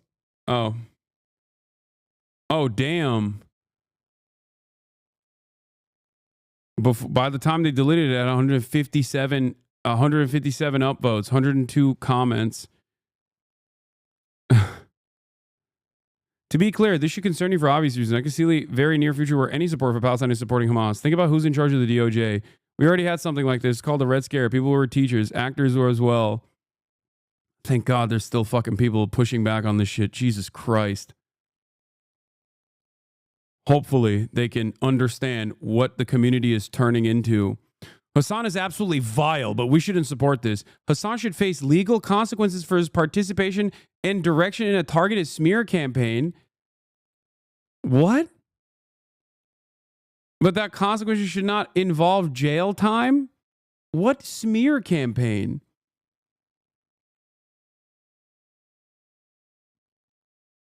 Some of those activists are insane, but if you don't think this will be abused against good faith protesters, then you're wrong. Hasan is an idiot, but don't let this make you think the actions of a fascist are justified. I think they're mainly focusing on, what they're mainly focusing on is the protests on university campuses where people were blocking Jewish students from coming in. I don't think they were rounding up online activists.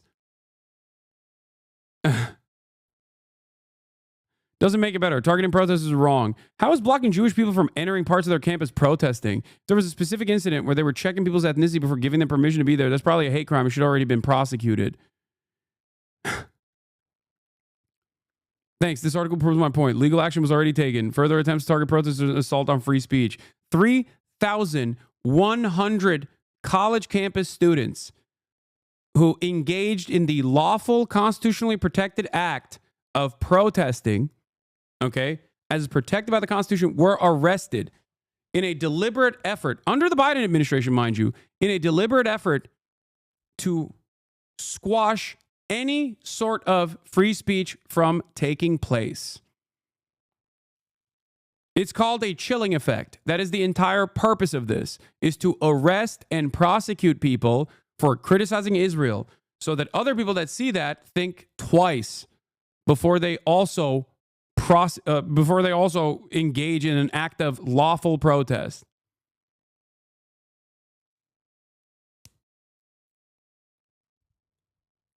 Many of those protesters that were arrested were Jewish, by the way. Why not exactly? Guys literally trying to sow anti-West sentiment in the West. At what point can we say enough is enough? His actions may not be violent, but his devout followers thinking they're justified will be. The progressive community, by the way. What an incredible fucking take.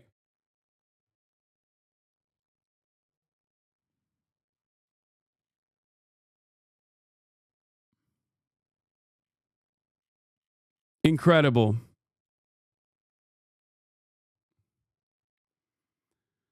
Oh.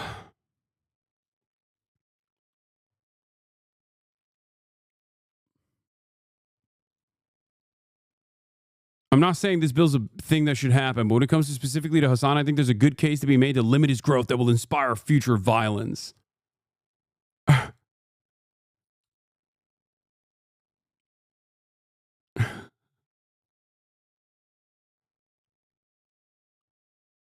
The amount of power these people think you have is insane. I know. It's wonderful. They've been made to believe this. They think I fucking control subreddits and Discord servers and I mean, whatever. I don't know what the fuck Ethan is telling his audience, but clearly there's plenty of people in this supposedly progressive community that's willing to be like, yeah, honestly, it's not so bad.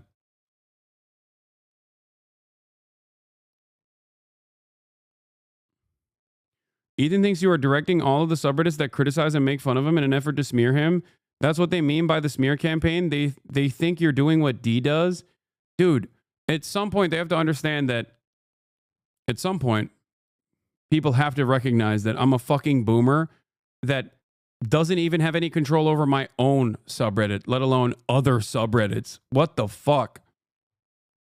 The only time we've ever done like any sort of enforcement was ironically to limit the amount of Ethan posts.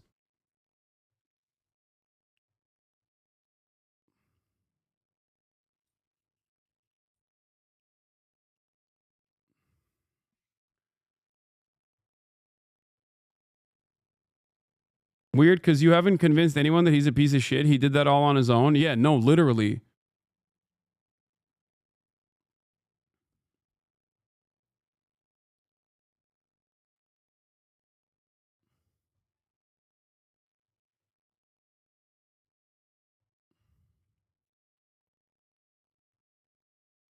Their subreddit is just a snark page about you now. Yeah, I know. Ironically enough, it's always projection. It's literally always projection. He's been complaining about fucking subreddits coming after him that are comprised entirely of his former fans, while simultaneously he has directed his community of very active Redditors to basically turn their relatively active subreddit into a fucking snark page that on any given day will complain about my shoes that they think is ugly or complain about my fizz or whatever, which by the way, you know, I think they look pretty good. I think I'm going to be fine.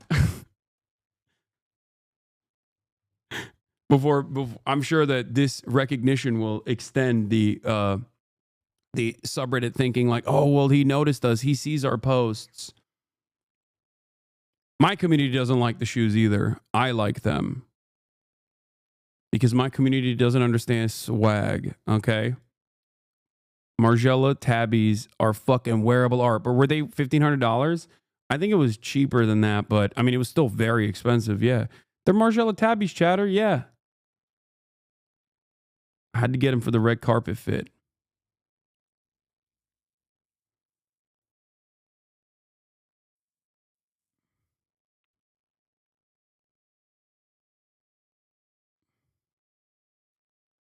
I'm a fucking fashion girly.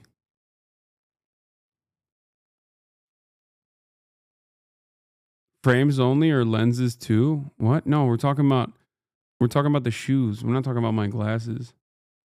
Vans are $50. You're a grifter? Yes, I know. I'm a grifter. That's why if only Hasan didn't like dead Jewish children. Like, this is such a psychotic thing to fucking assert, dude. Like, you're a real freak. I hope you know that. And you very clearly don't give a shit about anything. Have you, here, you have them cheering on a buddy of a certain Nazi? Shout out to Harley.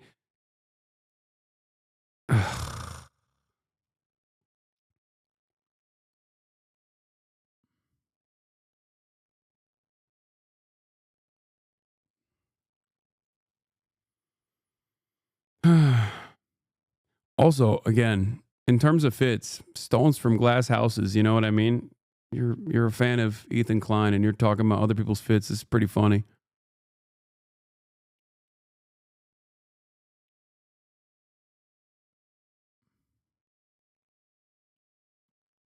Who's that? I don't know. I don't know where. I don't. He's Epic Mealtime, and I've linked up with him. He seemed like a nice guy, but I don't know. I don't know what his like recent opinions are, because I remember him. I remember him like working out with Sam Hyde and then feeling bad about that decision because he's a fucking Nazi and a pedophile. Okay. Sam Hyde is. And I don't know if he's like homies with him again or some shit.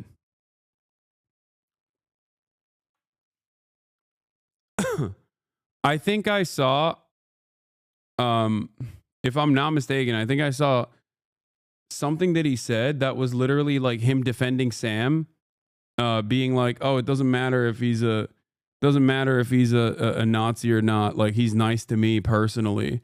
And I'm like more afraid of Hamas than I am of like American Nazis. Yeah, he was in Creator Clash. I know.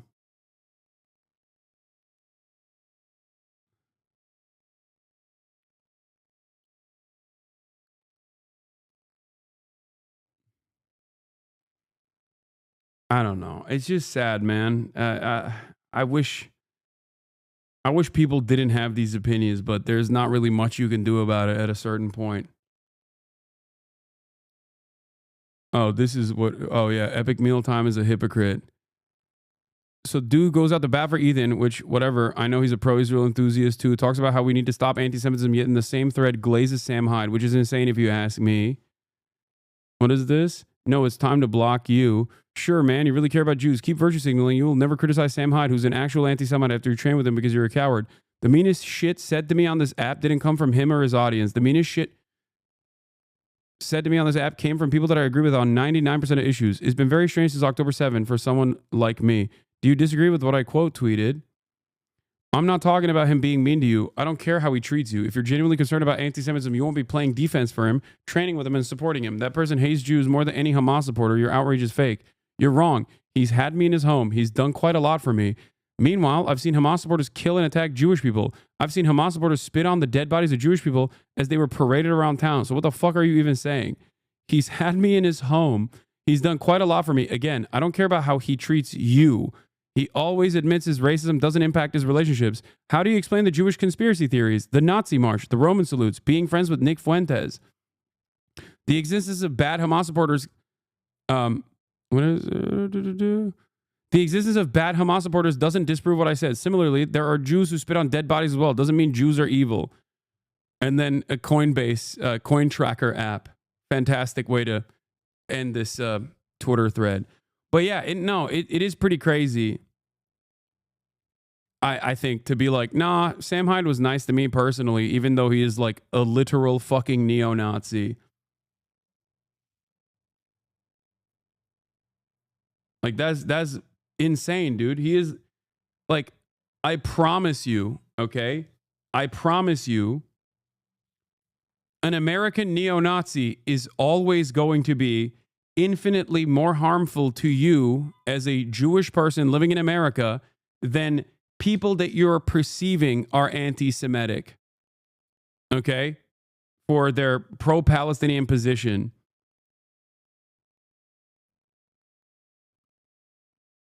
A regular YouTube guy using Ben Shapiro logic for American anti-Semitism is pretty interesting. I mean, that's actually shocking. That's a shocking thing to say.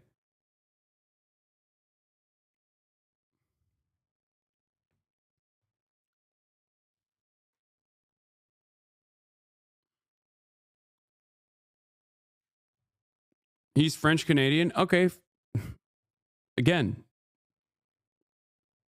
an American neo-Nazi that has, Canadian neo-Nazi fans as well is going to be infinitely more harmful to your existence as a French Canadian Jewish person living in America than people that you are suspecting of having anti-Semitic reasons for supporting Palestine.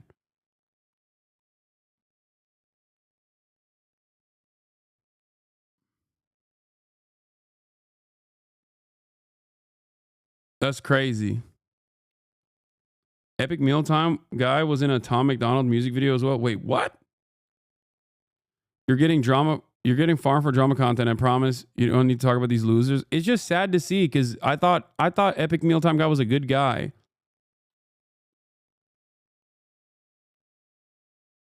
You're fucking disgusting. 10 years on the internet and you've defended the worst shit I've ever seen. And H2's community helped me realize this. How the fuck can you defend this shit? Wearing tabbies in public? What is wrong with you?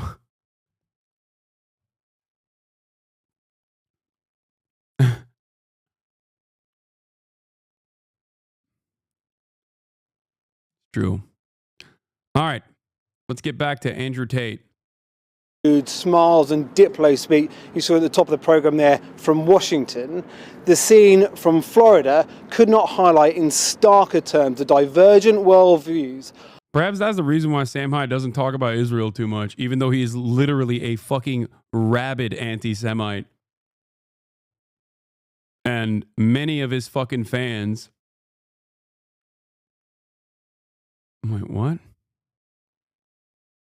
I'm aware that being around Destiny at the moment is very questionable. I wanted to meet him despite people's valid criticisms. I'm aware that this is a bad look, and posting a photo with him will upset many people. Not the best decision on my part.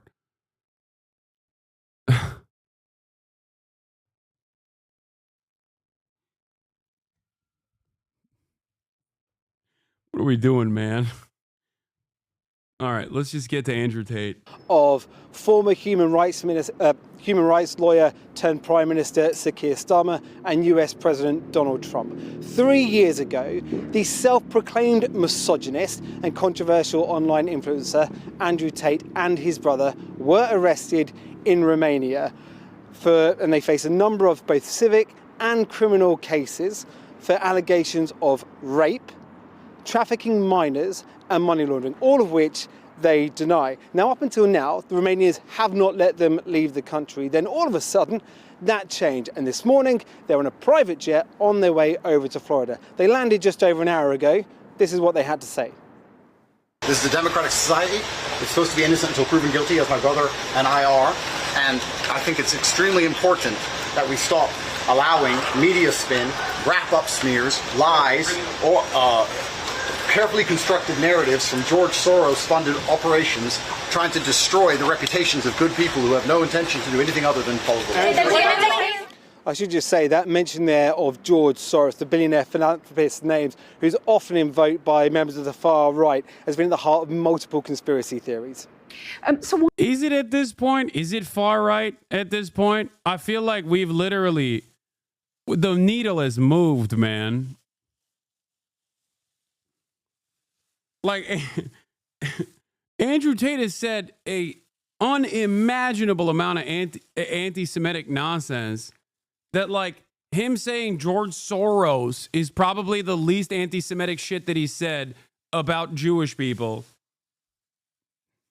Not to say that the invocation of George Soros is not anti-Semitic, but simply to say how many insane things he said about Jewish people. And not just Jews either, just in general, across the board, everything. He is on the wrong side of virtually every political subject.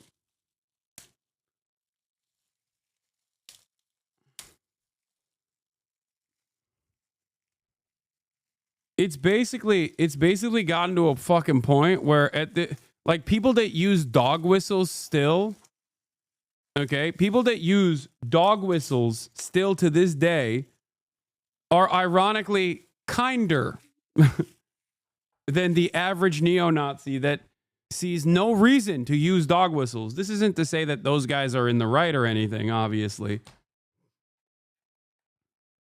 Lol, Taylor Swift said the same thing, but the vid did not gain attention. Taylor Swift talked about George Soros? What?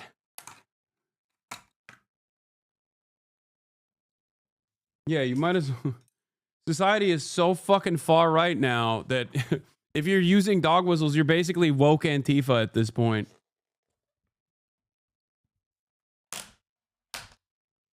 I'd love a Hassan Andrew Tate stream. Listen, brother, last time he did that, he went to jail. So I don't think he wants that fucking smoke.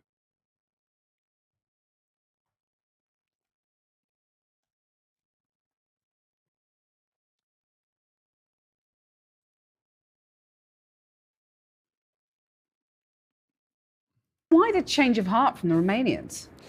Yeah, well, the answer to that may also lie in Washington. So just over a week ago, it was reported that representatives of Donald Trump's administration were pressuring Romania to lift the travel ban. Now, neither the US or Romania have commented on that. In the last couple of minutes, actually, in the Oval Office there, Sir Keir Starmer said he'd look into it. Donald Trump said he didn't know anything about it. But lo and behold, their first port of call on the travel ban being lifted was the US. Now, I caught up with the Secretary of State for Innovation and Science this morning, so Peter Kyle. The first thing I asked him was, Andrew Tate and his influence, is that a threat?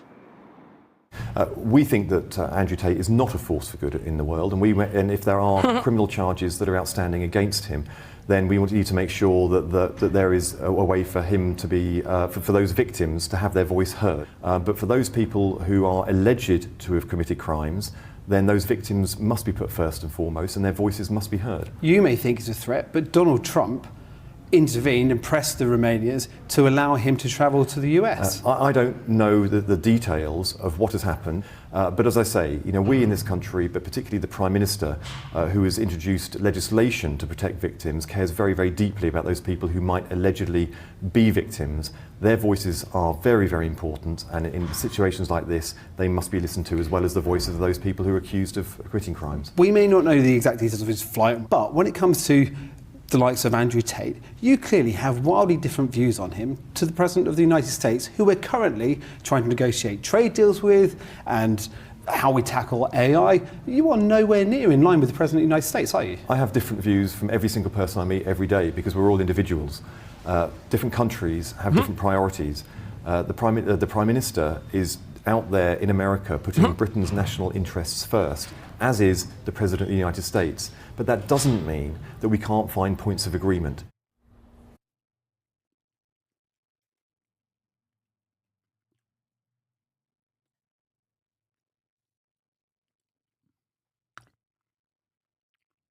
Oh, here we go.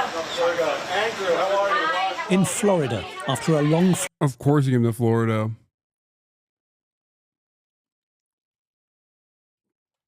It's the #1 spot for sex trafficking criminals, dude.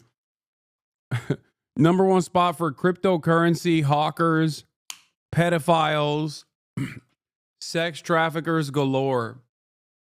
Flight from Romania, Andrew Tate was as combative as ever. We live in a democratic society where it's innocent until proven guilty, and I think my brother and I are largely misunderstood. There's a lot of opinions about us, a lot of things that go around about us on the internet. We've yet to be convicted of any crime in our lives ever. Did Donald Trump help get the travel ban lifted? The social media influencer is a big fan of the US president. In Romania a month ago, this was his message to his millions of internet followers. Donald Trump is the future of the Western world. Everybody knows it, and everybody needs to get in line and obey him. He runs the world, and he's a good friend of mine, and I'm going to help him. The Trump administration, it was reported recently, pressed the Romanians to lift the brothers' travel ban. A Tate insider said the brothers had been allowed to travel to the United States for a month on business and would return to Romania, where they face rape, human trafficking and organised crime charges. They're also wanted by UK police on similar allegations. The fact that Donald Trump would line himself with one of the world's worst alleged human traffickers and serial rapists is just gobsmacking. The Prime Minister's meeting him today. You've got a message. He's got big shoes to fill. After all, the last guy that did this famously in Florida is now dead. Okay?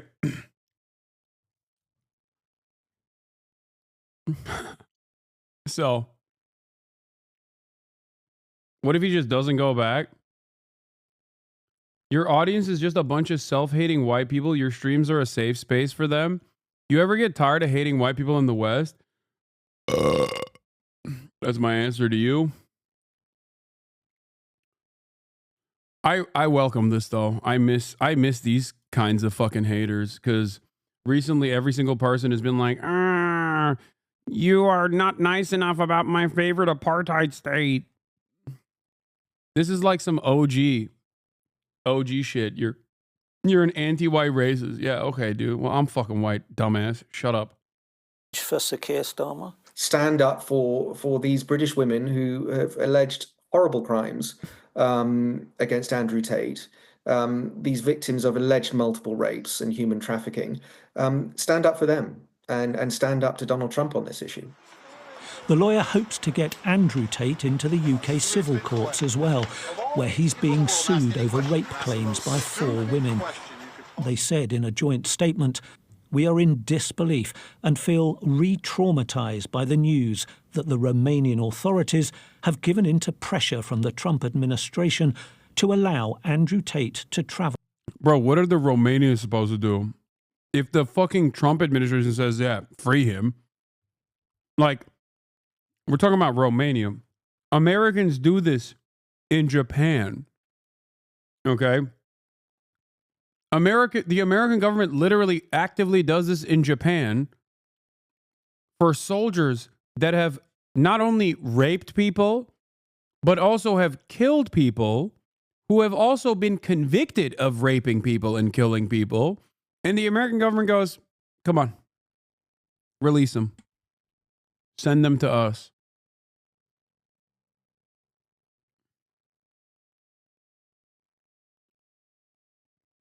Don't delete this VOD, please. Wait, what? Why?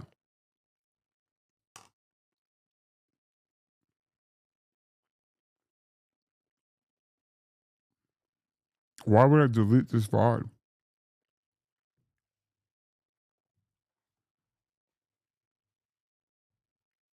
None of my VODs get deleted. You can come back and watch my anti-white racism every single day, if you would like to do so.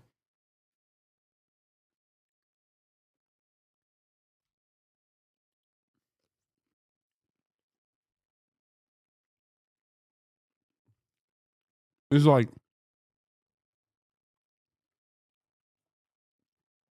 don't delete this VOD, please. I would like to go back to this moment where you recognize me.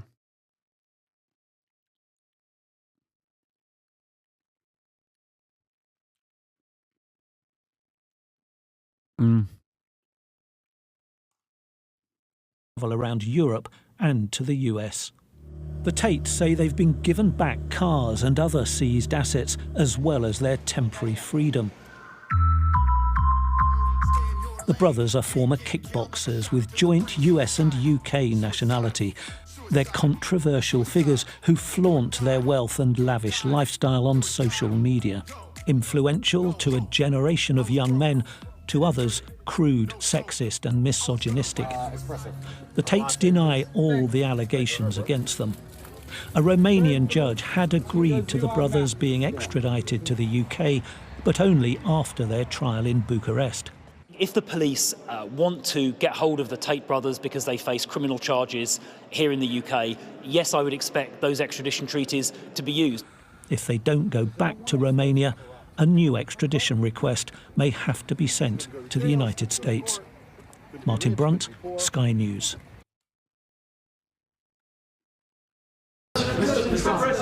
President Trump, Andrew and Tristan Tate landed in Florida today on a private jet after being released from custody in Romania. They are accused rapists, human traffickers, not thought of as good people in many circles. Did your administration pressure the Romanian government to release them, and if so, why? I know nothing about that. I don't know. You're saying he's on a plane right now? He's back. They already landed. Yeah, I just know nothing about it. We'll check it out. We'll let you know. I do. Look, obviously this involves, there's an English element here, so obviously it's important that justice is done, and human trafficking is obviously, to my mind, a security risk, and so we'll catch up with the story in due course. You're aware? Are you aware? Still think that Mr. Zelensky is a dictator? Shut the fuck up, Kier. Bitch, this ain't about you.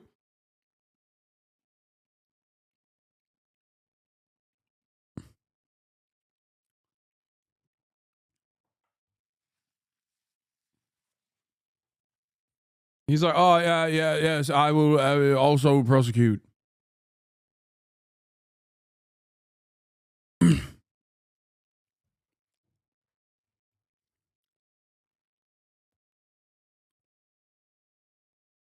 Amazing.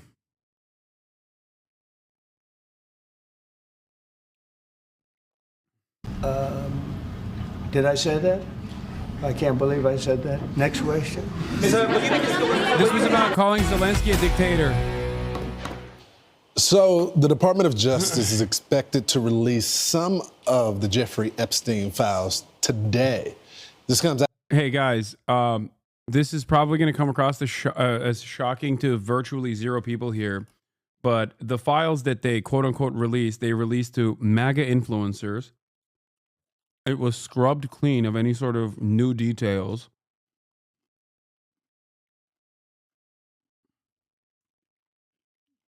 And that's it.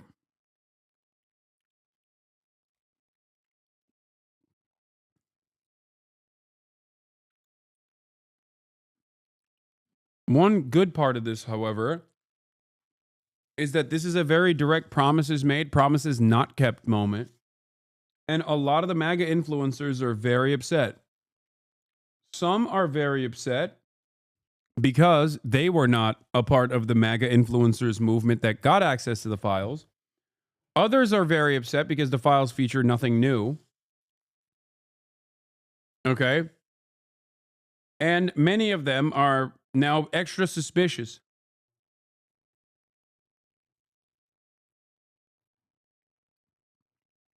Of why the real files have not been revealed. Given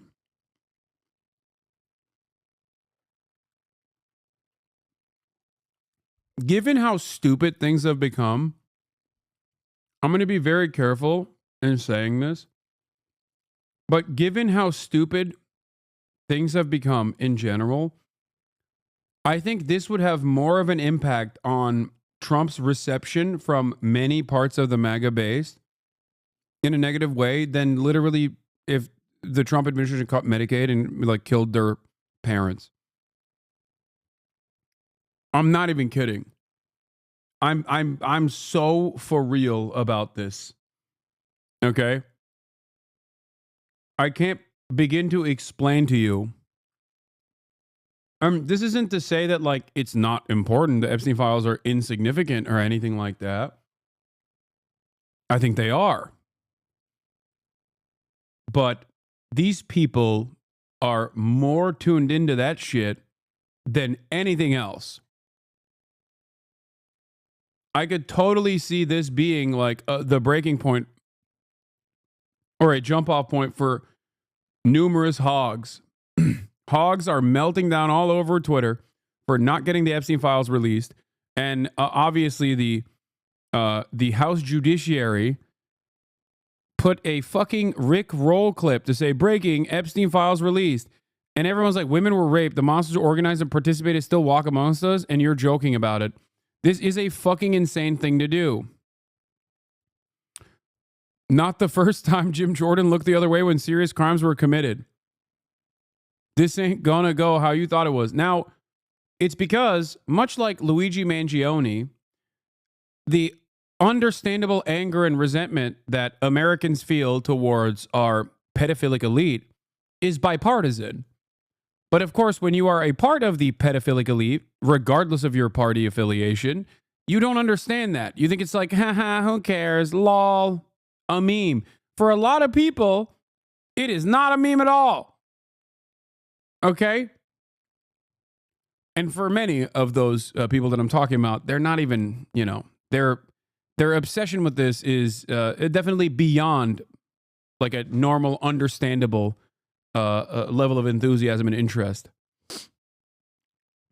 I nor the task force were given or reviewed the Epstein documents being released today. A New York Post story just revealed that the documents will simply be Epstein's phone book.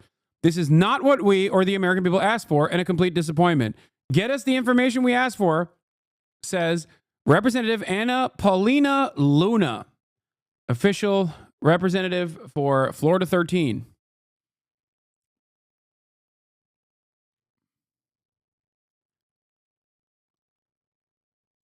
This is not going the way that they thought it would go.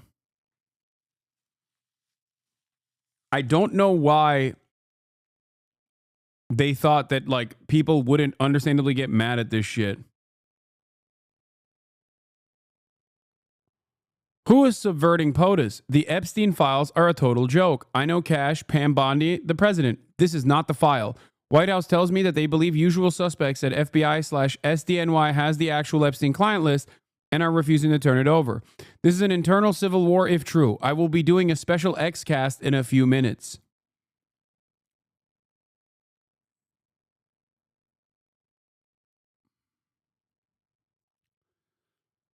Attorney General Pam Bondi says FBI withheld information on Epstein files currently held at FBI New York City field office.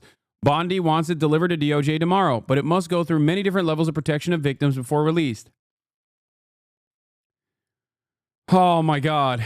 How much you want to bet they're going to fucking eliminate all of the Republicans and Republican donors from these lists and only keep like, and probably a lot of the Democrat donors too, but only keep like a key number of Democrats from it? Yeah, I already got it. I'm already looking at this link.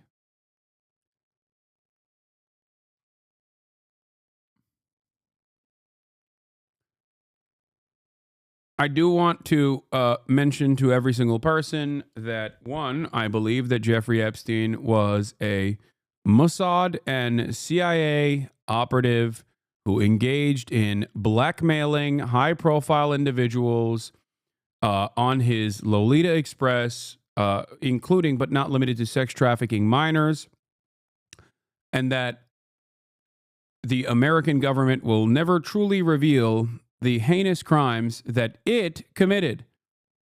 Okay? Just so you understand. There is, I didn't think you'd say it out loud. Wait, what? Why? Why wouldn't I say it out loud? Motherfucker, the Ehud Barak visited Jeffrey Epstein's New York mansion in 2016. What the fuck is Ehud Barak, former Israeli prime minister, doing at Jeffrey Epstein's? Is it not anti-Semitic to say that? I'm genuinely asking. Why is the former Israeli prime minister, Ehud Barak, at Jeffrey Epstein's fucking mansion in Manhattan in 2016? What the fuck? What are we even talking about? No, it's not like a polar bear in Arlington, Texas. It's like a polar bear in the Arctic Circle, okay? Are they in Antarctica? That's where the polar bears are, right?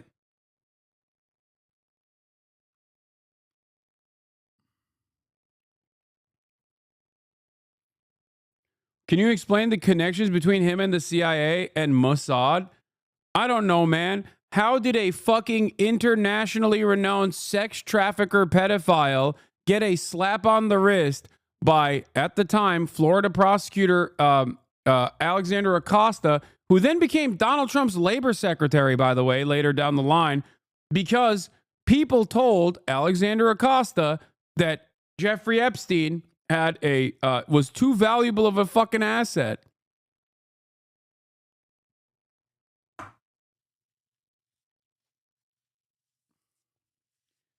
Also, Ghislaine Maxwell, Jeffrey Epstein's second in command, okay? Ghislaine Maxwell's father is like the fucking OG espionage guy. Robert Maxwell.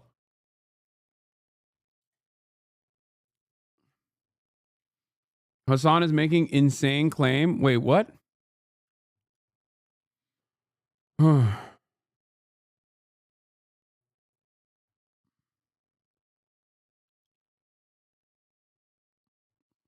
For writer who broke Epstein case, a rumored Mossad link is worth digging into. Reporter Julie K. Brown isn't convinced the accused sex trafficker took his own life and says associate Robert Maxwell may not have been the only one tied to Israeli intelligence. Yeah. On this day of justice and transparency, I'd sure like to hear from Trump's former labor secretary. Yep. I was told Epstein belonged to intelligence and to leave it alone.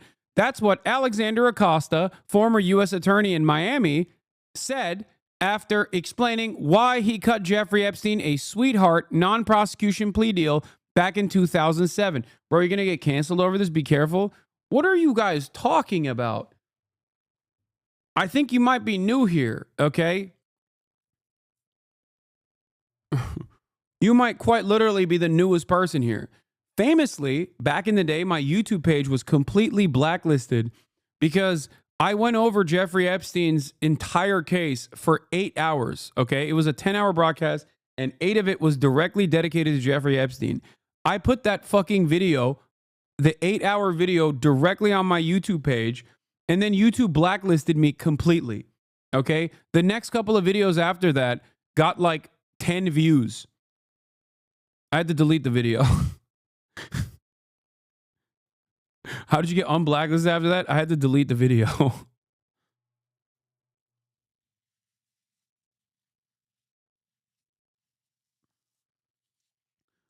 It's coming to dangerous territory. What is the dangerous territory? Do you think that Mossad and CIA don't operate side by side on certain issues, but also definitely on other issues hate one another as well? What are we talking about? Hello? Like, what the fuck do you think Benjamin Netanyahu is?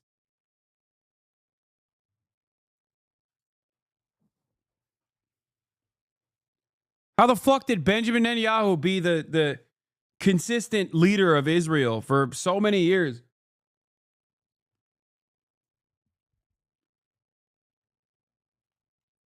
What do you mean?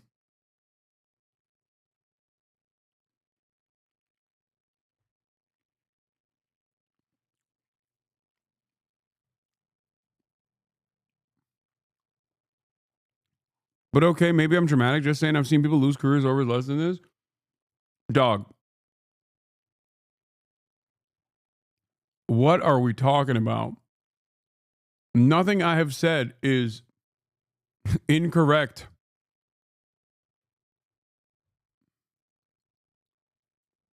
Also, hello. Did you forget that there are some relatively sizable content creators from virtually every fucking part of the ideological spectrum of permissible commentary on American soil that is actively calling me a fucking terrorist? This is what's also, everything I've said so far is things that I've said time and time again.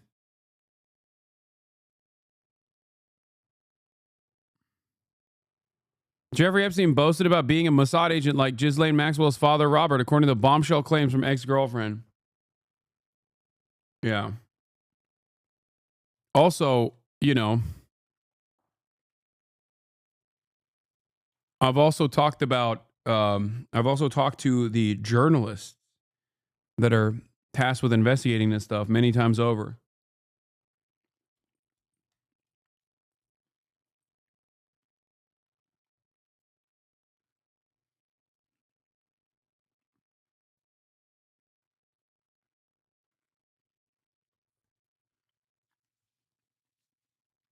Anyway. Why would he work with Mossad? Genuinely curious. I don't know. Why don't you fucking ask former Prime Minister of Israel, Ehud Barak? He's still alive and well. He goes on television. Don't ask me that.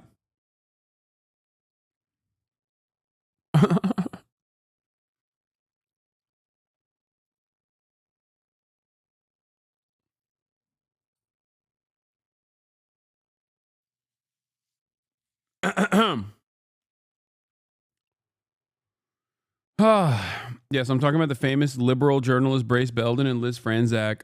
But Brace is no longer just a liberal. He's also the leader of the white Chinese movement.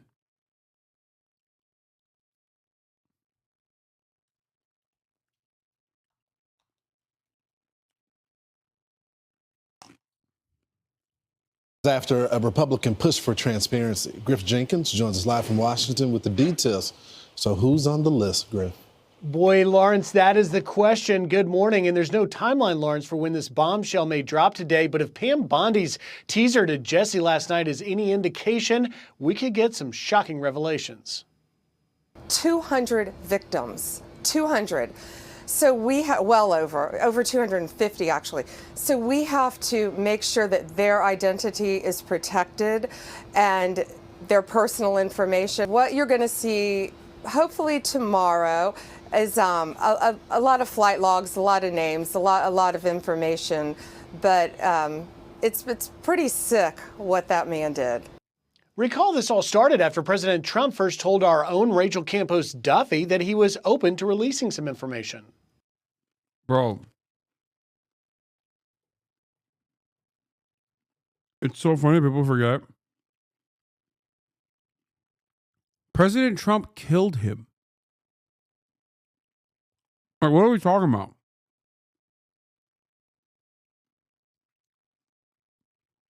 And I don't even think he did it because he's like secretly a massive Jeffrey Epstein supporter or whatever. Okay. Like Donald Trump, ironically enough, I shit on him all the time. If you know anything about their connection to one another, Donald Trump ironically cut ties with Jeffrey Epstein far before the Clintons did. Okay. As a matter of fact, the Clintons never really cut ties with the Epsteins. Like Donald Trump literally used to be homies with him. Okay. That's why those videos exist from the 90s. And ironically enough, when he was homies with him, Jeffrey Epstein would use Mar-a-Lago as a hunting ground to get underage girls that he could sex traffic. And as soon as Donald Trump found out that he had this court case, he was like, it's done. There is no other evidence of these two people ever connecting with one another. I still, however, believe that Donald Trump's administration killed him because he was a fucking asset.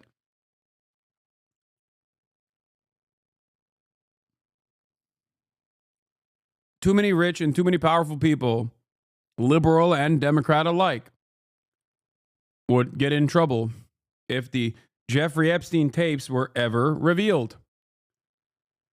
That's it.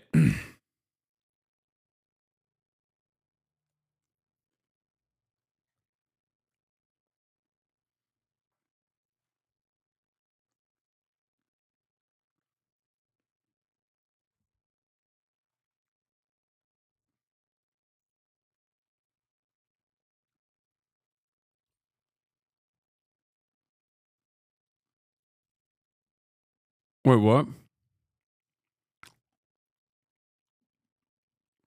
There is no Jeffrey Epstein client list, period. It's a figment of the internet's imagination and a means to just slander people.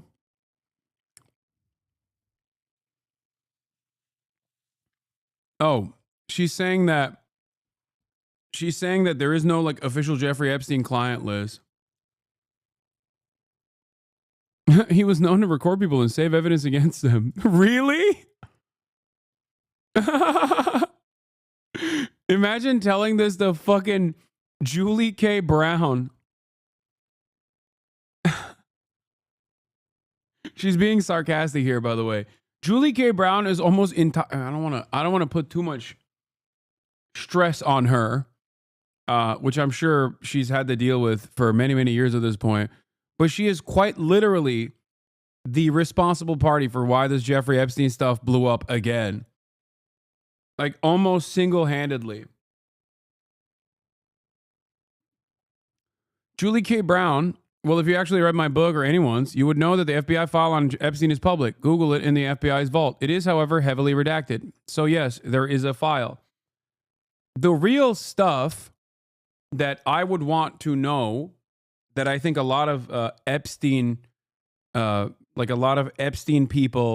that have been tracking this stuff for many, many years want to know is what those marked DVDs and CDs had in the Epstein mansion. Okay? I don't think we will ever find out, and I'm almost certain that they fucking deleted all of that shit. I mean, maybe if they just kept it as blackmail, maybe they didn't delete it. But when the police raided, when the second case opened up on Jeffrey Epstein, and the police raided his Manhattan home, they found hard drives. Okay? They found hard drives, CDs, DVDs that were all marked with names that are redacted. The FBI since then has said, oopsie, it may have changed hands and we don't know where they are or some shit like that. I think if they're blackmail on very wealthy individuals, I doubt that they would delete that because that's very important blackmail material. But I understand where Julie K. Brown is coming from in terms of like the Epstein client list.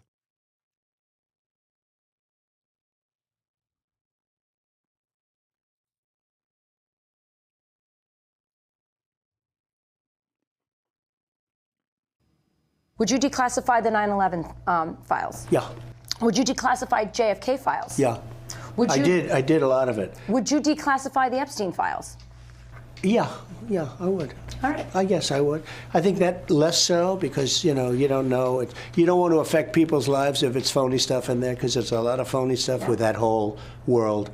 But I think I would. What? Then last month, President Trump signing an executive order calling on agencies to release secret documents. Well, now Congresswoman Anna Paulina Luna says she just heard from the DOJ in posting the letter sent from them to X, which reads in part, "The integrity of criminal investigations and prosecutions is essential to every component of the department's mission to uphold the rule of law, keep our nation safe, and protect civil rights." What's unclear at this point is how this might affect Epstein's co-defendant, Ghislaine Maxwell, who's currently serving 20 years for her role in covering for Epstein. Steve? We're standing by for it. All right. Wait, go find the full clip. He straight up says, "No, I actually don't think I will do the Epstein stuff."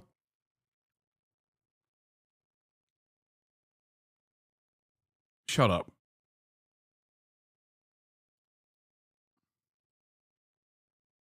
Did he actually? Can someone find that? Welcome back into Live Now from Fox, where we are following some breaking news regarding documents detailing some of the crimes committed by Jeffrey Epstein. Taking a look here at a post from Fox News on X in which they say Epstein files : Pam Bondi sends fiery note to Kash Patel accusing FBI of withholding docs. So according to Fox News, Attorney General Pam Bondi sending that. I can tell you one person I know for a fact is a Jeffrey Epstein client and friend. Elon Musk's brother, Kimball Musk. Straight up. Kimball Musk met his girlfriend through Jeffrey Epstein. Yep.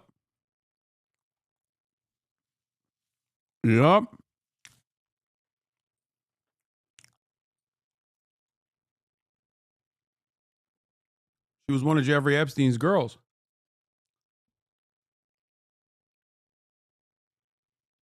Oh, we found the full clip. Yeah.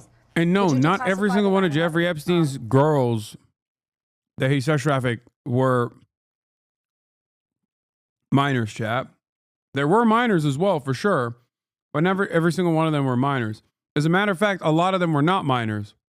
Files. Yeah. Would you declassify JFK files? Yeah. Would you? I did a lot of it. Would you declassify the Epstein files? Yeah, I would. All right. I guess I would. I think that less so because, you don't know. You don't want to affect people's lives if it's phony stuff in there because there's a lot of phony stuff with that whole world. But I think I would, or at least Do you think that would restore trust? Help restore trust? Yeah, I don't know about Epstein so much as I do the others. Certainly about the way he died. Oh! It would be interesting to find out what happened there because that was a weird situation and the cameras didn't happen to be working, et cetera, et cetera. But yeah, I'd go a long way toward that one. The other stuff I would definitely do the January 6th. Dog, you were the president.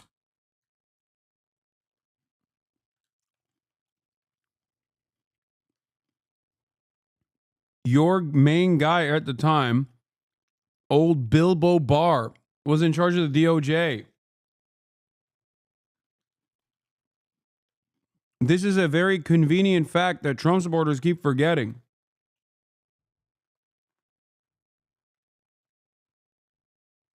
Anyway, I just wanted to point this out. I don't think it's because I'm not libbed up and saying like, oh, it's because Trump is compromised or whatever. I don't think he was. I think he was initially compromised, but I think he cut ties far before any of these other pedophilic elite did. Having said that, I think Trump did it because he knows not to rock the boat.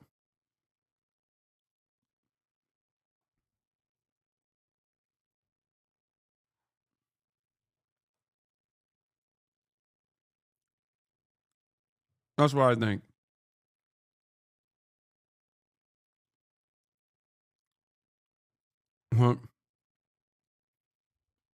Just because he's president doesn't mean he knows what happened in the 7.5 minutes where 2 guards left Jeffrey Epstein unsupervised. Excuse me.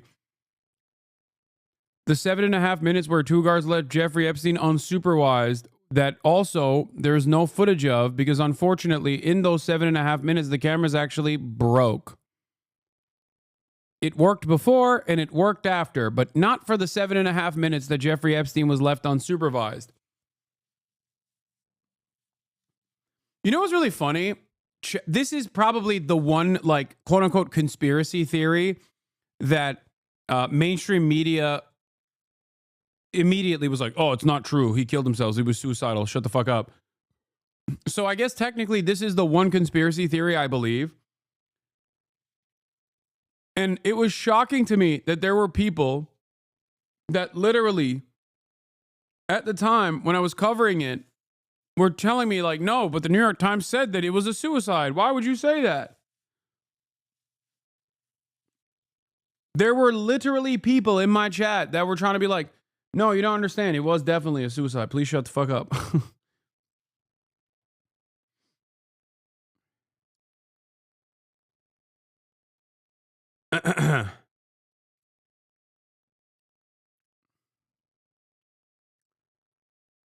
Like, I actually love conspiracy theories. I love hearing about conspiracy theories.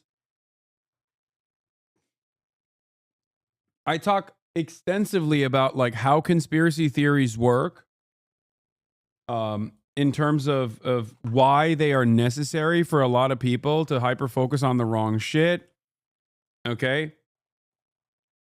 If you recall, I have talked extensively about how like liberalism needs conspiracy theories so that people don't recognize that it's capitalism that is at fault. If you don't have a materialist interpretation of the political economy, then you have to, if you operate on good bad dynamics, then you obviously will inevitably arrive at conspiracy theories. Many of them are obviously anti-Semitic. Okay? Or at least historically, it's always been Jews that have been responsible for everything in the minds of every fucking freak throughout history. Right? So, outside of all of that,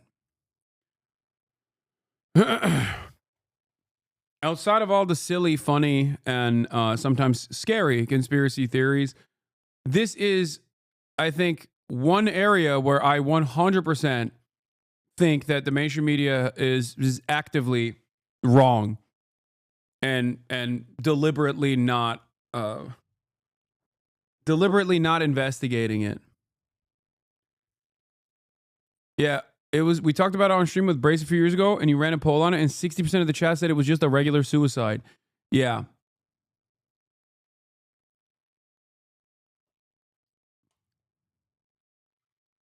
Like 9/11, JFK assassination, stuff like that. I don't have the full, like, I don't have the same level of confidence in what truly took place there. I guess with 9/11, like, there is obviously a little bit of confidence in terms of, like, you know, at least America's negligence in the process. But with JFK, I don't know. I mean, I meme about like George H.W. Bush, but like, I don't know, right? I don't know. I don't have that same level. I don't have that same degree of confidence in the JFK stuff as I do with Jeffrey Epstein. Possibly because I was literally fucking there when this stuff was getting uncovered. So I paid close attention to it. And yes, I still think that Jeffrey Epstein was an American government asset.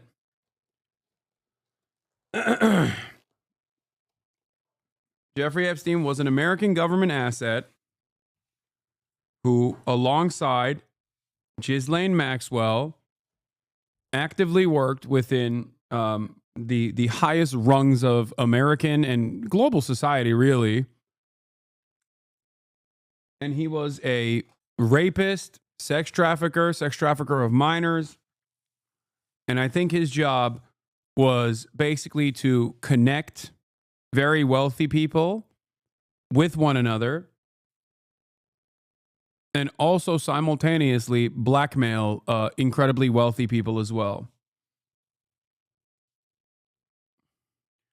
It's not like some kind of satanic conspiracy theory or whatsoever. I think it's a pretty straightforward honeypot blackmail operation. That's it.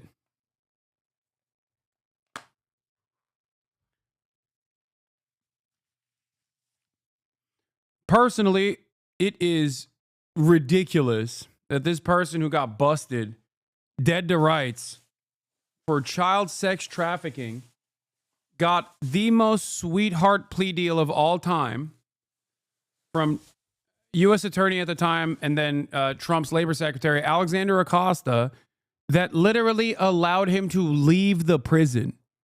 Okay? There is no world in which you do child sex trafficking and you're caught dead to fucking rights, and then the government lets you leave the prison during your sentence on the fucking weekends. That is not real. That doesn't happen in Norway. Okay? That is crazy. Nord Stream 2 pipeline? Okay, that's not a conspiracy. I was vindicated on that fairly quickly. What the fuck? Yeah, that was the shittiest manufacturing consent attempt from the American government. That's when I knew we had no motion. I think that was when I really, truly thought it's over for the American empire. Okay?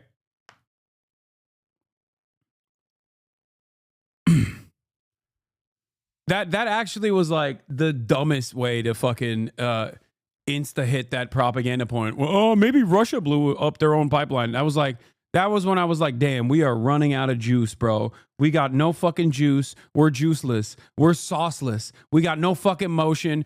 And that was under the Brandonian regime. You know what I mean? Because, Yeah. oh, Yes, beyond so all of far. them. Because what happened, how about the Unselect Committee? They had meetings, you know, they had all.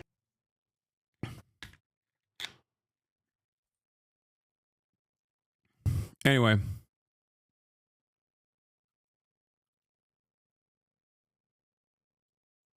Why would the YouTube want to censor you back then? Because there's probably a bunch of stuff, like it was probably treated like vaccine shit.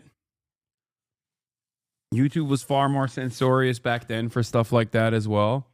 This is before the vaccine stuff, but I'm saying that like they have auto filters for certain things that immediately hit you with the fucking black mark of death. Yeah, probably because of Pizzagate and stuff too. But also, it could have been because I posted an 8-hour video.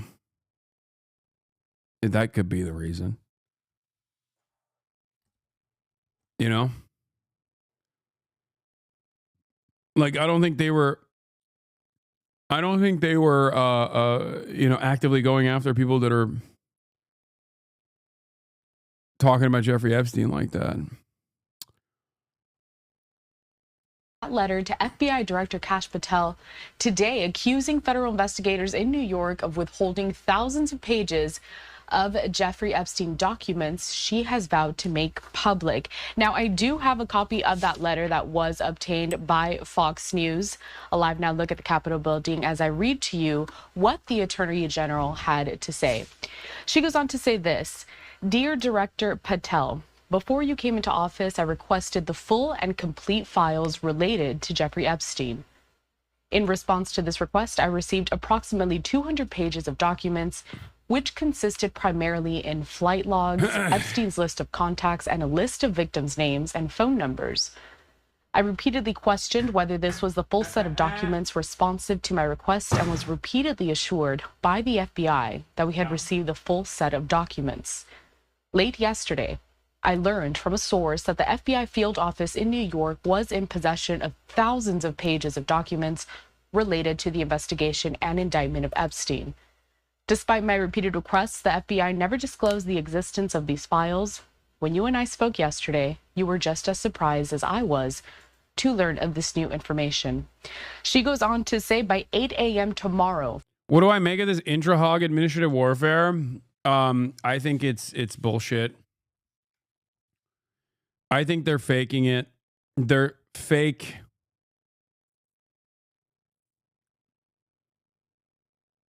I think that they are basically fake fighting because there's no shot.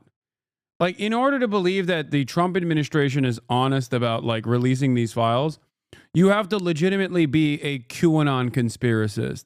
You have to legitimately think that Donald Trump is actually interested in undermining the deep state. Okay? Donald Trump has never been interested in undermining the deep state because the deep state, a concept that was literally initially invented in Turkey, okay, with the MIT, is a parallel government, a parallel governance, an espionage agency that operates not at the behest of the government, but actually operates alongside the government and oftentimes will undermine the government. Now, while I do believe that in the United States of America, especially in periods of the Cold War, there were instances where the CIA and numerous other agencies like that did operate outside of the boundaries of the American government, but ultimately still at the behest of American capital. Okay? Donald Trump is virtually the greatest deity of American capital. He is a heaven sent for American February capital. 20. Why the fuck would the deep state be against him? No, he hates the annoying, boring, lawyer-ass libtards in the fucking FBI. That's it. Why do you think he never talks about the CIA, for example? He rarely ever talks about the CIA.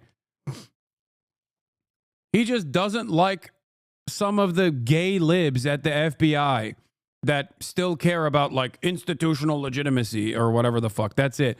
And also, he's a very petty man. He just hates the whole Christopher Steele dossier shit. That's it. He doesn't hate the deep state. There is no parallel interest. There's no parallel governance within the American State Department. Donald Trump is the American State Department.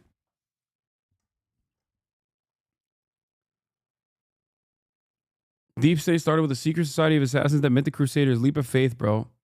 Dude, you are so weird, man. You say this all the time. You say like the weirdest shit in the chat, Tolkien Society. Please stop. For the past 2 days, you've just been chirping nonstop with like fucking things that you're hallucinating. I know that's an Assassin's Creed reference, but I can't tell if you're being serious or not because you literally routinely say some of the weirdest shit.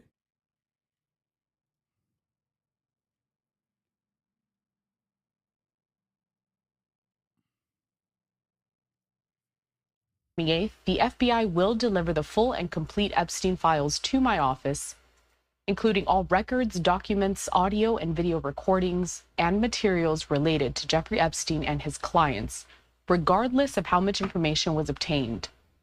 There will be no withholdings or limitations to my or your access. The Department of Justice will ensure that any public disclosure of these files will be done in a manner to protect the privacy of victims and in accordance with law, as I have done my entire career as a prosecutor. Finally, she says, I am also directing you to conduct an immediate investigation into why my order to the FBI was not followed. You will deliver to me a comprehensive report of your findings and proposed personnel action within 14 days. I appreciate your immediate attention to this important matter. I know that we are both committed to transparency for the American people, and I look forward to continuing to work with you to serve our president and our country. And then it's signed. They're not going to destroy it. They're just going to put it under a mountain of paperwork. They're going to put it on that like inaccessible information processing system that they fucking have, which if they haven't already, inaccessible by outside internet or anything like that. Why the fuck would they? I just don't think that they would delete blackmail. It's really hard to come by. You know what I mean? Jeffrey worked really hard to get the blackmail. I doubt that they would just delete it. You know what I mean? Yeah, the air gap system that they have, this is probably where they fucking put it. They wouldn't delete it, I don't think.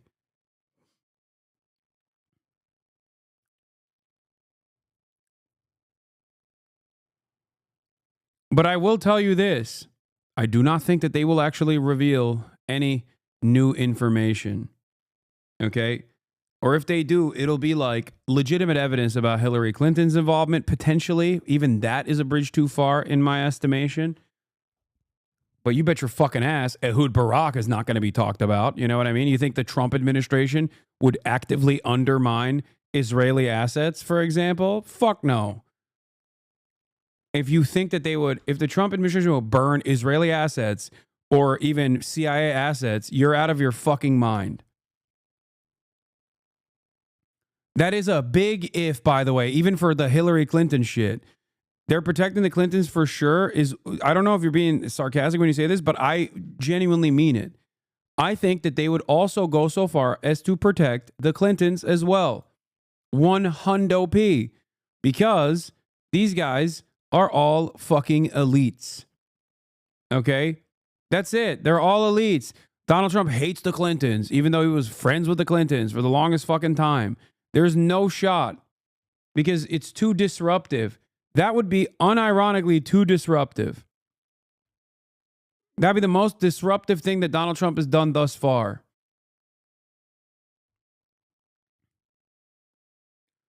Regardless of his petty grievances, Trump knows where his bread is buttered. Sincerely, Pam Bondi. Now, you That's may why. remember That's that. why his pussy ass didn't even throw the Clintons in jail, dude. Coward. You know? He kept saying, lock her up. What happened, bitch? You didn't even fucking lock her up. You couldn't even give us a moment of solace in all of the madness your first fucking term. You didn't even do lawfare on Joe Brandon, you fucking demon. What the fuck's wrong with you? He literally did lawfare on you. Look at the DOJ. They came after you for all the minutia. But notice how all of the minutia that they came after Donald Trump was not for the normal elite corruption. It was for like very obvious instances of paperwork mismanagement or things that are not replicable by elites down the fucking line. And obviously, lo and behold, nothing came of that regardless. But where are we at? Why? Why wouldn't you do... Why wouldn't you investigate Joe Biden? Why wouldn't you throw Joe Biden in prison? He's going to fucking die in the process anyway. Make his last years on earth a living hell. Embarrass him. But Trump is a fucking phony and a coward and a bitch, okay? He's bitch made. He won't even give us that.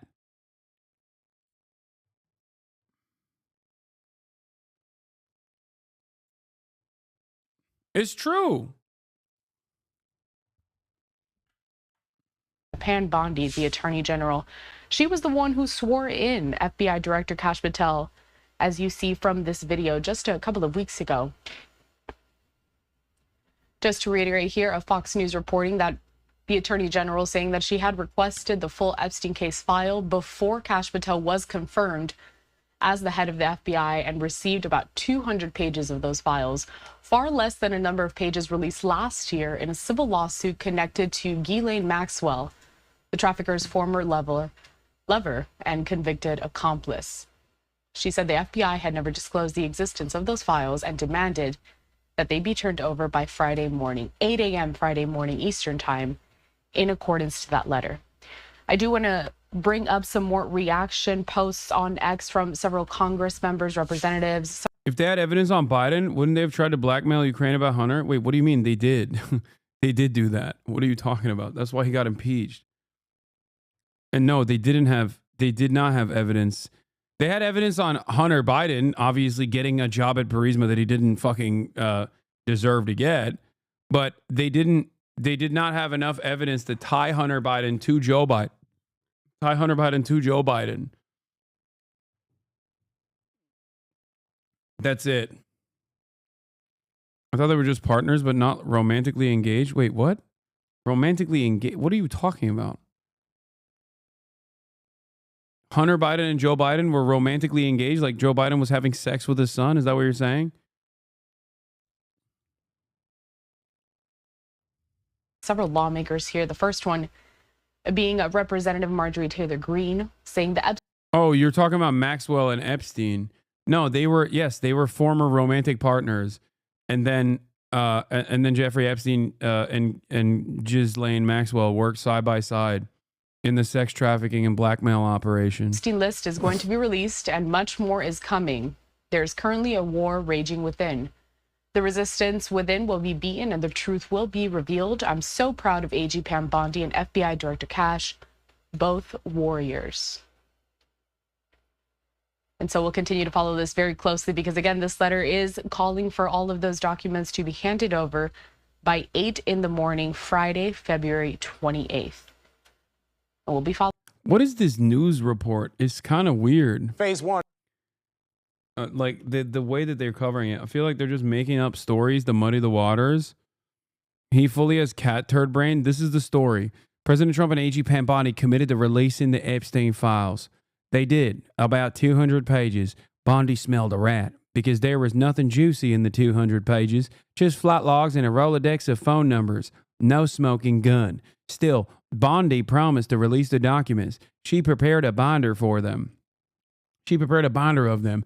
Then, last night, a whistleblower contacted Bondi and revealed that the SDNY was hiding potentially thousands of Epstein files, defying Bondi's order and to give them all to her. We're talking recordings, evidence, etc., the juicy stuff, names. These swamp creatures at SDNY deceive Bondi, Cash, and you. Be outraged that the binder is boring. You should be, because the evil deep state lied to your face. The binder is powerful because it's tangible physical evidence of the disgusting stunt the SDNY tried to pull. The binder is powerful. Bondi is now demanding all Epstein evidence from SDNY plus an investigation into the persons who committed this act of defiance. The legacy media has betrayed you again. They lied to you. They smear you. They gaslight you. They deserve no special access to real-time exposure of corruption because they played a role in covering it up in the first place. I mean, be for real, dude. You give it to fucking Jack Posobiec, former Naval Intelligence Officer Jack Posobiec, Mike Cernovich, and fucking libs of TikTok, if you were truly serious about revealing this information, get the fuck out of here. Yeah. Definitely. Yeah, I would. Who would I give it to? The guy who runs the End Wokeness account. Okay? And libs of TikTok. First of all,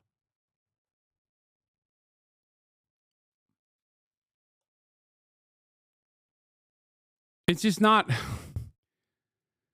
You are the media, and be very, very angry that the deep state. Yeah. It's the deep state SDNY agents that are hiding the truth, and not our big beautiful boy Donald Trump. Even though he was fucking killed when Trump was president. You are way too informed on all these weirdos getting lost. Okay. So the Jeffrey Jebediah Epstein files were given to MAGA meme guy DC Drano, libs of TikTok, former OAN anchor Liz Wheeler, who we're reading with that funny voice, Pizzagate promoter Mike Cernovich, and numerous others. Today I met with Chad Prather. An eagle-eyed tipster points out one more in the above pic. On the left with the MAGA hat, celebrity gossip influencer RFK enthusiast Jessica Reed Krause, a.k.a. House in Habit. Meanwhile, MAGA comedian Chad Prather scored a binder as well.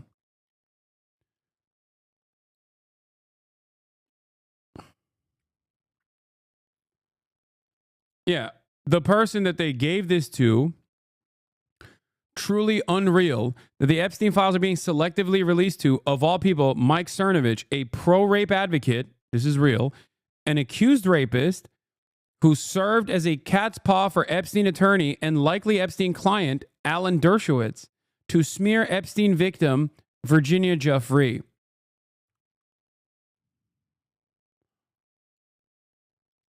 Cernovich trained as a lawyer. In 2003, he was accused of raping a woman he knew. The charge was later dropped, but a judge offered him to do community service for misdemeanor battery. His record has since been expunged. Under Nixon, this court should not allow itself to be Cernovich's partner in gratifying his private spite for victims of sexual by giving him depictions of sexual assault to be read or published. Nor should the court gratify Dershowitz's private spite for Miss Jeffrey by allowing Cernovich to act as his proxy. Mike Cernovich was harassing Virginia Giuffre, one of the major, if not the most significant Epstein victim. Okay? Virginia Giuffre, that Alan Dershowitz obviously fucking despises and shits on all the time when he's not like, you know, talking about how Israel is the best country on the planet. Cernovich cites no civil case in which a court modified a protective order to give an intervener access to discovery information about the sexual assault of a minor, except for a case when the intervener was the handicapped victim's mother. Instead, Cernovich cites authority that this is inapposite and self-evidently distinguishable.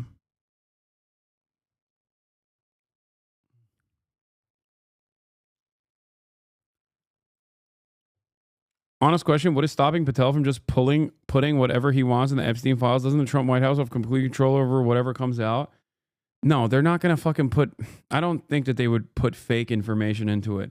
And it's the same reason why they won't actually release the real information that they have either. Okay? Do you understand? Yeah. Alan Dershowitz, the Dersh, who famously advocated to lower the age of consent from a constitutional perspective, of course. Alan, who famously said, "Oh, I've gotten massages at the Epstein home, but I always had my underwear on." That Alan Dershowitz.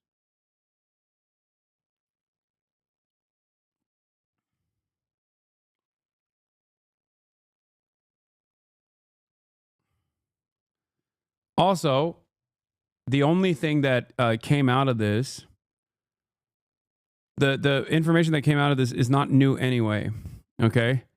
Which is not very surprising in my opinion.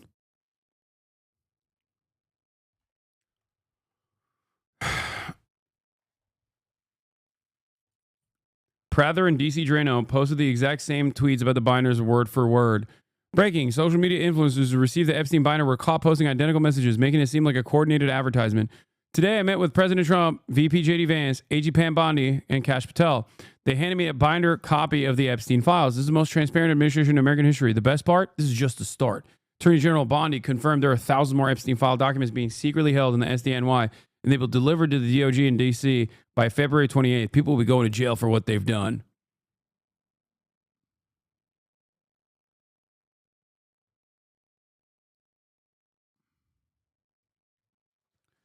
Fanatical Zionist neocon tech billionaire Peter Thiel, who created J.D. Vance's entire career and whose CIA-founded company, Palantir, is a core part of Israel's machinery of genocide in Gaza, is of course also closely connected to Jeffrey Epstein's pedophile sex trafficking ring.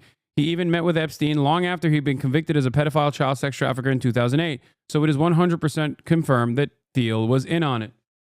These are the real reasons why, yes, the actual Epstein client list, if it even exists, or even like the blackmail stuff will never come out.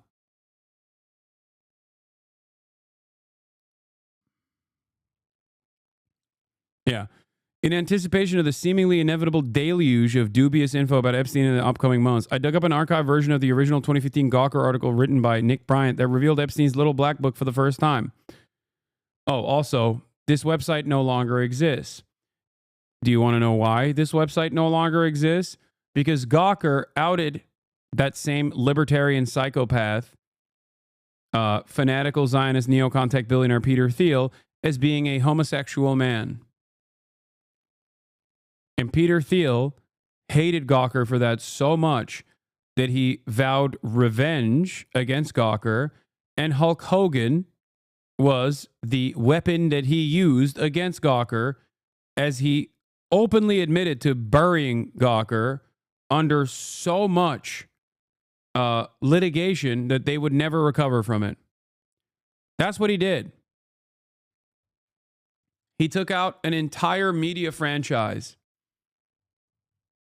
Many of you are new here, probably don't know any of this stuff, but yes, Hulk Hogan, was it Bubba the Love Sponge's wife that he fucked? And there was a sex tape, and Gawker released the sex tape saying that it was, information for the public to know. And Hulk sued Gawker, and Peter Thiel funded that lawsuit. and took out Gawker.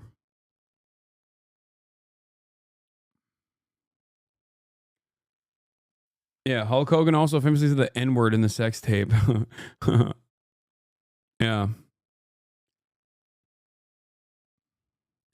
Thiel's company Palantir was founded by the CIA, and through it, he and his slave boys Alex Karp, who I've mentioned a couple times recently, the one with the crazy hair, who's always like, "We're gonna kill our enemies, we execute our enemies" on fucking investor meetings, and Mike Solana are a core part of Israel's genocide of Gaza.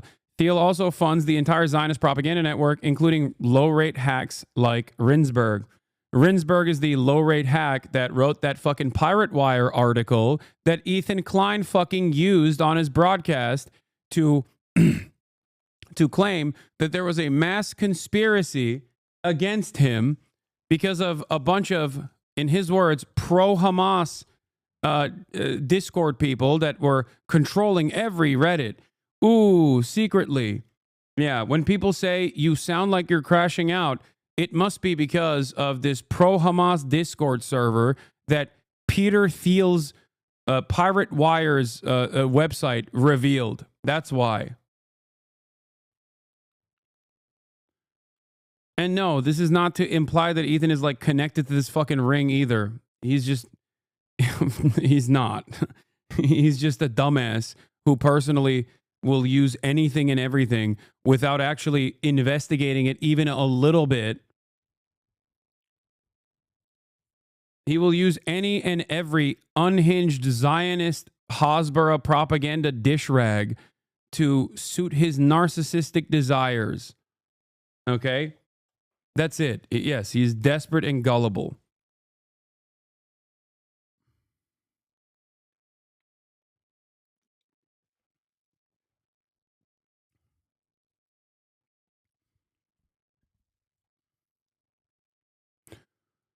The vast Zionist propaganda and censorship network is directly funded by Peter Thiel and his slave boys, Alex Karp and Mike Solana, who are also CIA and Mossad assets.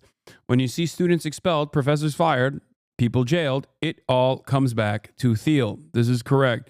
What possible answer is there for Peter Thiel, a fanatical Zionist CIA and Mossad asset, being close personal friends with Jeffrey Epstein, including after he was outed as a pedophile sex trafficker of children? There's no answer except that he was and remains a core part of it. It's actually insane how all the main funders of Trump and Trump himself are directly and personally tied to a pedophile serial rapist, Jeffrey Epstein, who was a Mossad asset, blackmailing all the world's elites with pedo tapes. They're all in on it. Like, does it not shock anybody or weird anybody out that like Alan Dershowitz, who was friends with Jeffrey Epstein, okay, who defended him in a court of law, was allowed to just operate in polite society, including but not limited to fucking Fox News all the time? He still to this day goes on Fox News all the time, half the time when he's not sucking up the Israeli state's penis over and over again, talking about how it's the most moral nation on the fucking planet. He's literally shitting on Jeffrey Epstein victim Virginia Giuffre.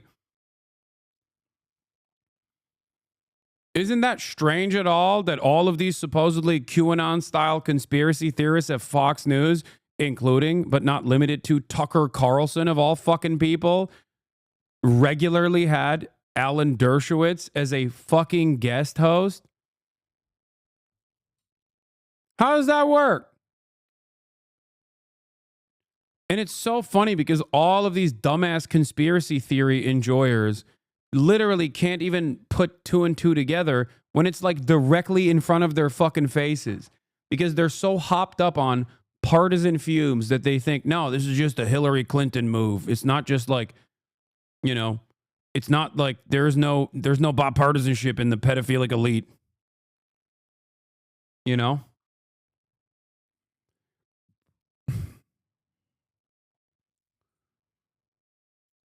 If you were to name all the fanatical Zionists who are directly and personally connected to Epstein's pedophile child sex trafficking ring and their close association to Trump, is like all these are saying Mossad asset blackmail pedophile alert. Like, it's virtually every single fucking liberal and Republican elite, okay? That was his purpose. His purpose was to be the facilitator and the connector.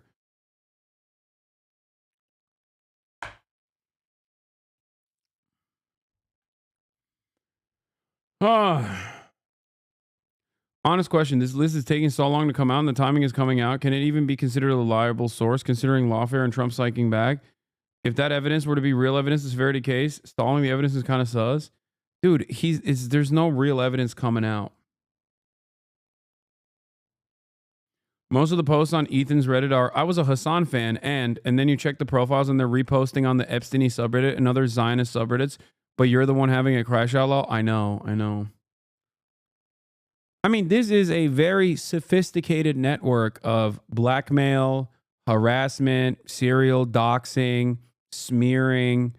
Like, Israel is a very important asset for the American State Department. Okay? And beyond that, given its major importance, obviously, for the American State Department, Israel has also benefited from being able to operate inside of the American boundaries as not a foreign entity, but instead as an extension of America. There is no other country on the fucking planet where the American government in 38 fucking states has turned around and made it illegal to criticize said foreign country. What are we talking about? Like, does that not strike anybody as odd? And before people say, oh, it's because of the Jews, Hasan is so red-pilled, he's calling it out. No, it has nothing to do with fucking Jewish people, dumbass. They go after Jews all the time. They go after anti-Zionist Jews all the fucking time. Alan Dershowitz very famously destroyed the career of Norm Finkelstein for calling him out as a fucking serial plagiarizer and a shambolic liar for all of his pro-Israeli work. Just make no mistake. This is not about Judaism, even a little bit.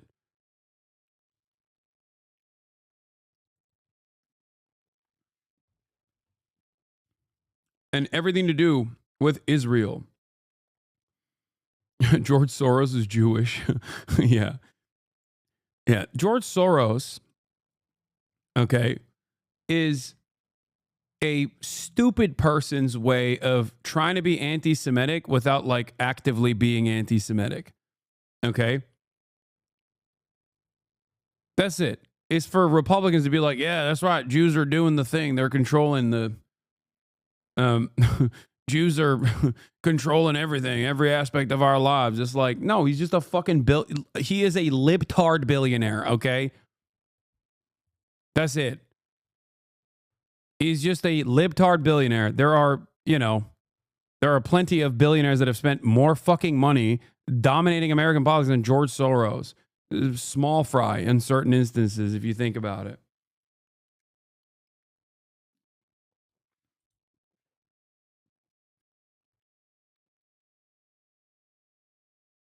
Yeah, it's just like Alex Jones when he told Kanye, blame George Soros, not the Jews, right?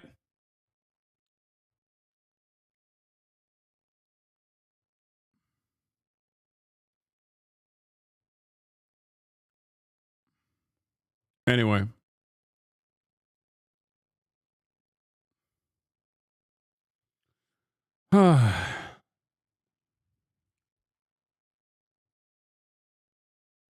He does support more progressive causes than the typical American Democrat. He's been much more progressive than average on Palestine. Yes, that's why I said he's a libtarded billionaire. Yes. Unlike the rest of the billionaires, he has like Open Society Foundation and all these other fucking things. Like he is more of a liberal than the overwhelming majority of billionaires. That's why he gets so much play. That's why people yell at him all the fucking time. This doesn't mean he's a good guy. Look up George Soros' involvement in Ukraine. Or even... Anyway, I don't want to touch this part. Never mind. I don't even want to get into it because then I'm gonna be yelling about...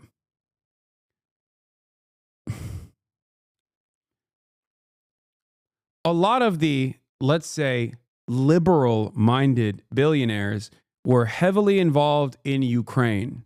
Okay? That's all I'm going to say.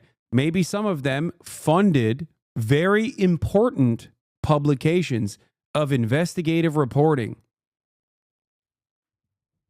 And it wasn't George Soros himself. He's fucking 900 years old anyway. Okay? A lot of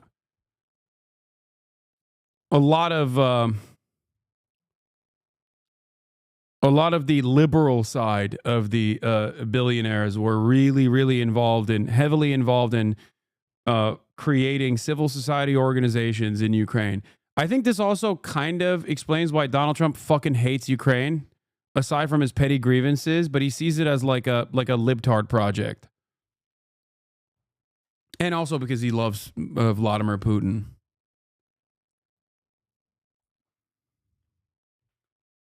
No, I'm not talking about WAPO. I'm talking about Pierre Omidyar and the fucking Intercept, okay?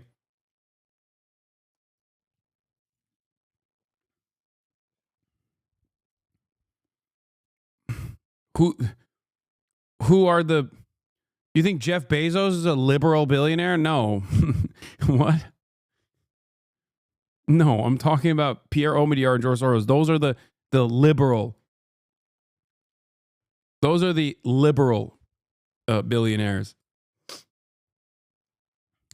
I still don't understand why Trump loves Putin. Why wouldn't you understand that? Trump loves fucking Xi Jinping as well. Trump loves Xi Jinping. He doesn't like China. Trump loves he loves Kim Jong-un. He doesn't love North Korea.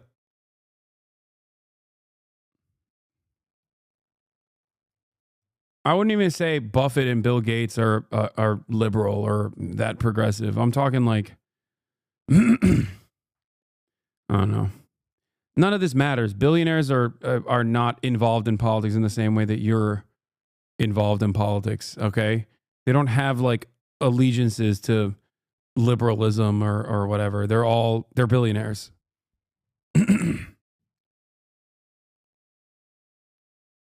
Anyway. Bezos hasn't expressed his political beliefs. Oh yeah, he has. He's playing catch up to Elon Musk right now. Him and Mark Zuckerberg got cooked so hard.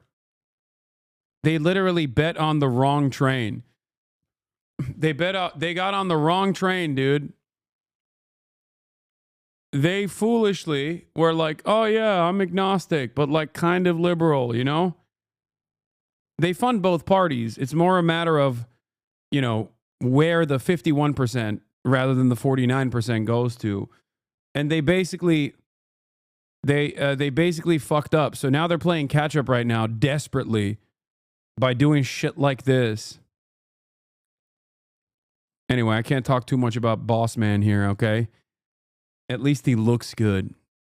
Unlike fucking Elon Musk.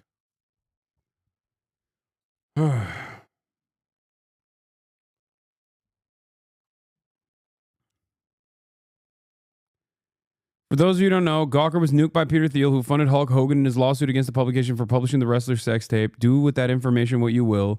Link to the original Black Book article. Also, I didn't compare a few pages of the unredacted book that has been floating around since 2019 and 2020, and from a few pages I looked at, it appears it's the same as the original 2015 Gawker book. You can see that one, which is easier to navigate below. And a bonus one, the 1998 Trilateral Commission members list, which includes proud member Jeffrey Epstein.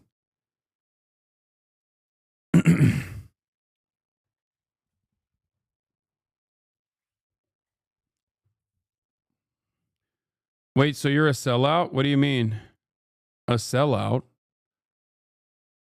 Can you seriously not talk about Bezos? No, I'm fucking memeing, dude. What are you talking about? When I said, oh, I can't talk too much shit, that's Boss Man, I'm joking. Dude, I just spent the last hour and a half talking about fucking Peter Thiel, a dude who has killed and will kill again. The fuck do you mean? I'm too much of a small fry for any of these people to actually actively take notice of and then eradicate.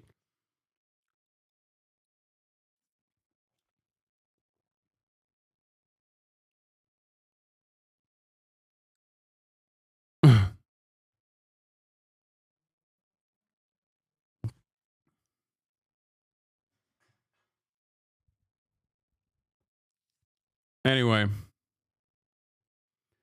You underestimate how dumb chatters are being. Today was so weird. It has Portnoy posting like a lib. I'm going to be fair. These questions need to be asked today. Why is the release of the Epstein list always a shit show? What point of booting out illegals and criminals while somehow becoming a safe haven for the Tate brothers? Why is crypto in the toilet if Trump is crypto king? How far does Tesla stock have to crash before Elon goes back to work? Oh my God. This is brilliant. They got fucking Pork Boy posting like a liberal. Oh my God. Peter Thiel's model ex-boyfriend died in 2023 under suspicious circumstances. Yes, he fell out of his apartment after having public and private disagreements with Peter Thiel on numerous occasions. That's right.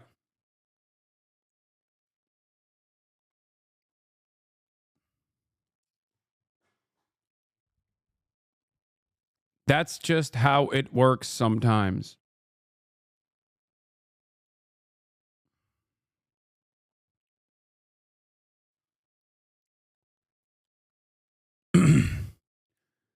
Yeah. I wonder how, you know, all of these guys who have direct ties to Jeffrey Epstein, including but not limited to Elon Musk, can just get away with just constantly posting about Jeffrey Epstein. Oh, let's leak the client list or whatever. Okay. They always talk about the pedophilic elite, Jeffrey Epstein and the pedophilic elite. They always say this shit, and they're like Epstein associates. I think it's because they know that the truth will never come out.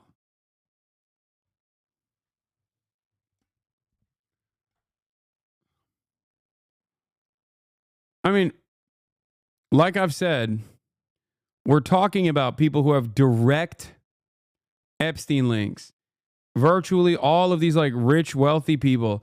Jeffrey Epstein's links are so fucking expansive. Noam Chomsky met with Jeffrey Epstein's like butler and shit. Okay? Like, who the fuck isn't an Epstein orbiter at that point?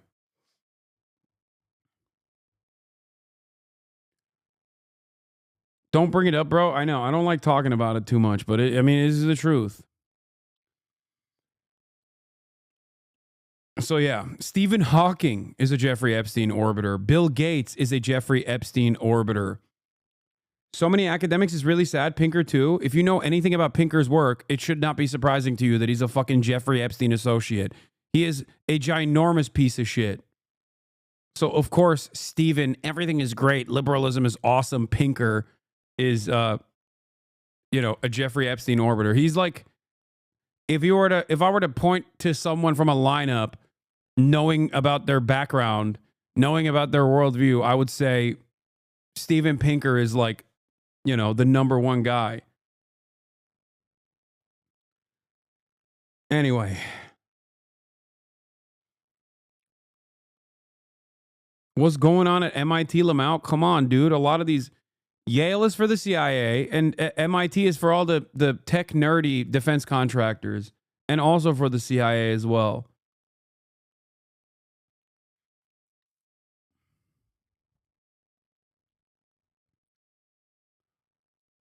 Yeah, there were a lot of reasons why academics would end up in Epstein's orbit. Part of what he did was ingratiate academics to him through numerous generous grants and offers to host them for discussions and then talk to them about how they could preserve his egg-shaped penis. Yeah, MIT for the NSA, Yale for the CIA. Sorry, you're right.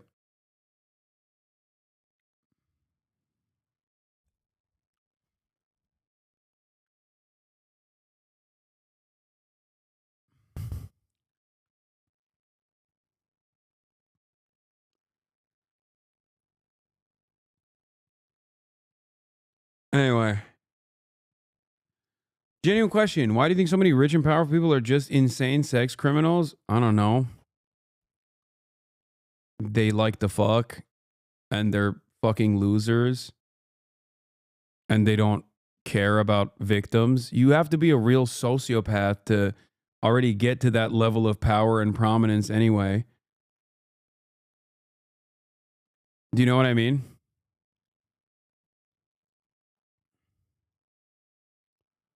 Wait, so what was the hour conspiracy that conservatives were missing out? What do you mean?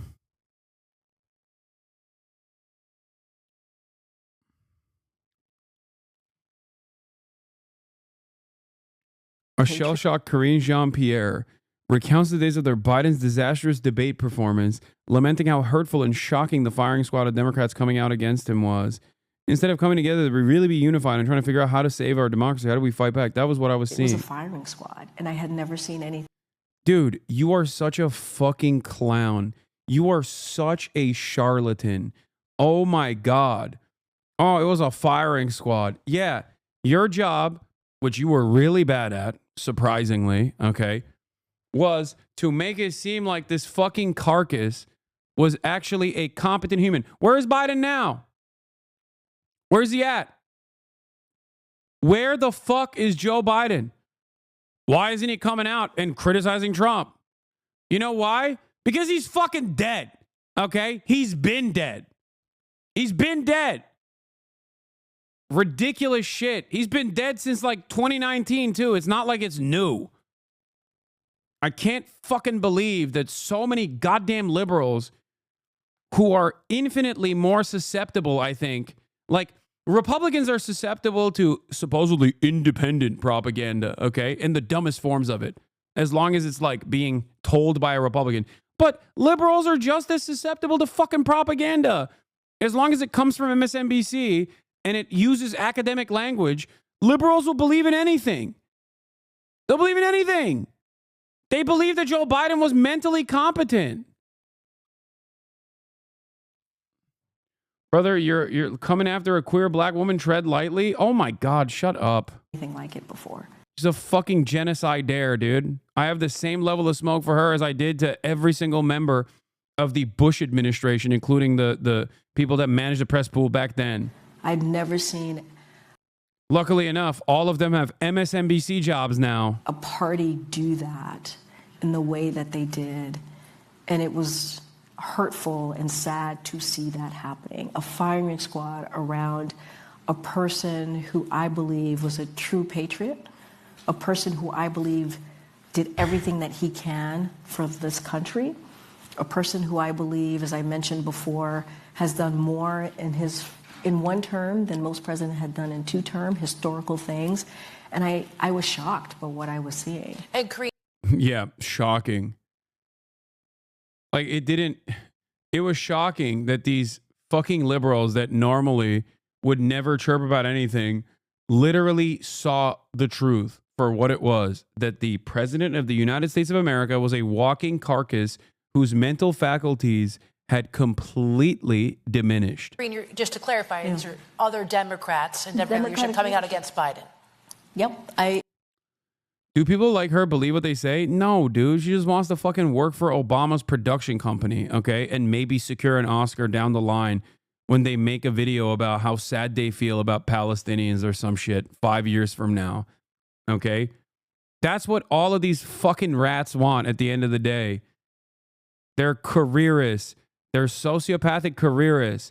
You look back at every single one of these dipshits and the things that they advocated for at a certain point in time, the things that they wrote extensively on, okay? Virtually every single one of those positions change. I wonder why. Because they killed a part of their fucking soul that actually speaks truth to power, or at least is just like a normal person, okay? I mean, yeah, look at Van Jones. Van Jones used to be a Maoist, dude. Van Jones was a Maoist. He got $100 million from Jeff Bezos. Van Jones was a Maoist.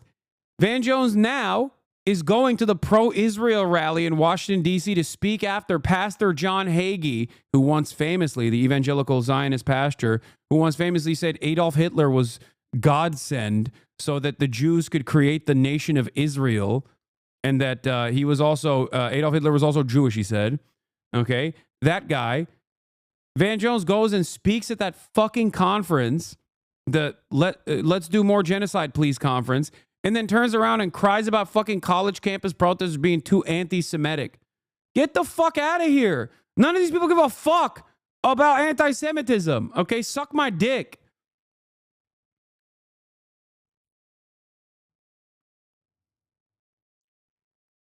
I had never seen anything like that. That was, if you're asking me, the thing that I saw in those 3 weeks, that was shocking. Shocking.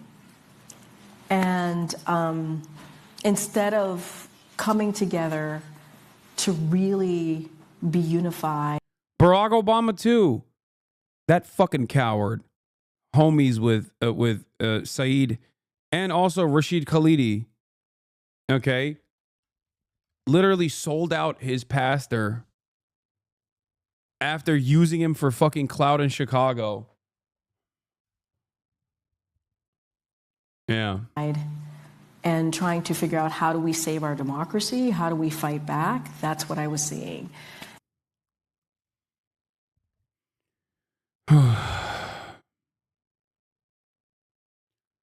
Yes, they're all ambitious monsters, every single one of them.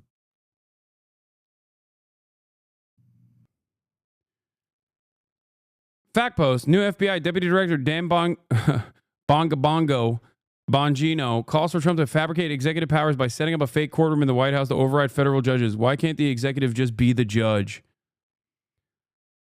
Love how the right pretended for so long to care about the Constitution, and now they're like, why can't the executive just be the judiciary? Donald Trump's the executive. He says we have a problem in the executive branch. Hold on to these payments. The judge can't order these. He's just making it up.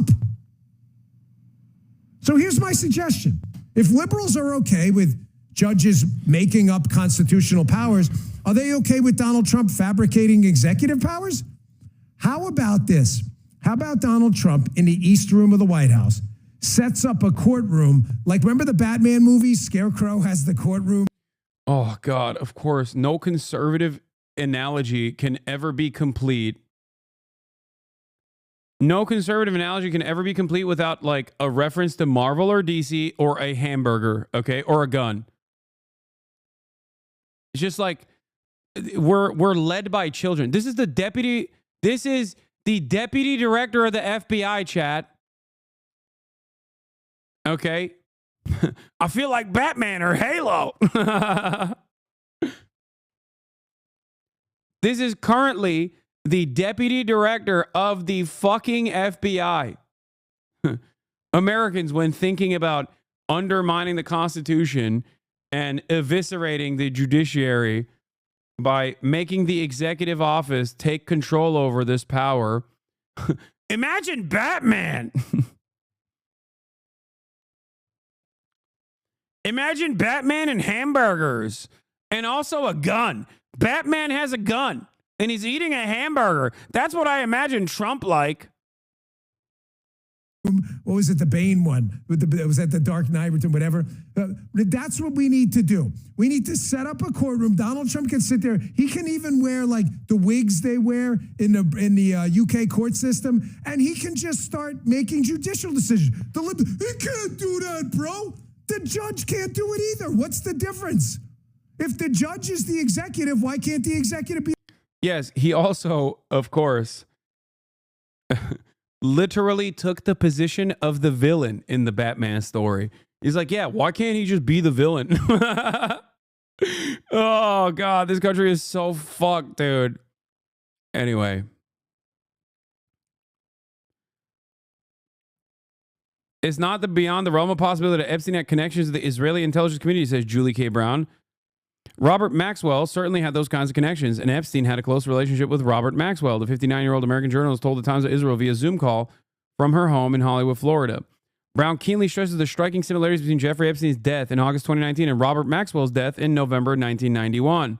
Also, if you want to know how fucking deep that well goes, by the way, Robert Maxwell is connected to Jamal Khashoggi, and also Jamal Khashoggi is connected to Mohammed bin Salman. I believe the boat that Robert Maxwell was killed on was later, I think later sold to Jamal Khashoggi. Was that the right? Was that? Anyway, the 68-year-old British media mogul was said to have drowned after falling from his luxurious yacht, the Lady Ghislaine, near the Canary Islands. Spanish police insisted no foul play was suspected in Maxwell's death, but rumors about how exactly Maxwell died have never gone away. One theory points to a possible suicide. Another claims Maxwell was assassinated by the Israeli Mossad intelligence agency for which he was secretly working. Maxwell is buried on Jerusalem's Mount of Olives. Many members of the Israeli intelligence community attended his funeral. So did Yitzhak Shamir, Israel's then prime minister. Shamir eulogized the British tycoon for the political connections he brought to Israel during the 1980s and for the money he invested in it. 2 years ago, while awaiting trial on sex trafficking charges, 66-year-old American financier Epstein was found hanging in his cell in a Metropolitan Correctional Center in Manhattan. Since then, numerous theories have swirled about Epstein's true cause of death, making the leap from conspiracy fodder into the cultural mainstream. Why would Epstein give up before he even got to court? Brown asks. She also points to a number of other murky details. Epstein breaking 3 bones in his neck before he died. The fact that the 2 prison guards who were supposed to be keeping a watchful eye on Epstein in his Manhattan jail cell mysteriously fell asleep at the same time. Also, the footage. There is no footage in that time frame, mysteriously. Only in that time frame. There's footage before, there's footage after, just no footage of Jeffrey Epstein's mysterious case of suicide. Maybe he's a shy boy who planned it out and he didn't want to kill himself in front of the cameras. Perhaps. There's also more stuff because the previous cell he was in, he was put next to some psychopathic cop who I believe beat his ass too. It just defies common sense, Brown says. And why are U.S. authorities not making the information they do know about Epstein's death public? One chapter in Brown's book. Yeah, Epstein openly said he was terrified that his cellmate might literally kill him. The psychopathic cop. Yeah, Officer Tartaglione. A wonderful figure. Didn't he like literally fucking hide? He killed a bunch of people, ex-cop, who killed a bunch of people and then buried the bodies so shittily that like the hands were sticking out from the ground. Yeah, he killed a bunch of drug dealers.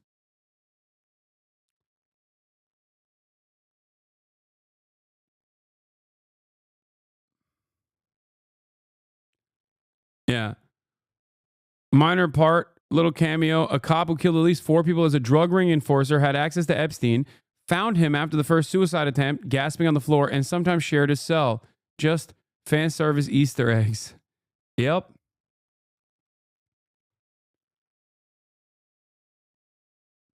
Wait, drug dealers or kids dealing drugs? No, drug dealers that he was working with, that he fucking killed. Like brutally. Why he looked like Kevin James? He looks like Kevin James on Anavar.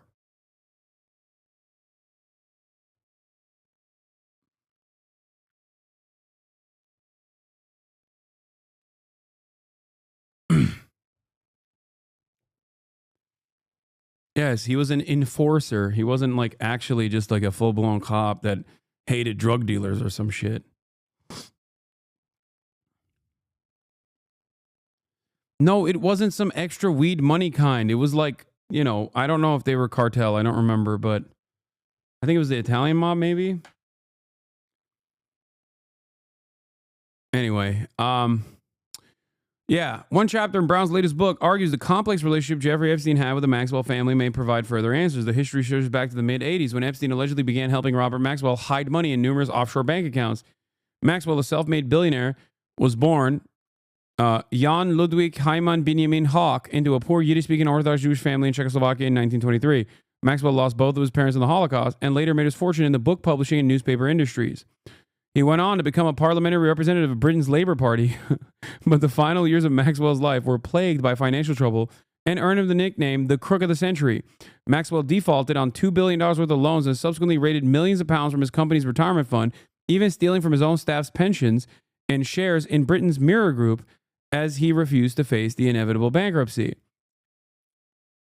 There's a lot of other stuff that Robert Maxwell did as he was a Mossad operative, but I doubt that the fucking Times of Israel will be detailing those those actions, I suspect. Yeah, he was also a part of the OSS initially. Yes, he owned the Mirror and the New York Post, I believe.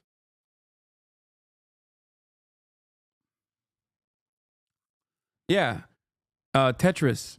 He was the one who tried to buy Tetris from the USSR.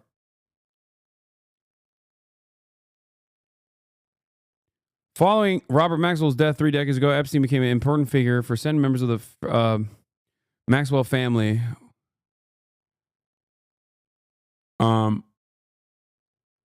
Who were then left bankrupt and riddled with debt. Brown knows, for instance, that Epstein attended an event at New York's Plaza Hotel at which the YIVO Institute for Jewish Research paid tribute to Robert Maxwell. The author also speculates that Epstein may have even offered financial assistance to Robert Maxwell's wife, Elizabeth, when she became a widow. Epstein then became romantically involved with Elizabeth and Robert Maxwell's ninth child, Ghislaine. Known to be her father's favorite child and his most trusted confidant, Ghislaine Maxwell may have been aware of the many secrets her father took to the grave relating to his controversial political, financial, and espionage life. Anyway.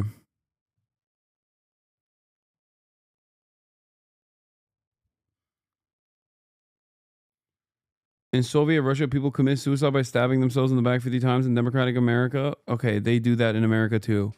Look at the famous incident of that one lady who stabbed herself in the back of the head 32 times. And then current governor of Pennsylvania, Josh Shapiro, hid the case or did not prosecute the case because the person who was most likely responsible for the murder of the individual that we're talking about, his father was a donor and a friend to Josh Shapiro. That case is reopened, yeah.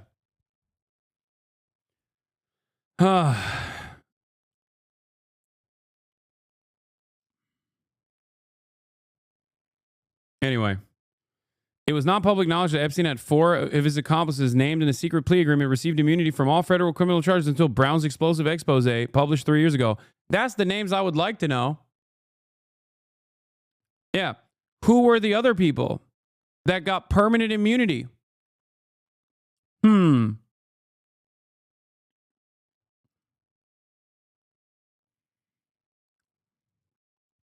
When the story broke, it led the federal prosecutors in New York to open a fresh criminal investigation, which resulted in Epstein being subsequently arrested and charged in the summer of 2019. It also led to Alexander Acosta resigning as labor secretary in the Trump administration in July 2019.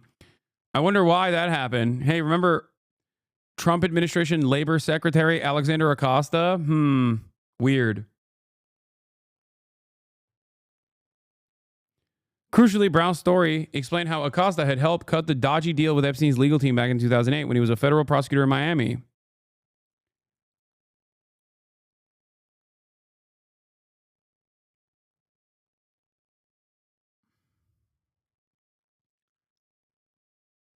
Brown knows that Epstein's vast fortune, then estimated to be approximately $500 million, enabled him to hire a so-called legal dream team, which included lawyers such as Kenneth Starr, Alan Dershowitz, with the necessary skills, political connections, and aggressive tactics to make sure he could get immunity.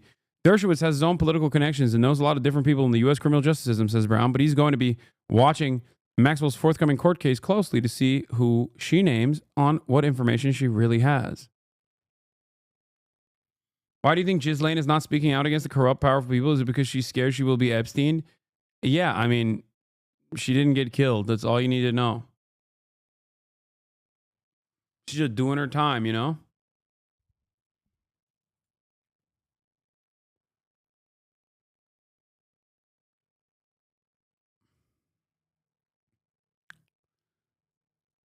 Other high-profile political figures named in Brown's book accused of participating in Epstein's international sex trafficking ring include allegations against Israel's 10th Prime Minister, Ehud Barak.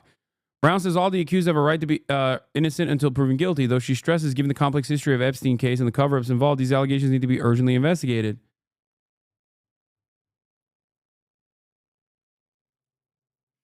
The FBI, the U.S. federal authorities, and law enforcement authorities in Europe should be looking at the financial and social connections Epstein had with all these people, says Brown. Epstein had a whole group of people helping him carry out these crimes. Epstein did not do this alone, she says. There were plenty of people that either knew about what Epstein was doing or even participated in what he was doing. So, yeah. Jeffrey Epstein, ladies and gentlemen.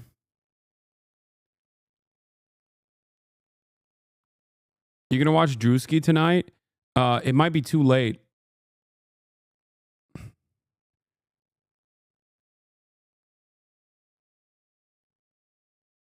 Anyway.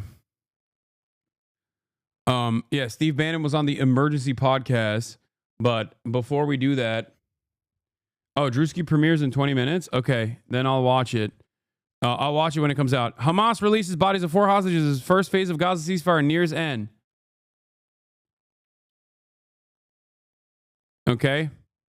Of Israel's ceasefire with Hamas is now done. I gotta pee. Hamas released the bodies of 4 more hostages overnight, and Israel released hundreds of Palestinian prisoners. Now, there are new challenges ahead. It is still uncertain that the ceasefire will move to a second stage.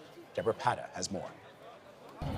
In stark contrast to previous handovers, there was no Hamas propaganda spectacle. Instead, a somber Red Cross convoy bearing the remains of 4 Israeli men, the eldest, an 86-year-old grandfather. In return, Israel released hundreds of Palestinian prisoners to emotional reunions in Gaza. This is the last exchange of the 6-week Gaza truce, which ends on Saturday. Talks to iron out details of a second phase have not yet begun. At stake, the release of the remaining hostages alive or dead, and who will control post-war Gaza. The U.S. will take over the Gaza Strip. President Trump has floated the idea of relocating the territory's more than 2 million Palestinians. Critics have condemned this as nothing more than ethnic cleansing. An AI-generated video posted on Trump's Truth Social showed Gaza transformed into an exotic beachside resort, complete with a gold statue of the president. The White House says it did not create the video, but described the president as a visionary who wants the U.S. involved in rebuilding Gaza. Palestinians who've endured more than 15 months of war had this to say after watching the video. If Trump wants us to leave, he's dreaming. We will stay here and die here.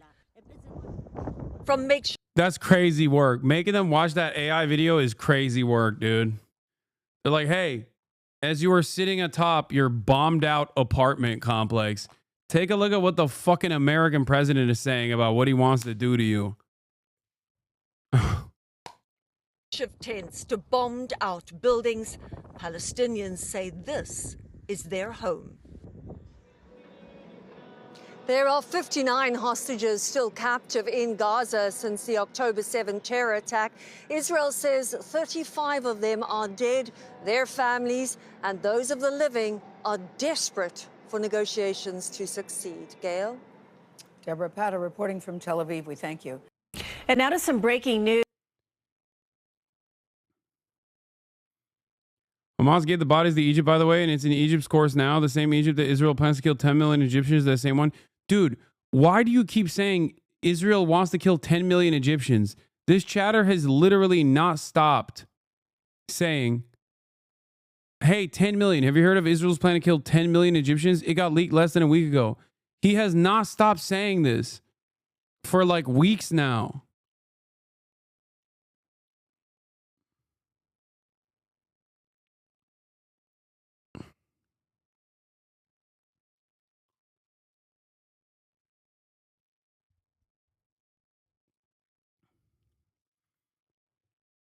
I don't even understand. Israel leaked military plans to kill 10 million Egyptians, and I've been wondering if you heard of it or not. It's why Egypt has been harsh on Israel. No, I don't think Israel is going to kill 10 million Egyptians.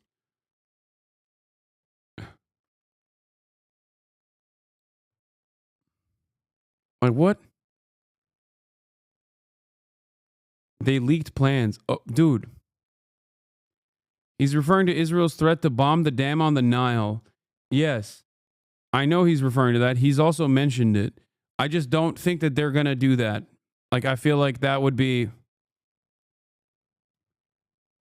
not be in their best interest. Egypt is a security partner for Israel. Blowing up the dam on the river Nile would be destabilizing and not helpful for their own ambitions in the region.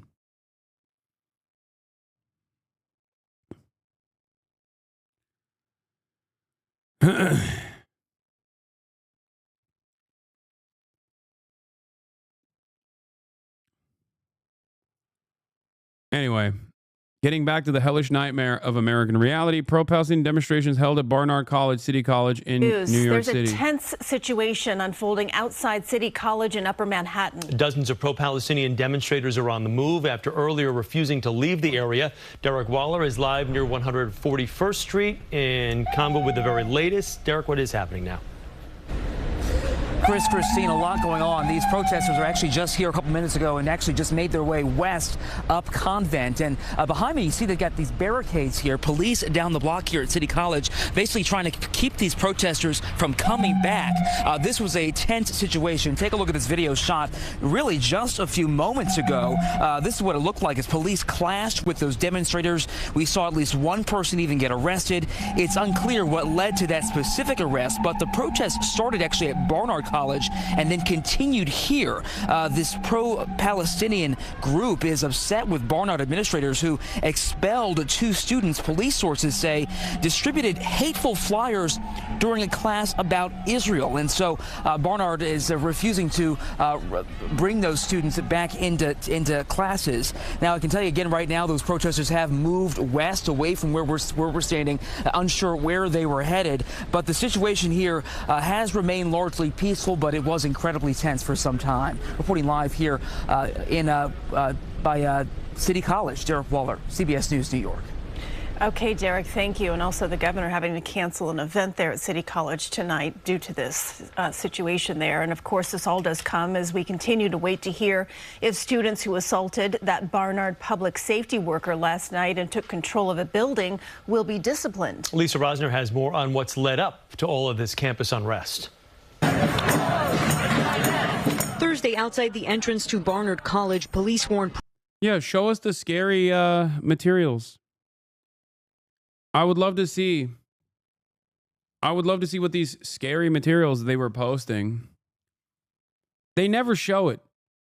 Even with like all of the campus encampments, they would literally pan to like someone saying like Zionists are fascists or something. And they would pan to that and be like, see, look at this terrifying image on college campuses. Look at what the children are doing. You know? Pro-Palestinian demonstrators to stop blocking. Because this was the material. Wait, let me see this. Any claims about Barnard College that they didn't promise student amnesty or a live video from the inside Millbank with faculty confirming amnesty for students. Wait, let me see the pamphlet. Chatter, where the fuck did you send this to me? Where's the pamphlet? PDF of Epstein files have been released. Chatter, it has been released for fucking decades, okay? For a goddamn decade. It's not new. Colombia wants you to forget what we built together. What is public safety protecting from? To liberate our country, to have dignity, to have respect, to have our mere human rights is something as essential as life. Ghassan Kanafani. Unbelievable levels of anti-Semitic terrorism happening on these fucking college campuses. I don't think that this was it, though. There's got to be another one.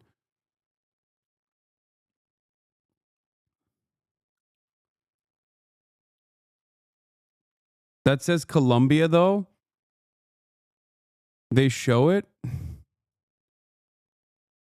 Where? Where do they show the scary pamphlets? In the CBS video? Pedestrian traffic and get off the sidewalk. I know Barnard is a part of Colombia. What the fuck are you talking about? I've literally interviewed students from the Columbia encampment.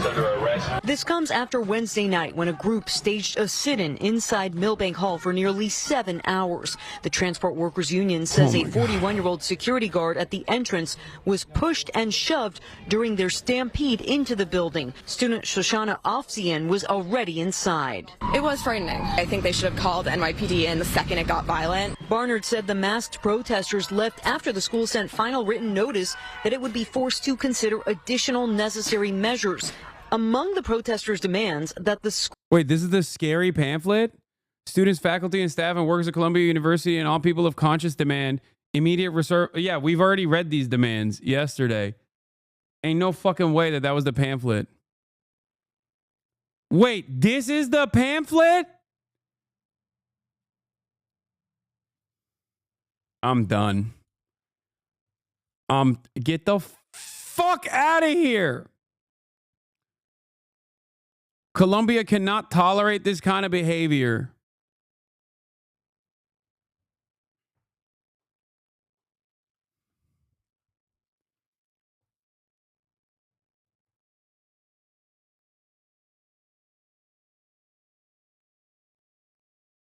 I'm done.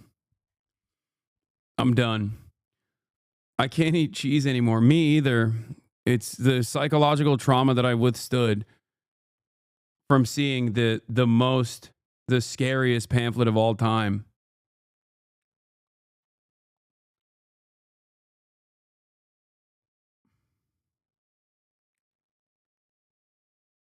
Wanted posters accusing university affiliates displayed throughout campus. What is this? November 13th, 2024? No, this isn't what you're talking about. This is entirely separate. Chatter, this is literally Campus Times from Rochester, New York. Look what CBS shows at 2:37. School dropped the expulsions of 2 students who police sources say last month disrupted an Israeli studies class. No. Oh, just crush the Star of David. Context, no context. Yeah. Crush. What could this word be under here? Maybe they're saying crush Jewish people. Maybe that's what they're saying. How are you supposed to criticize the state of Israel that's doing a fucking genocide? They got the goddamn Star of David on there. What are you supposed to do? Nope. Sorry. That's anti-Semitic. I can't believe you're criticizing the state of Israel. That is the Jewish state, okay? Class and Do distributed they pan these down? flyers, No, they don't pan down. which the NYPD deemed a bias incident. Burn Zionism to the ground. Which the NYPD deemed a bias incident. You have posters that talk about Intifada and stamping on the Jewish star, and wars escalate. This all could have been avoided if Breyer had just enforced its rules. We approached. Dude, Colombia is literally deporting fucking students, okay? Expelling American students for criticizing the state of Israel. And these guys over here are like, nope, that's really fucked up. Yeah, we can't criticize Saudi Arabia or the Taliban-led Afghanistan because they have the Shahada on their flags. Yeah, nope, can't do that. Can't fucking do that. God forbid. I mean, dude, Mecca is there. Excuse me. How dare you criticize Saudi Arabia? The holiest place on the planet for Muslims is in Saudi Arabia. Saudi Arabia is the singular most important place on the planet for Islam. How dare you? How dare you criticize Saudi Arabia? No, they should get more weapons. They should get nukes. We should give them nukes. If you say they shouldn't get nukes, you're Islamophobic. If it's a real poster, it's pretty dumb to add the Star of David. Israel's not a representative of Judaism. Yeah, it's the fucking Israeli flag, chatter. What do you mean? What are you talking about? What do you think that means when it says crush Zionism and it's the fucking UN boot?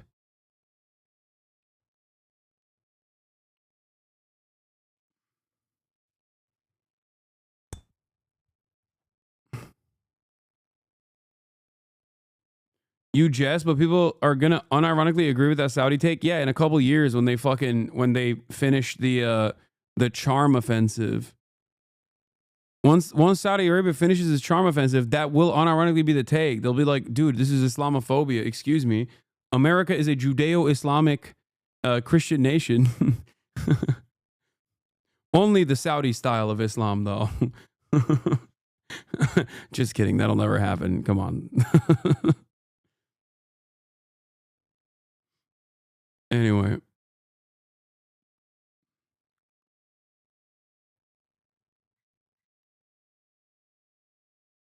Ay, ay, ay. Multiple student demonstrators, but none of them would talk on camera and told us to send an email. The students are protesting a genocide non-violently, and they're being viciously suppressed under the false excuse of anti-Semitism when opposing Israel is not anti-Semitism. And the purpose of that sit-in was to demand the reinstatement of 2 expelled students who challenged the professor of that class who was promoting, the standpoint of Israel. A meeting between school administrators and some demonstrators was tentatively set for 1 p.m. Thursday, but there's no word yet. Yeah, to contextualize this, it would be like if the flyers distributed saying crush Nazism and featured a swastika under a boot, and the news ran with the framing, anti-Hindu hate crime posters were distributed on a college campus. Yeah. Like, it's so fucking ridiculous. I think Mohammed El Kurd has an interesting take on this.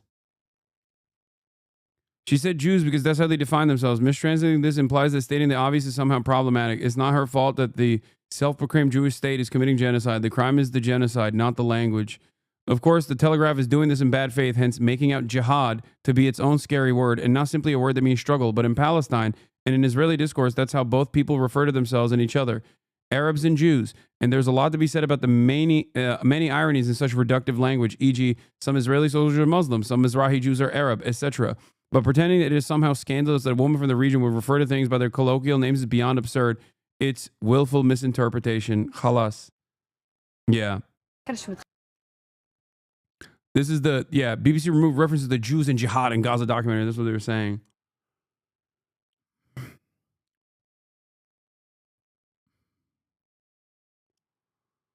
Ay, ay, ay.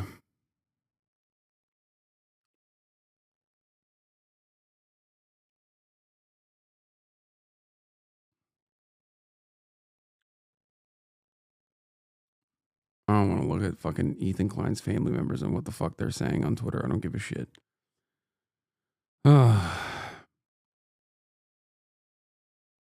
He actually speaks to Amy Goodman about this and explains it very well. Check it out.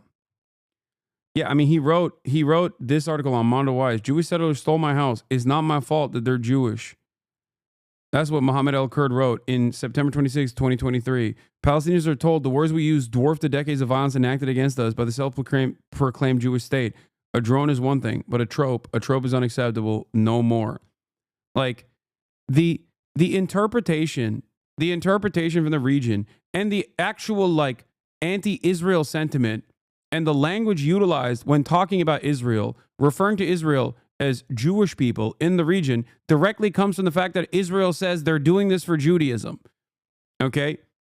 When you're fucking stamping the Star of David on Palestinian prisoners' faces, when you're literally using tanks, to fucking to draw the Star of David on destroyed Palestinian homes on a lot that used to have Palestinian apartment complexes, when you're fucking putting up in the beginning of Hanukkah, putting up the fucking menorah, a ginormous menorah in the midst of your genocide without feeling a sense of shame at all about this false association with Judaism, yeah, of course people are going to be like, well, yeah, they're doing this and they're saying they're doing this for Judaism. That's why I've routinely brought up the difference between someone spraying a Star of David outside of a Jewish person's apartment in France, right?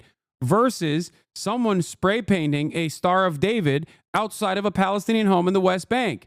Spray painting a Star of David outside of a Jewish person's home in France is most likely an anti-Semitic hate crime. Spray painting a Star of David outside of a Palestinian's house in the West Bank means they're going to firebomb your house. That settler terrorists are going to come and firebomb your house. Okay? That's what that means. Context fucking matters. The notion that the most powerful military in the fucking region is actually just a little guy, that's constantly victimized, that's constantly scared, and that's why they keep dominating every other country in the fucking region and killing tens of thousands of fucking people in the region.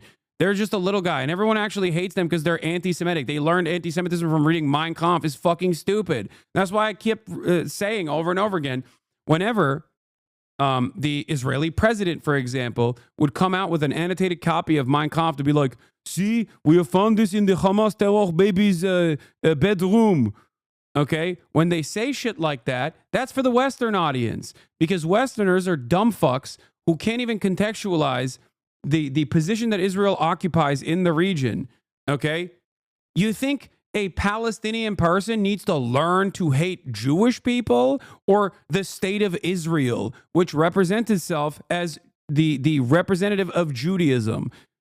That's why, famously, the assassinated a Palestinian academic who Refat al-Arar, who was killed alongside his fucking family after Barry Weiss put a hit out on him.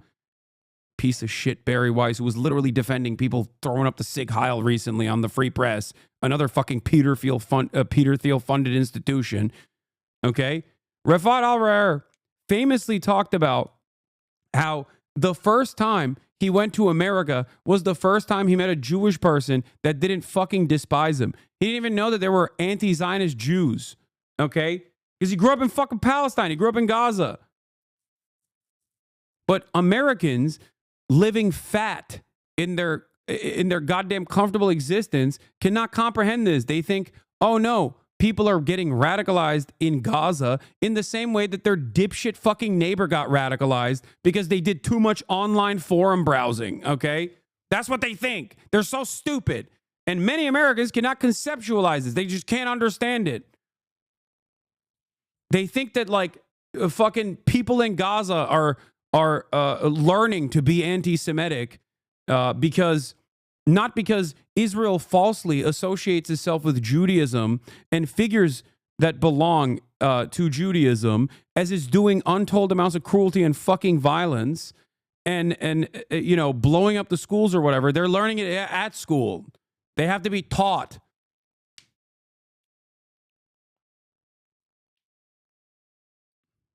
It's pure projection. You know where that kind of hatred and dehumanization has to be taught? When you are the settler colonial entity. That's where it has to be taught. That's why Palestinians have to be sheltered from the Israeli public at every fucking turn. Because if they were to recognize the humanity of Palestinians, many more people would probably immediately go, holy shit, we can't kill these people. What the fuck are you doing? It's projection. Israel teaches its own citizens that you must hate the Palestinian. You must hate the Arab. Because Zionism is an ethno-religious supremacist ideology. It is fascist, okay? It is inherently a fascist ideology. That's it.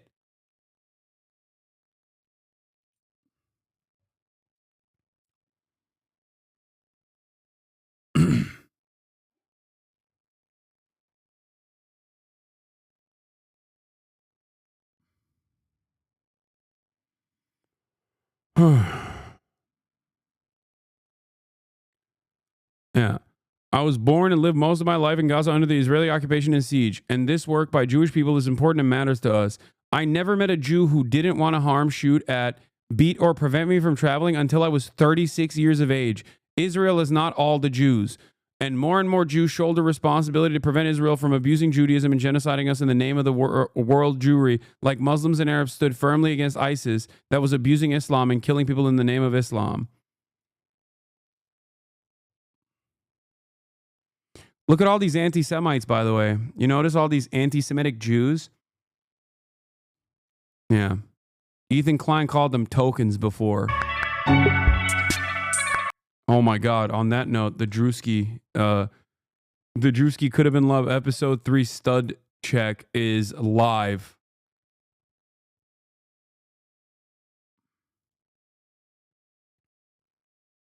What? It's like those videos in the 2000s where they go to Arab countries and the citizens are like, we don't hate Americans, we hate America. Many Arabs in those videos were smart enough to discern the difference between American people and American imperialism. But can you really get angry at them for hating Americans too when our country has devastated theirs? Wait, what? I'm so confused. Which side does he support? He Muslim or something?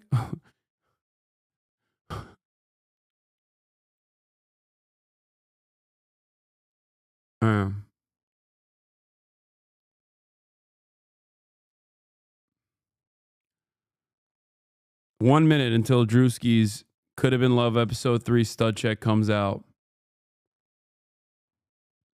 Yeah. Rafat Al-Rar, before he got assassinated, said, if I get killed by Israel bombs or my family's harmed, I blame Barry Weiss and her likes. Many maniacal Israeli soldiers already bombing Gaza take these lies and smear seriously, and they act upon them. Send me your address. We're going to wipe you out in Gaza. When we get to Gaza, I personally will rape, raw dog your old mother. I'm going to expenade your mom, wife, and child rectum in front of your... You're a pure Nazi, and you will end up exactly like them, rest assured. I hope you die soon. He did. Israel killed him and his family, by the way. After Barry Weiss said, here's Rafat Al-Rar joking about whether or not an Israeli baby burned alive in an oven was cooked with or without baking powder. Yeah, he was making fun of your fucking lies. Okay? But hey, in that moment, without context, it looks quite anti-Semitic, right? A baby was found in an oven, baked to death by Hamas terrorists. A fucking lie. This was just bullshit. That was not real at all. Remember all those lies that people were telling all the time in the early month of October? Every single fucking day. Every single fucking day. They were just like babies were thrown in ovens. Babies were lit on fire with kerosene. Yeah. All fucking bullshit. Joe Biden, the president of the United States of America, literally said he saw it. Okay? Hey, you don't like this for real. Get up! Anyway. Now we're moving on to fun shit. And you have to go to the club, sir. I'm so mad. Fucking ruined my mood. Jesus Christ.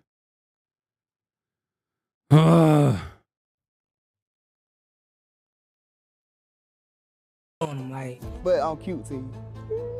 I don't think nobody topping that. Cheers to that. Who the f is he? Where the f you at? Tell him, come on, it's time to go. He in there over. This is my man. He went out with a white. We can't compete with that. You go out of my room. Meatball, go check his side room. I'm picky myself. I ain't kissed nobody here yet. I feel like the Gaza issue is going to be a permanent block to any kind of broad economic populist movement in the U.S. because all the left talks about it anymore. Nobody talks about Medicare for all. Hey, dumbass. The Gaza issue literally ties everything together. It's too hard for you to fucking comprehend. Okay, the unlimited amount of resources that we give to Israel so that it can continue doing a fucking genocide is perhaps one of the greatest left populist fucking takes that you could have. Idiot. Oh man, the civil rights issue is really getting in the way of fucking advancing the progressive cause here. Just let black people live separate but equal. Dumb fuck. Okay, that mean that pH balance up. No, it ain't. It's just too much. Back up. Don't play with me. You cheat on me, I'm gonna you up. You look real good. Baby, stop. I done seen your all through that motherfucking skirt. Your so fat, fool. Her breath hot. She's spitting on me. But I'm telling you, on your Spit birthday. right on my mouth just now. My bad. Yeah, we're gonna talk this way now. You got me Yeah, they're going to the club. For chatters who didn't see the end of episode 2. I gotta put my head out the window so I can breathe. It's too much. Back up. Drewski, I caught your motherfucking phone. That's how you do me out. It could have been love. It could have been my fucking man. It could have been love. Be a review that you can me move. Hey, if your not 8 or 9, don't play with me. At this point in the competition, you don't really know exactly what all the girls are looking for. Do they really want the man? Do they want the money? Do they just want to be a side chick? Are they here to actually find love with some of the other contestants? Hey, you wearing that dress now? Baby, I can still pop it out. Don't play with me. T Grizz. Baby, Daddy Yankee and T Grizz. I'm gonna do me. You know, she was in her girl era last night. She in her woman era. She trying to, you know, come to her as a woman. You know how that go, you know. But tomorrow she'll be back as a man, so we'll see what happens. I'll talk to her when she's back. I think Dr. Umar's in this episode. She'll understand more. You know, bro talk is a different type of vibe, so.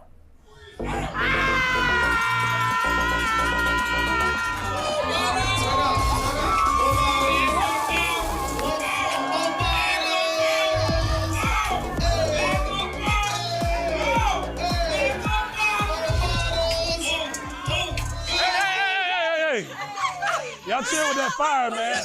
I only got one head. Not too close. Not too close to my man. Not too close. They got Perry the motherfucking goat on the motherfucking Bible. Me be 10 in this bitch, you know.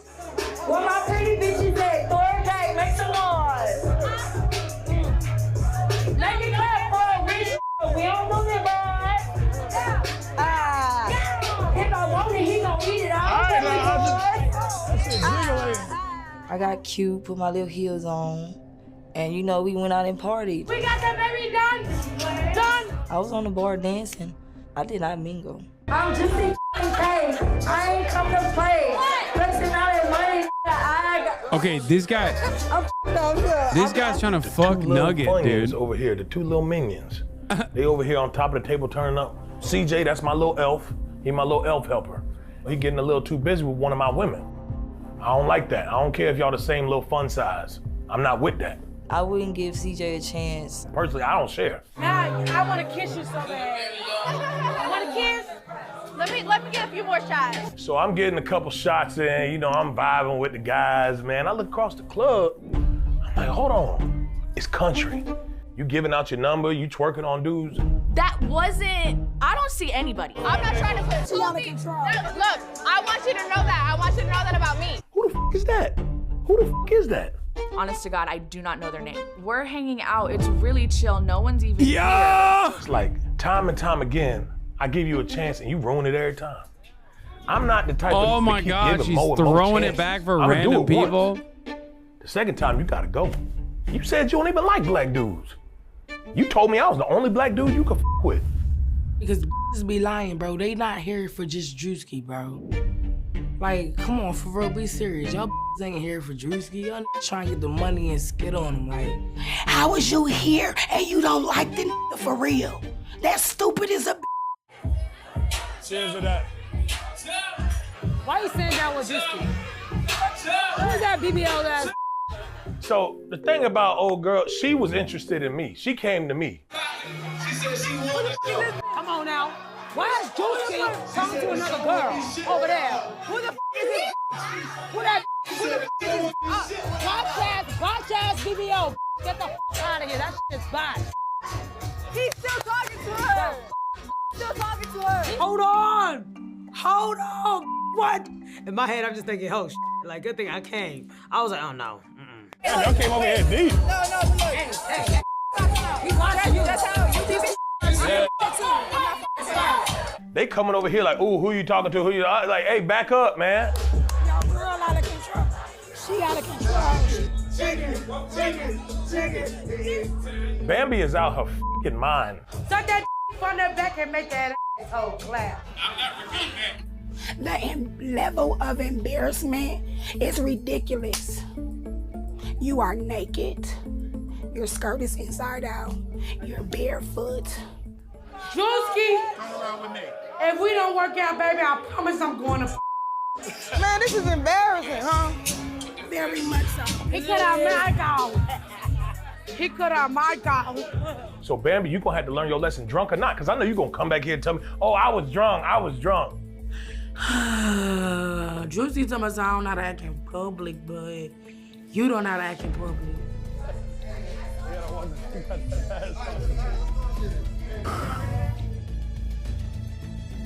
Peace out.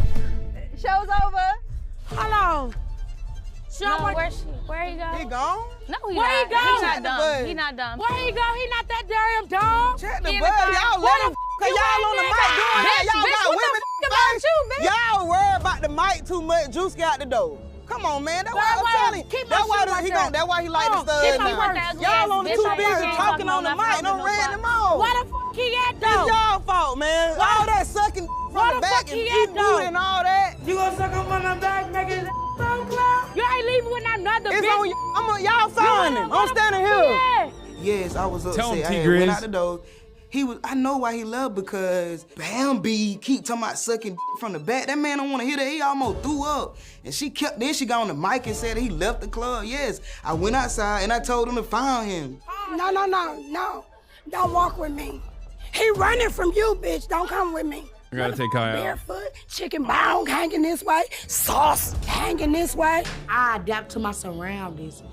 Shit stupid as embarrassing as And tell them hoes, come on, it's time to go. Y'all go find him, y'all I am did going it. back in the club. Ah, nah, he in that Uber. That's the problem. He in that Uber, ain't he? Hey, look at you, man. You on the mic, somebody sucking from the back. He left with another person. How they call you the Moet Queen? That's crazy. For years, I've been popping shit. Every Monday, I be in Magic City. I give me 1,000 a month, get my little Moet. Throw money on the girls. I'm known for that. Yeah. But I ain't never keep no image shit. Showing off and just, I was having a good time. I was having fun, but it's like I ain't never built nothing off of that, and I kind of wish I would have. Cause I spent a lot. I spent over $1 million on clubs. Not that I'm proud. I'm not proud of that. That's horrible. It is what it is.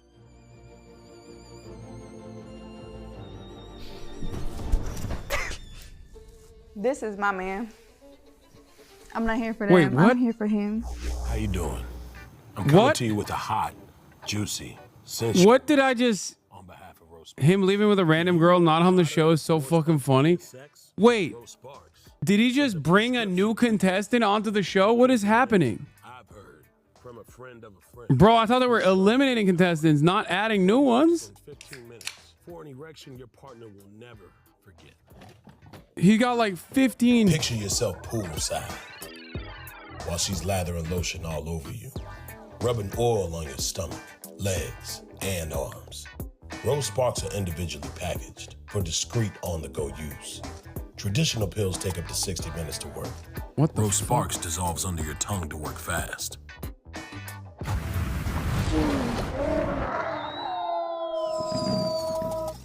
And with Rose Sparks, it can last up to 36 hours. You'll be ready when the mood is right. Connect with the provider today. Find out if Rose Sparks is right for you. If prescribed, new sexual health patients get... Look, I'm not gonna say it. I'm too white to say it, but the name of Rose Parks is a little crazy. Okay? I am definitely too white to point this out, but it just feels like a wild name for a sex pill, a Viagra subsidiary. He went out with a bitch. He went out with a white bitch. Okay, so first of all, I'm not worried. We can't compete with that. She Can't compete with that. Top. She finna suck his top, and none of us got it but her. Oh my life, we was lit as hell in the club. I ain't gonna lie, we were lit. But then when we came back, it was hell hot water because of that bitch was in our house.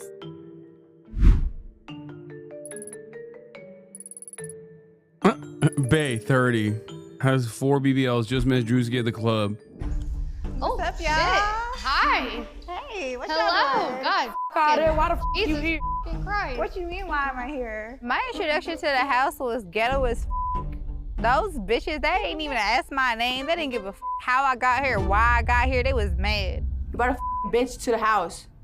What's wrong with you? How would they not? Why would they not be mad? Excuse me, fake booty. Fake booty, how old are you? Fake booty is wild. Look at you.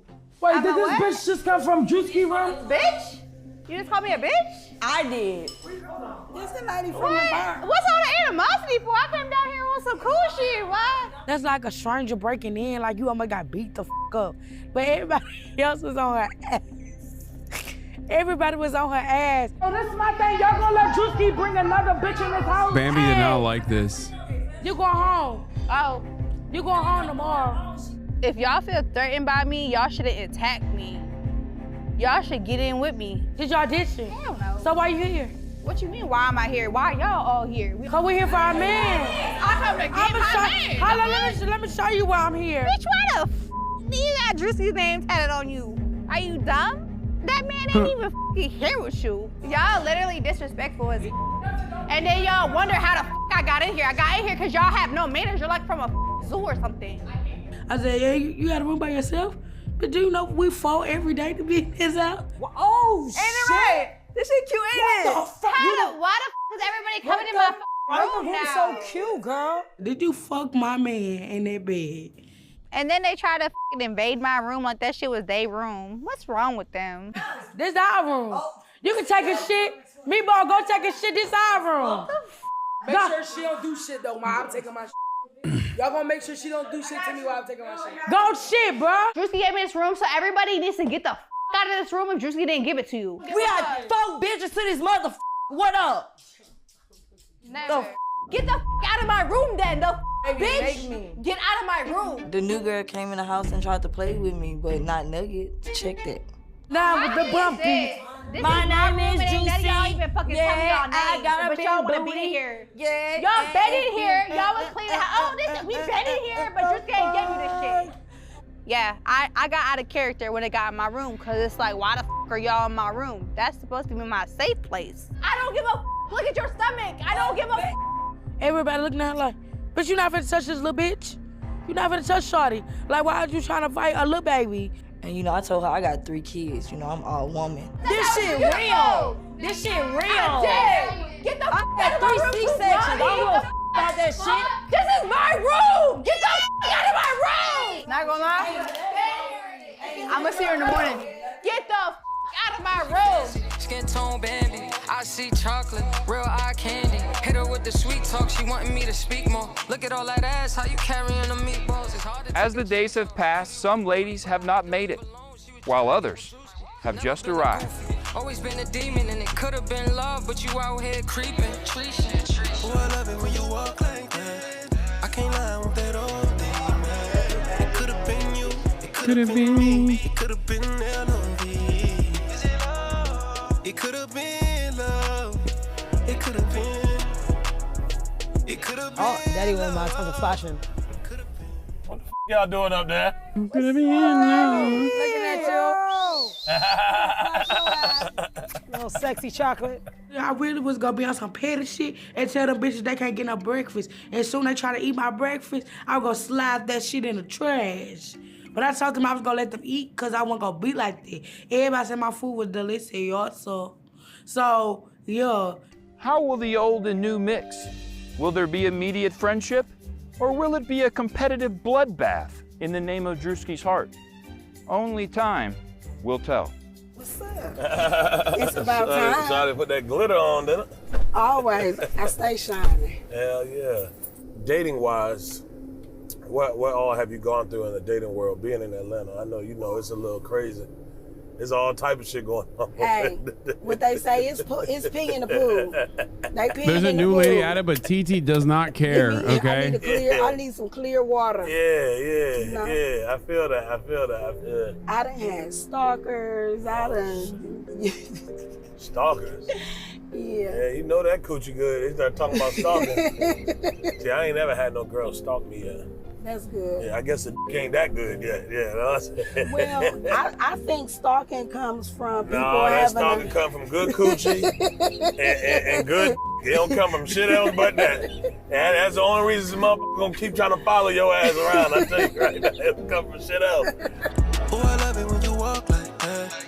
I can't lie. It's well known that Drewski has a weird fetish for women who seem unattainable. Some call them studs. In fact, I too call them that.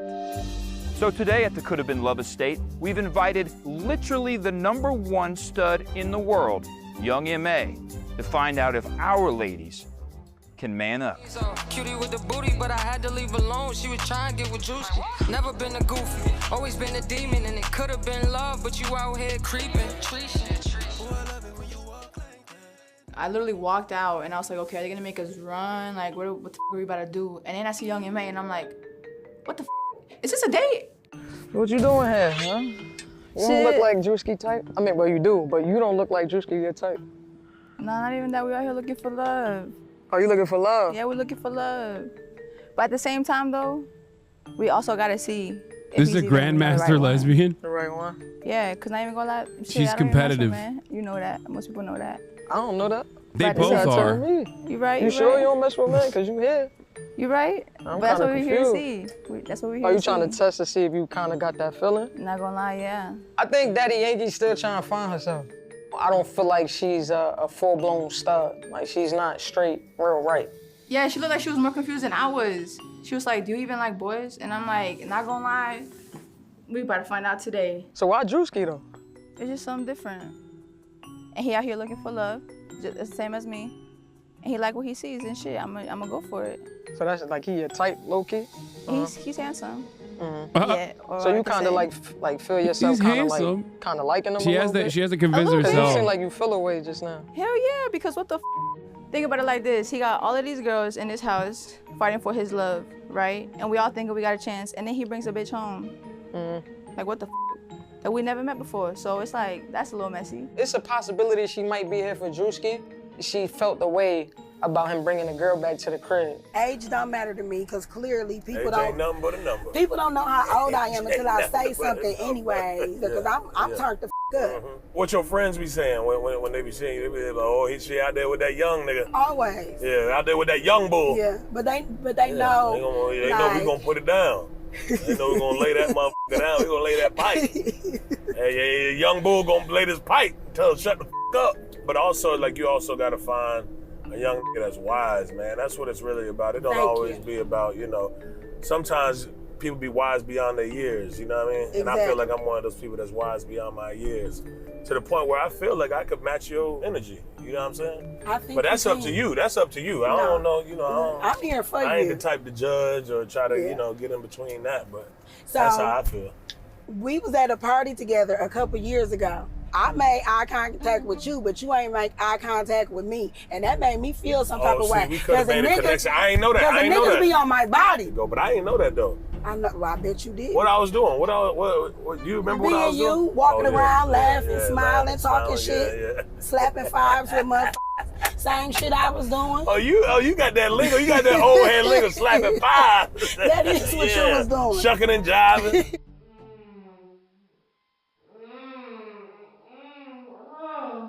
Have you ever dated a dude? Like, I've never dated a dude for real. Like in high school, I had little flings and shit. Grown, nah. But that's what we're here for, Oh, so you have an interest? A little bit. Okay.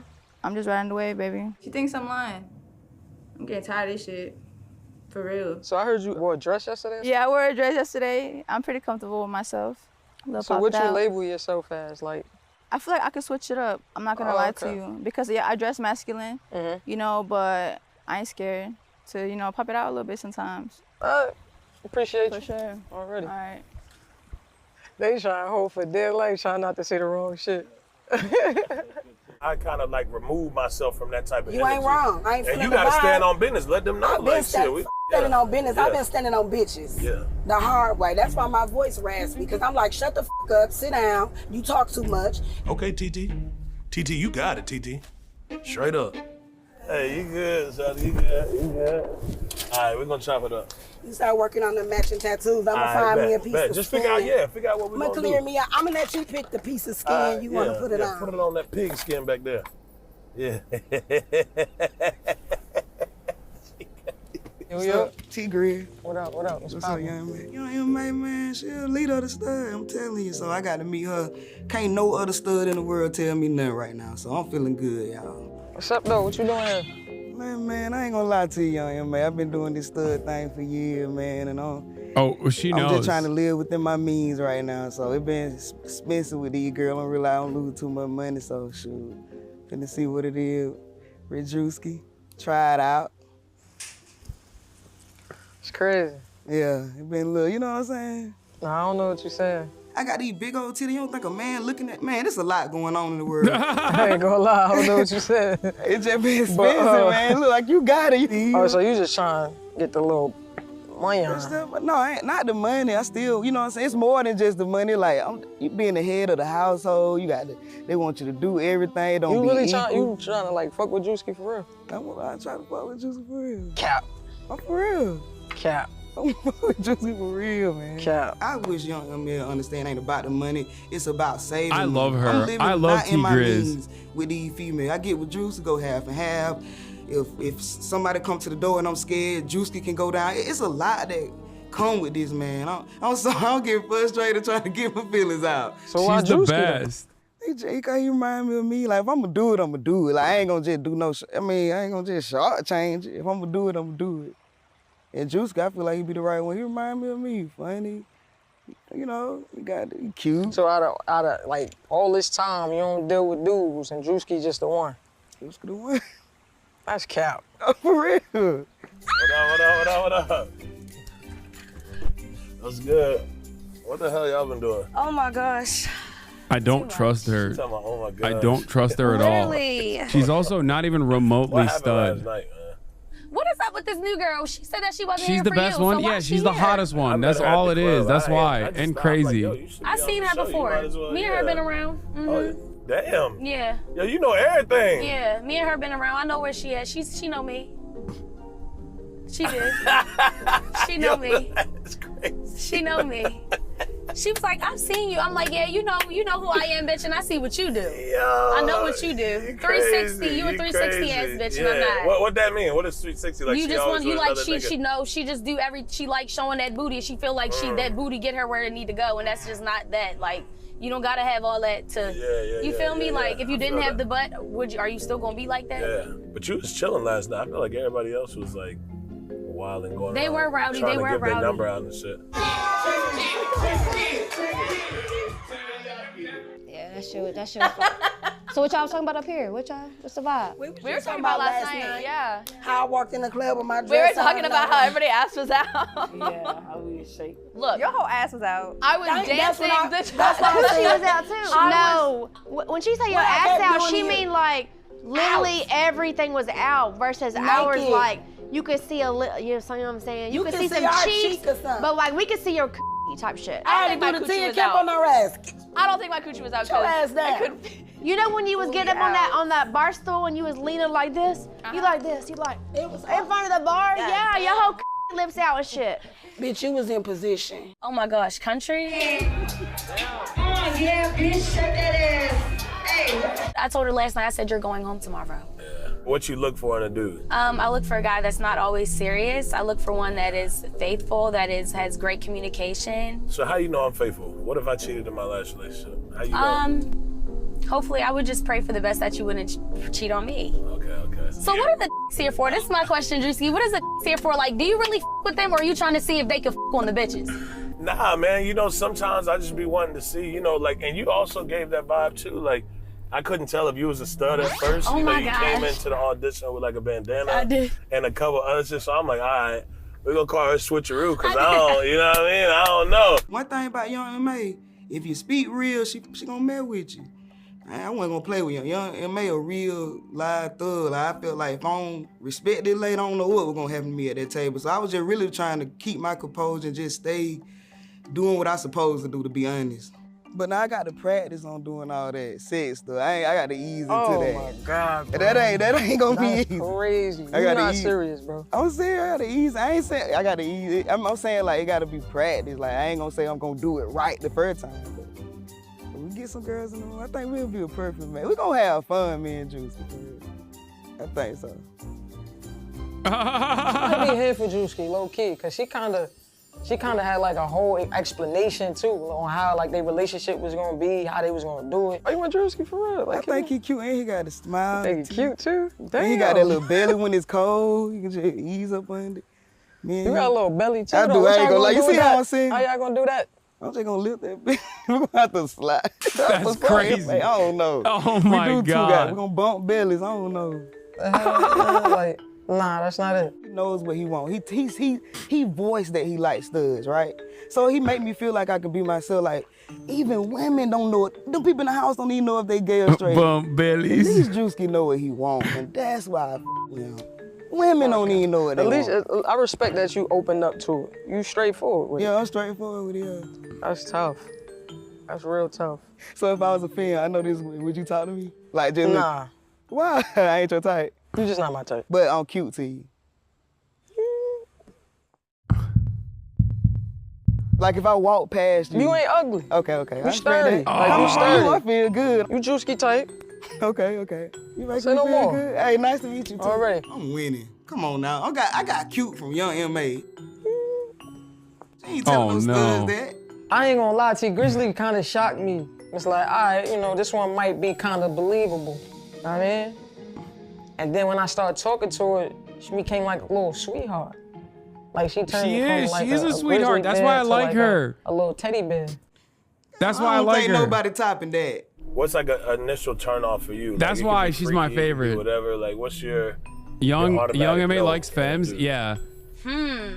My automatic no, maybe entertaining them too fucking much in front of me, or Yeah. just telling me and them the same thing. Like you just saying everything I want to hear, man. I want to know I really for real. I really don't. Are you a fucking type on the first night? Cause that's not me, Drewski. Yeah, and I really don't want you to. Who said I do that? Okay, I was just making I haven't sure. tried up nobody yet. No, I'm dead ass intimate though. Like Nah, I'm the type. I'm the type. I gotta lead with a kiss first, and then. Right. You know, So you gonna leave with a we kiss from me gradually- today? Yeah. If you Okay. want. Yeah. Did you it kiss is any of what it them? is. No. Don't lie to me. I haven't kissed no girl. Okay. In this shit yet. Okay. Meatball or Look at you, T Grizz? No, I like T Grizz more than Yeah, I Meatball. wanna But I kiss. like I wanna Meatball kiss. too.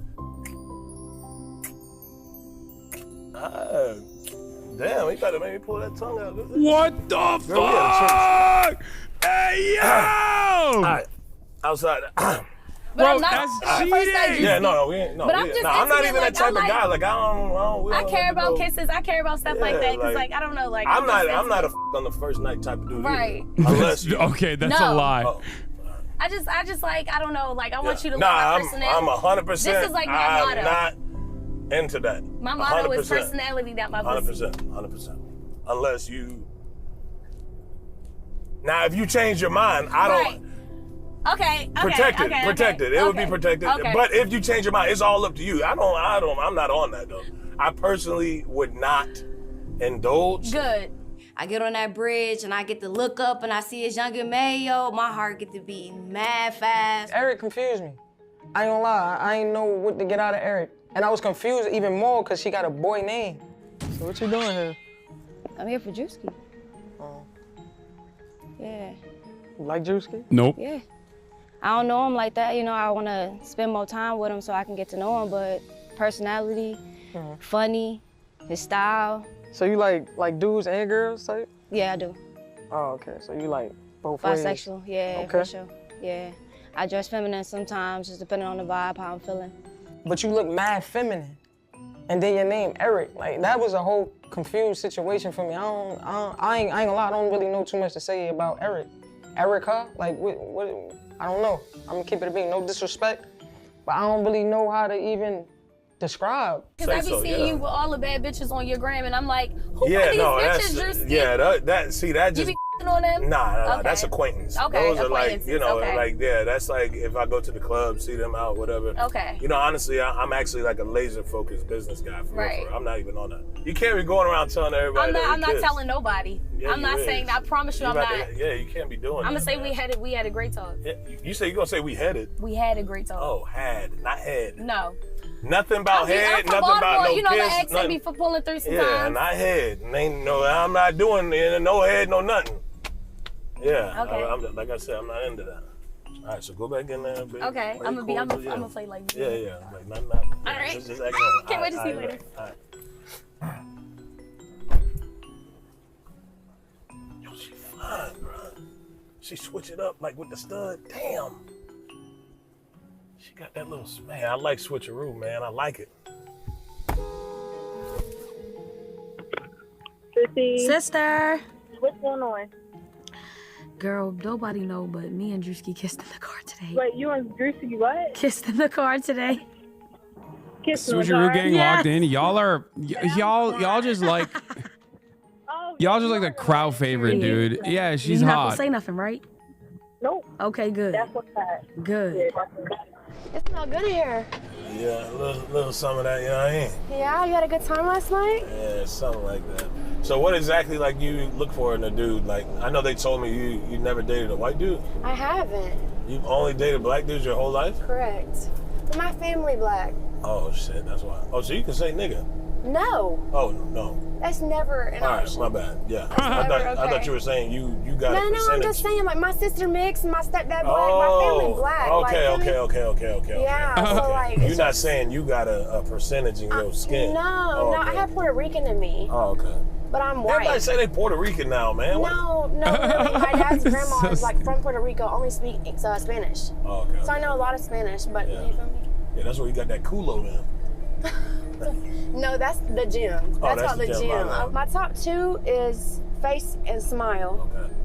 Then I'm gonna look at your build. Yeah. That's Build is physical. crazy. Hey, I respect that. Hey, don't act like you don't look at I'm a just making female sure. girl. I'm making sure I check off. I'm thinking about all these things. Okay, Yeah. you check off. Okay. I'll kiss, but like no part of me wants to sit there and make out for 5-10 minutes. That That's so overboard. You're right. I'm very picky on who I kiss. Yes, I'm very picky in general, but definitely who I kiss. Yeah. That's like I ain't kissed nobody saying? here yet. I'm picky myself. Fucking liar. Yeah, that's a lie. He's lying. It's just too much for me. Kissing is like that You don't know next what level. they've been Exactly. doing.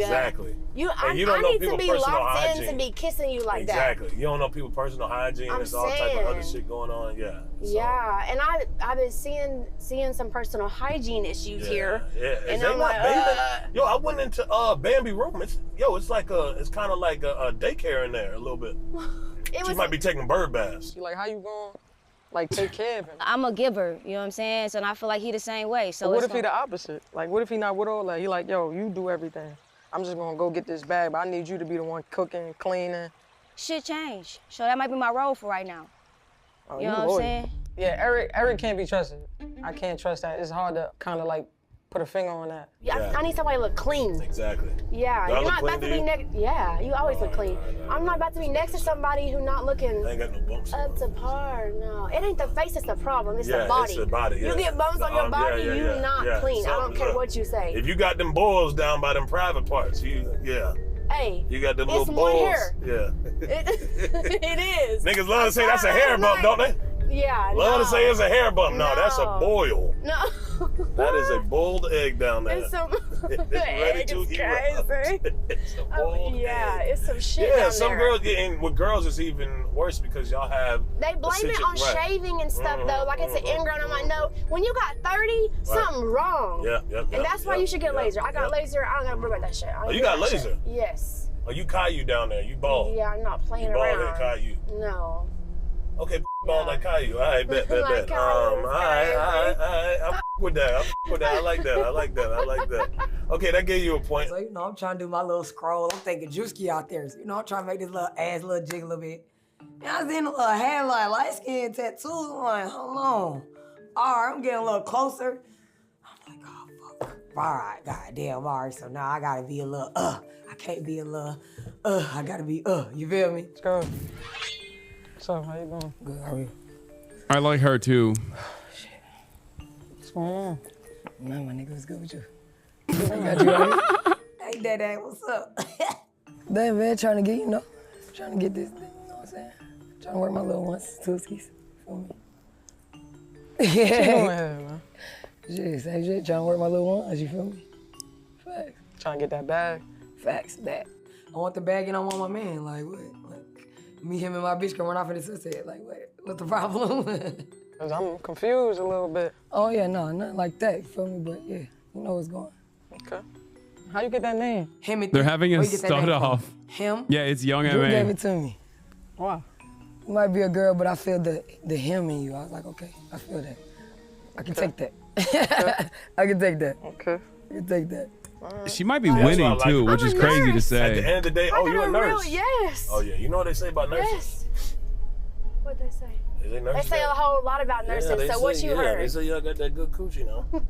They don't give you the job without it. They said that's one of the things y'all gotta get up the part. Yeah, Right, yeah. okay. I like a nurse. You keep me healthy. You keep me clean. You know Yeah, what I mean? we're gonna keep shit going the right way. Yeah. Is he So gonna you kiss her rockin' too? with Drewski? You lip hungry harlot. You're a real nigga. You like funny? Not no funny acting ass nigga, you feel me? Mm-hmm. Them type of like, I don't want you to feel like I'm trying to touch on your and stuff, even though I will. I don't think Himothy was being her true self with me. She sounded like she was trying to think about what to say before she said the wrong thing. What about it's other girls in here, right? Ain't nothing. No, John? Ain't that. Now you ain't got your eye on type shit? Ain't that. I know you ain't looking for Drewski, bro. Ain't nothing. Drew the best looking shit, no funny shit. Wow, that's crazy. You gonna see, I'm here for one purpose. The bag and Drew, you feel me? That bag first. Bag first. Bag first. Bag first. You rich already, bitch. You ain't gotta do nothing. You can sit at home and collect your 401ks and your retirement plan and shit, bitch. I need that 50. You know what I'm saying? Need that 50. She was cool, but she didn't give no excitement. Like nothing was like, like she was trying to keep it safe. I think young M.A. was just a little intimidated at the mere sight of another stud. These hoes nasty. These hoes like, oh my God, babe, I just, yeah. You know, Lip hungry harlot is wild? No. It's real. We just made young M.A. This bitch gonna be like, yo, my nigga, what you doing here? I said, you know what I'm doing here. That bitch, I ain't never had no dick in my life. I have 3 BBLs and one. I have technically 4. My last one. I can't believe she's there still. I had to pay for it. I can't blame nobody but myself. Like I look like a sex doll to these guys. They see me and they're having a white girl coalition here. This is scary stuff. So bad. What? Huh? Both of ours are done. I can't even tell. That's what I want though. I don't want you to be able to tell that I have them if I get them. 3 white girls and 4 BBLs. I just want you to make them look like I'm supposed to have them. Are your nipples always hard? That's For probably real? the only call out. Wait, were they before? See, mine aren't. Mine are been normal. Like, show me your nipple. Like, I'm not trying to be weird. Just show Right me. here? Like, you wanna go outside? That's so much. That's so much ass, bro. That is so much ass. Dude, that level of ass is like, I don't know. I feel like that's medical malpractice kinds of ass. Like you go to the doctor and he does the 4th BBL after the 2nd BBL, the doctor's just like, you really want another one? Like, speak for yourself. No, I can't handle all that ass. I don't know what I would do with all that ass. It's too much. I do it all the time. Yeah, she got the Subway punch card for the ass. On athletic ability. I do it on the court, off the court, on the field, off the field. I do it on the app or off the app. More or less 6 for 6 every time. I'm that guy. Sign up using code Drewski. Place your first $5 lineup. Yes, she has medically too much ass. That's code Drewski to get $50 instantly when you place your first $5 lineup. Prize picks. Daily fantasy sports made easy. Switcheroo. Pretty little Joan right there. She got her own little style. I mean, a little tomboy, sexy. Almost like loving basketball type vibes. So I know you gotta get the bag. For sure. Yeah, like hello. For sure. Come on, man. You pretty. To kill 2 birds with 1 stone. Okay. Yeah, for sure. Definitely kill 2 birds. Young M.A.'s about to steal her. It is. Yeah. Young M.A.'s about to steal her from Drewski. Where we going? What up? Where we going, Going a husband? little around the block, Oh shit, I forgot about Nina. Name the typical guy that you would date, for real, for real. The typical guy I date. Yeah, a typical guy you fucked with in the past. First of all, they gotta be funny as fuck. I need We to be checked funny. off that. You All checked right, out bet. that. Yeah, we checked that out. I need them to be a presence, you feel me? Yeah. You gotta walk into the place and be like, yo, I'm that bitch. Yeah. I feel, Yeah. well, that nigga. Oh, well, you can't say yeah, that. right. You can't say that, but yeah. Yeah, something like that. Something like I'm that guy. Something like that. Yeah. I get what you're saying. You feel me? But pretty much that's like your typical, they got to stand on business is what you're saying. Exactly. Okay, Exactly. okay. What's your biggest turn Nina is a tryhard in my opinion. Yeah. I'm a virgin. You a what? I'm a virgin. Oh, Yep. So if you, like, you know, you win this love with Drewski, I don't you agree. Get that bag, like, what you plan on doing? I see why you First of would all, think with that Drewski, though. I plan on getting like married. I can't say that because you know, Deadass, she hangs out with Jason. I don't have like casual So I sex. disagree. think I'm that's afraid cap. I'm gonna have to disagree with you. Ain't no way. I don't do stuff like that. Like I just know what I want for real. She one of those ones that make it sound good. You know, she try to use her little pretty face. And I'm just in that time where I want to get with somebody for a long ass time and get married, have kids, just have a family. But what if he But ain't with the ready for bag, that? Then I mean I will wait. It's cool. I'm still 24, so Oh, you young. yeah. So you gonna wait. Yeah, that's not a problem. She was jacking that shit here for Drewski. Don't disrespect Nina. I think love her. it's I cap. didn't disrespect her. I feel Chat like she did. I feel said like I don't I'm gay agree. or something. I feel like all of the gay girls here think I'm freaking gay. So you gonna put your dreams to the sides? Definitely Cause Drewski not. ain't ready. Oh shit, Definitely she not. has Rick Maybe Owens like on. the dream of like that relationship, but not like my dreams. And Right. what She my has Rick aspirations, Owens what I got on, going. chat. I'm not about to just sit at home though and be boring.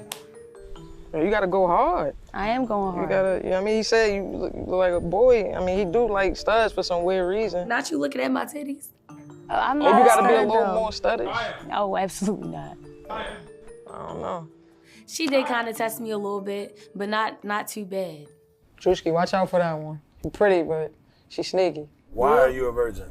Why am I a Explain virgin? why, yes. I'm picky as f. Okay. I'm very picky. It had to have occurred at some point. Listen. You had the Okay, I'll tell opportunity. you this. You had the opportunity to He have had the sex. opportunity. It was close. Yeah. In the middle of it, I said, yo, bro, I'm not feeling it. Get the f off me. Respectfully, I pat him on the back. So I would was you like, rather have a girl? No. You would not. You don't No. like girls at all. I swear to God, they think I'm gay in this house. Yeah. Are you waiting till marriage? No. What the f is the holdup? No, the holdup is I'm picky as shit. If a guy I feel like, Like oh, the nah, smallest don't got it thing like could that, just turn you smallest off. thing, turn me off. Bye, bitch. Gotta go. Nope. I think she's ace. Okay, Absolutely so the got to be a certain size. Certain size. What personality size? gotta be on Size point. wise, what we talking? Like a 7'8". 7'8". With your hands, kind of measure that. Like 7'8". What? Damn, I don't know. Let me see. Turn it. Right here. Yeah, I don't know. Right here, like the screen. Yeah. Come on now. Wait, what? You got it. Yeah. Pop You a got couple it. pills. Pop a couple pills. Yeah, you're right. It's OD on the pills. Oh, yo, you know what I heard? If you tie some weights to your that ended the conversation with Drewski. Look at his face after that. He wasn't even faking. Oh my God. What's up? Drewski has a small dick confirmed. Bro, she said 7'8" and then showed a 12er, okay? I'm just chilling, man. Chatters act like they know what a 7-inch or 8-inch penis looks like. Like you, like what type? Like what do you mean? Why you laughing? I ain't gonna lie, like girls like you, like, you know. If I was definitely given the choice between Young and May and Drewski, You like my type? Yeah, like how, depending on how you look. I believe like, that I don't she's a like virgin, you know what yes. I'm saying? Like a I regular feel bitch, she gotta be like a stud or a or you know what I'm saying? Something. Okay. Because I heard there's some little funny looking studs in there. Type, you know what I mean? They looking good. That was the first thing I was going to ask you. Can you cook Chinese food? I can cook Can you cook? the best Chinese food. No, no way. You ain't even know. You ain't Your even know family Chinese own a food. restaurant, don't they? Nope, they own a hair salon. I knew it was one of them. They gotta be one of that I thought you shit. were going to say nail salon, but Uh-huh. I knew it was one Or of them. laundromat, Yeah. that's it. Yeah, I knew. Either one of them Yeah, I shits. could have told you, yeah. Listen, fried rice, steak, salmon, all that shit. I'm talking shrimp, dumplings, everything. You ever had rock shrimp before? Yeah, rock shrimp tempura. Yeah. Oh, nah, yeah. mine is better than that. That's some Japanese shit. Oh, that's some bullshit. That's some Japanese shit. Okay. This is Chinese shit we talking about. Okay. All right, good talking to you, man. Good talking. Thank Good you. talking. Appreciate you. All right, bet. Hold I'll it see down. you. All right, bye. Yeah, that girl's out her f***ing mind, bro. She is f***ing delusional. What the f***? Mom! 妈咪，我跟你讲啊，发疯了！我跟你讲啊，yo，我今天看到个明星，是我最喜欢的明星，我快要疯掉了。 So you here for Drewski? I'm here for You don't even know his name. Hey, I'm here for Drewski. I'm here for love and the money. And the money. Yeah. What about the money and love? Whatever come with it. That's respectfully. Respectfully, I'm with it. Yeah. So y'all had some time together yet? Yeah. What y'all did?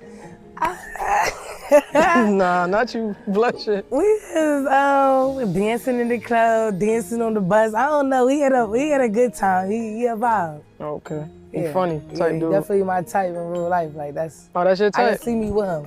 Okay. Tell y'all both funny though. I ain't gonna Yes. lie. So that's gonna be a movie. I ain't gonna cap. Alright, sure. I ain't gonna lie, I rock with you. Okay. I rock with you. Yeah, just get your bag, man. For sure. Get your bag, rock out. You're Appreciate already, you, bro. already. To have a sit down with Young and May and she approved me, I mean, it's real nigga shit, you hear me? Like, Gotta pay for vacation. Oh, she black and knees, my little Asian persuasion. She fancy, skin tone Bambi. I see chocolate. What is the lyrics, bro? What is the lyrics of this song? Nice to meet you too. What's going on?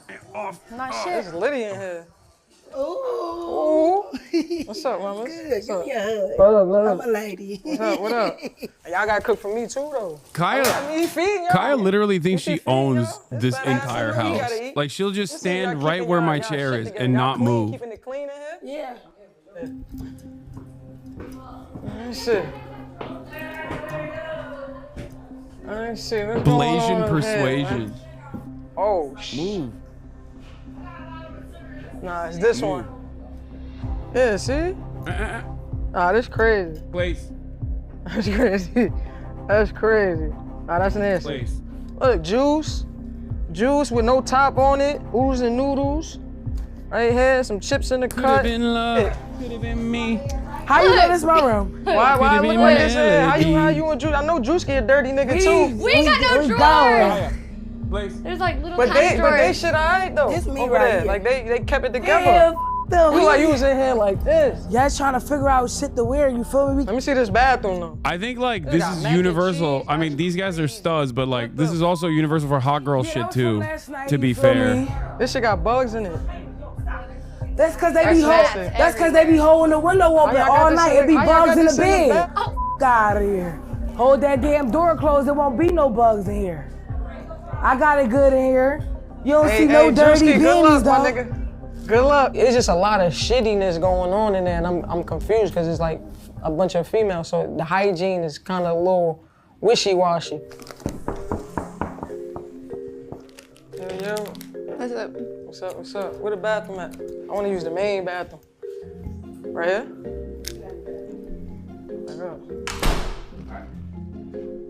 Goddamn.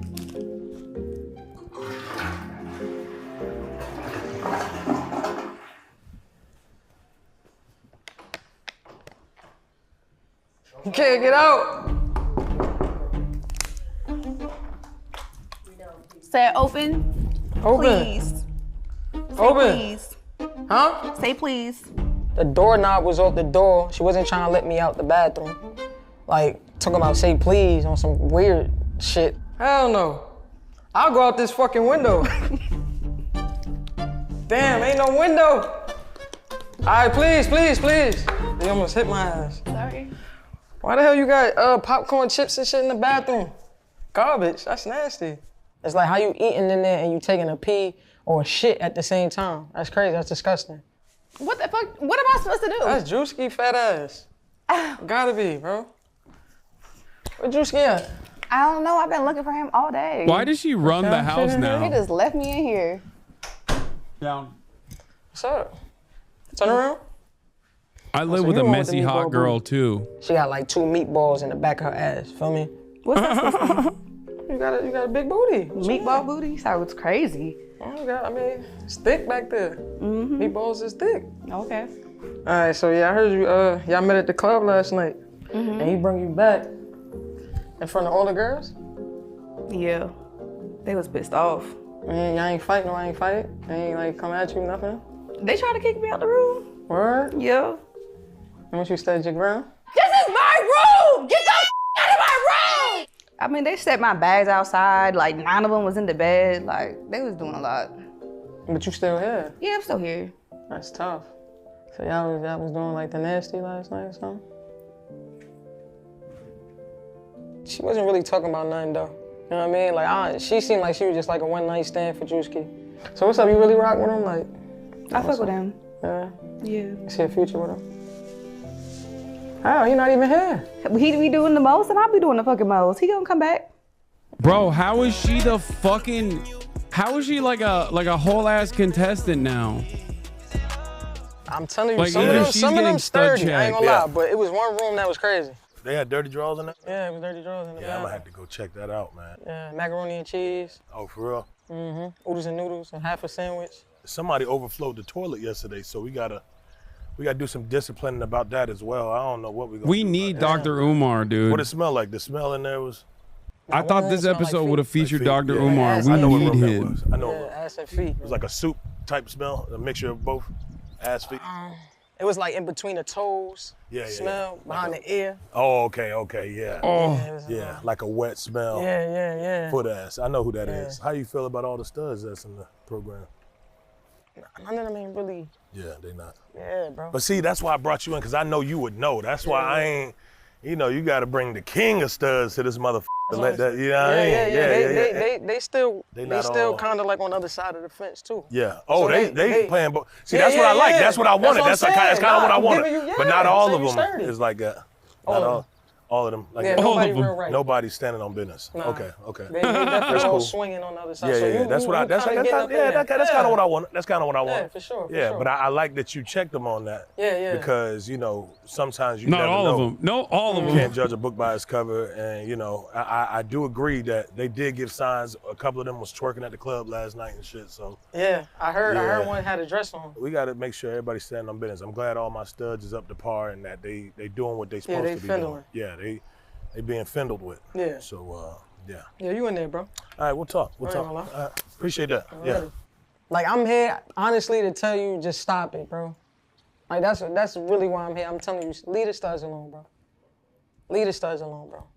Just get you a nice little feminine female. Leave the studs, bro. No.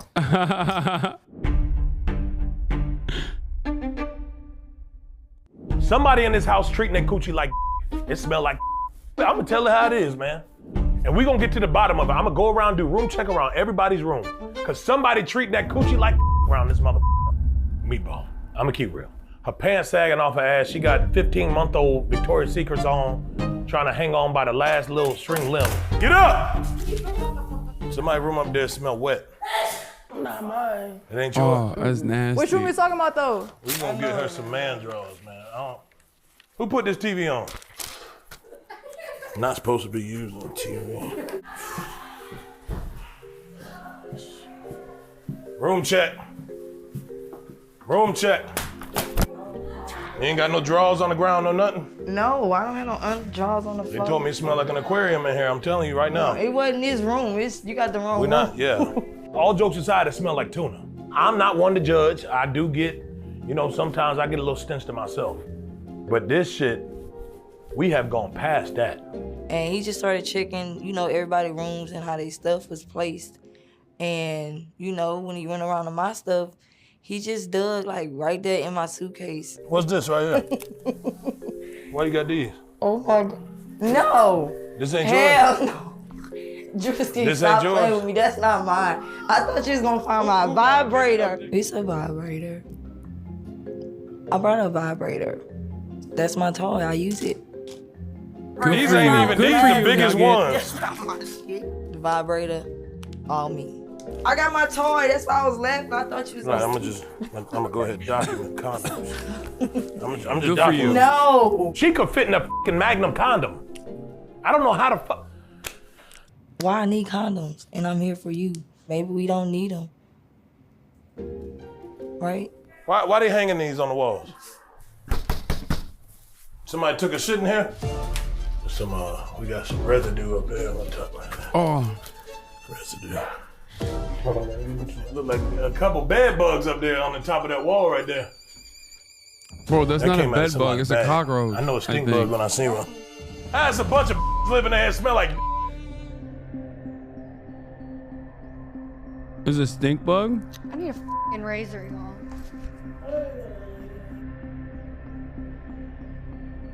You finna go talk to that fucking racist ass nigga. He was a bad racist.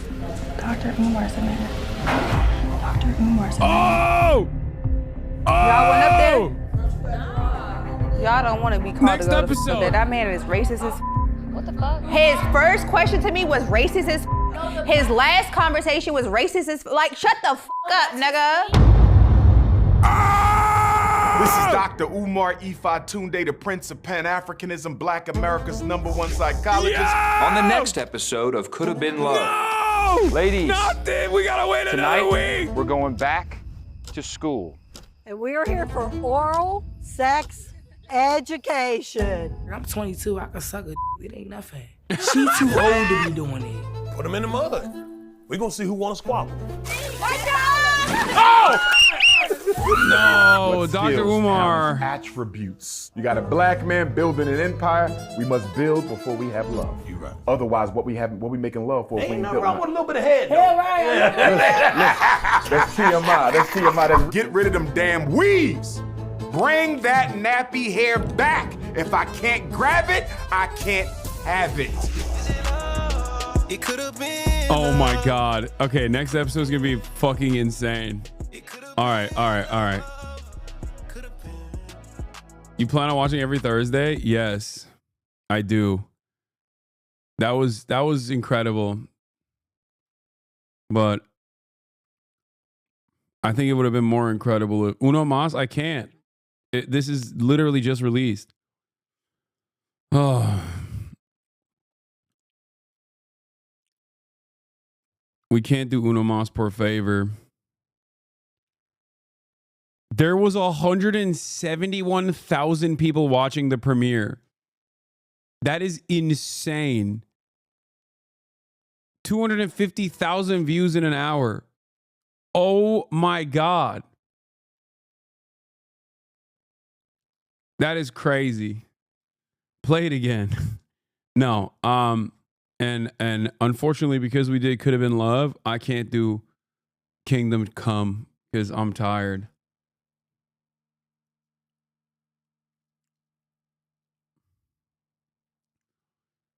Use your cloud to get an advanced copy? Brother, what are you talking about?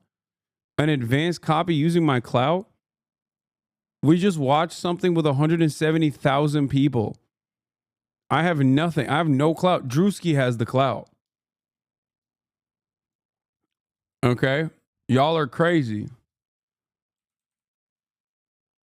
Kaya's staring at you for the past 5 minutes because she knows.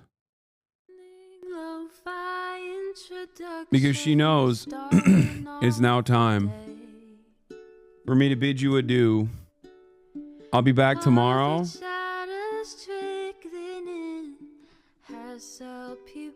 I love you all. We got some wild guests lined up for the weekend. Get excited for that. That is all for today. Peace. Bye-bye.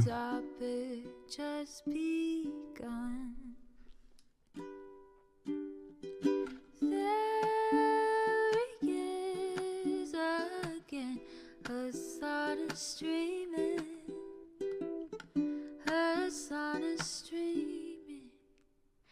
There he is again. Her sun is streaming. Her sun is streaming. Reviewing the P.O. box. Uncle Uger's face. Sudden discord at your prop. Great names take embrace. Tiny Bernie Sanders, LGBTQ Air Force. The whole left at your fingertips. Ane at your door. H3 crowded debate, the Young Turks online show. 3 full fucking years of this, plenty more to go. 90-day fiance, talks of champagne bourgeoisie.